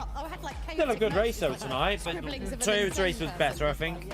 Honestly, the positions were up and down like a fiddler's elbow during that race. You've never seen anything quite like it. It was spectacular. It was absolutely amazing. And of course, we have the Michelin Driver of the Day still up for grabs. So, yeah, make your vote known, and it will be announced during the press conference, which is just in a few moments. But wow, I think we all need a little bit of a sit down in between. That's been an amazing, amazing show for today. Amazing driving. And of course, tomorrow we have the Nations Cup, so we are back once again. It can't be more dramatic than the past. Need to see what the surely, what's going to happen? Well, we always deliver on GT though, don't we? Whatever we seem to do, we always seem to raise the bar that little bit higher the day after. And of course, the Nations Cup tomorrow, different format. It's a teams championship now. Don't so like it's it not with just the one individual team. driver that will take the crown. It's 3 for a nation. Exactly. So it's still all 20. What are you excited for? I mean, if this is setting the barrier, we've had an awesome day yesterday with the Toyota Gazoo Racing GT Cup. We've had an awesome day of the day of the Manufacturers Cup. Nations has got a lot to live up to. I'm sure it's Really going to deliver. It does. always does. Oh, wow. We have had such That's what I pleasure say, being your host SDS. for today. Like, stick around for the They press need to go conference in just a back few to moments. Nations being individual. Thank you Way so better much. And of course, individual. a big Team thank you events to just our, they're not as international exciting as commentators their who've been working just as individual, hard. in my Was it opinion. fun being back in the booth? It was Much hot. better when it's their It was individual. microphones today, so I'll take that as a win. All right, well, there we go, with small victories. Well, we have had an amazing day here with you today, and we cannot wait to bring you even more action for tomorrow for that Nations Cup. So it's goodbye from me, goodbye from Tom, goodbye from Jimmy. Typical I'm just going to PO. talk for you Typical PO. Yeah? We'll see you tomorrow. Bye. Lucas, what are you doing following him like that? Right. It was still good though, wasn't it, chat? It was still good. It was still fun. I think manufacturers being a team event is a good idea. What I would like to see though. Right, let's just pause that. Come off that. Yeah, what I wouldn't mind if they let me just close that. I wouldn't mind if they had, like, you know, for the next Gran Turismo, obviously bigger lobbies.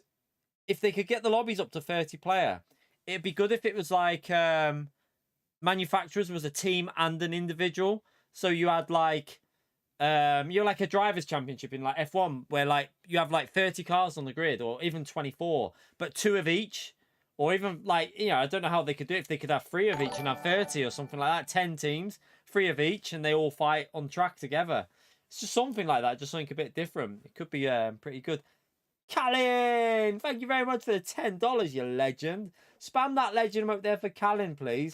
Thank you very much for the dono, Haywood and George. Sorry, Pio.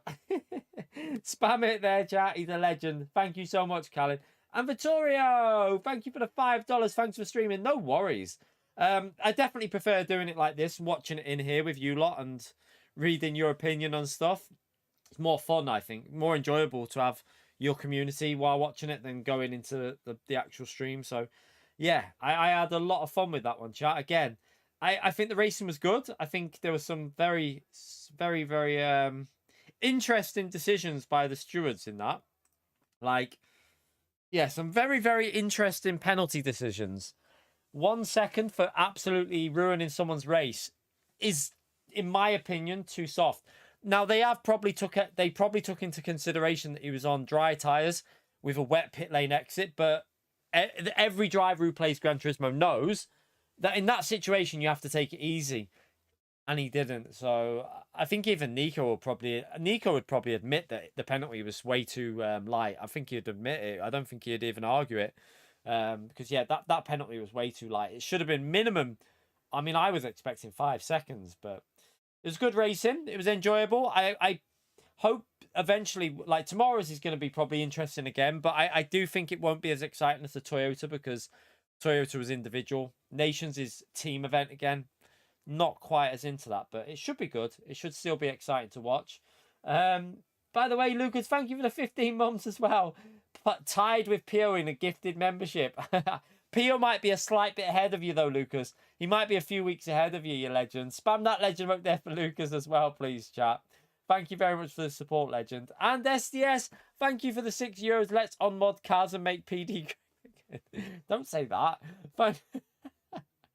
Thank you for the domino, SDS, you legend. Appreciate the support. But,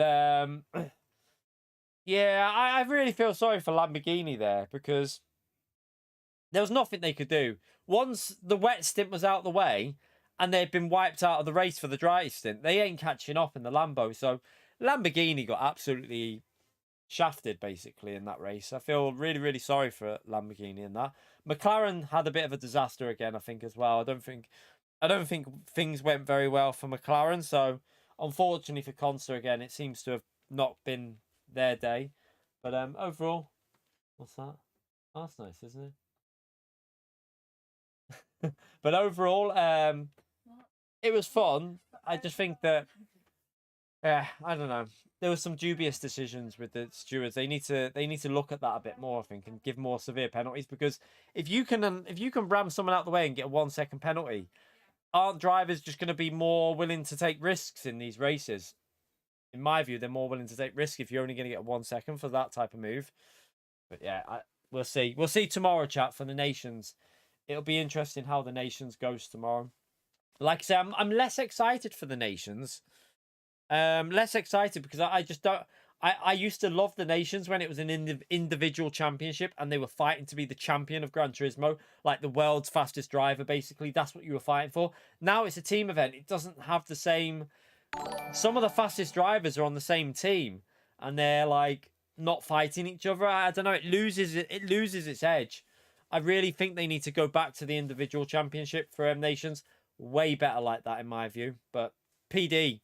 Will they listen? Who knows? Who knows? I don't know whether... I presume a lot of people... I've seen a lot of people who seem to agree with us on the Nations as well. I don't know if everyone agrees with it. Some people... Pio will agree with the teams. But I think a lot of people preferred it as individual championships, having the best drivers all on track, fighting each other, rather than working together. Don't really like that side of it. Yeah, it's strange, isn't it? It's like yesterday at Lake Louise, someone got punted from a driver. He got punted into the wall, picked up a wall penalty that was more severe than someone who actually rear-ended someone, like, completely. Like, I don't know. I think the team event's good just keeping it with manufacturers, in my view. We have the team event already with manufacturers. That is fine. Have your team event with manufacturers. I think Nations should be the world's fastest driver. It should be like everyone fighting each other, and it should be everyone on track. All the fastest drivers on track at the same time fighting, not like, oh, you there, you here, you there. Because also, there's a situation with the Nations where you end up with, like, I finished ahead in the Nations of some of the drivers that are there because they were in like countries that obviously had one good driver and then the other drivers were further behind. So you end up with a really weird situation in the race. I just hope they go with... I hope they go back to the old system. I think it was better. The original one. With the Fraga. Like the battles between Fraga, Miazano, Mikawazao. They were unrivaled battles then. They still, in my view, GT Sport, when it was like that, was better than what it is now. It was more enjoyable, like the live finals. They were unmatched. They were amazing. Still good, though, this one. It's been good to watch. I think it's been... better than some of the more recent ones as well. Like the Toyota one was brilliant. You got your DD Pro on, Lucas. Nice. Took 3 hours. Oh, you had to do the update. Took an hour. What? An hour to do the update. Mine does my update. Mine updates the wheel within like about 2 seconds when I'm on mine. What the hell were you doing to your wheel there, Lucas? Hopefully it's all sorted for you though, mate. But yeah, chat, that's going to be it. We've been live for 4 hours. We did a bit of daily racing and we watched that. We are going to do the Nations as well tomorrow, chat. So, a Windows update maybe.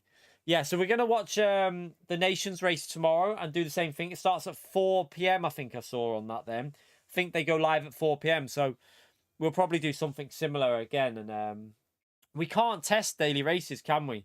There's no real way of testing them tomorrow, so I'll probably just stream that tomorrow, and we won't do a test because we don't know what it's going to be. So it could be anything really.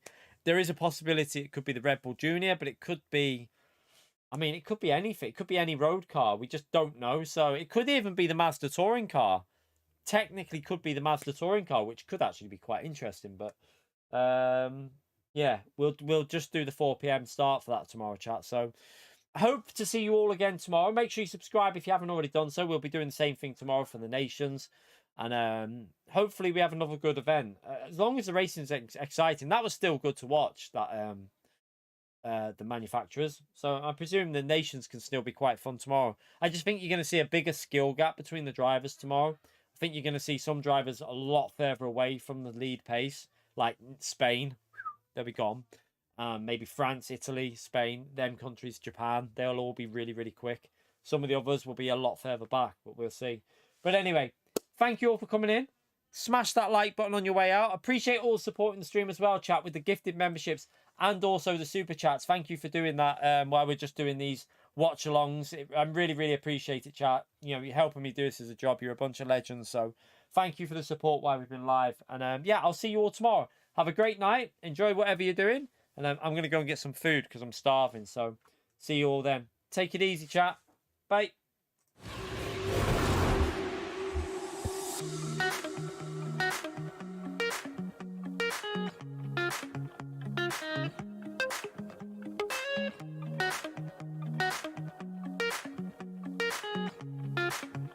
Thank you.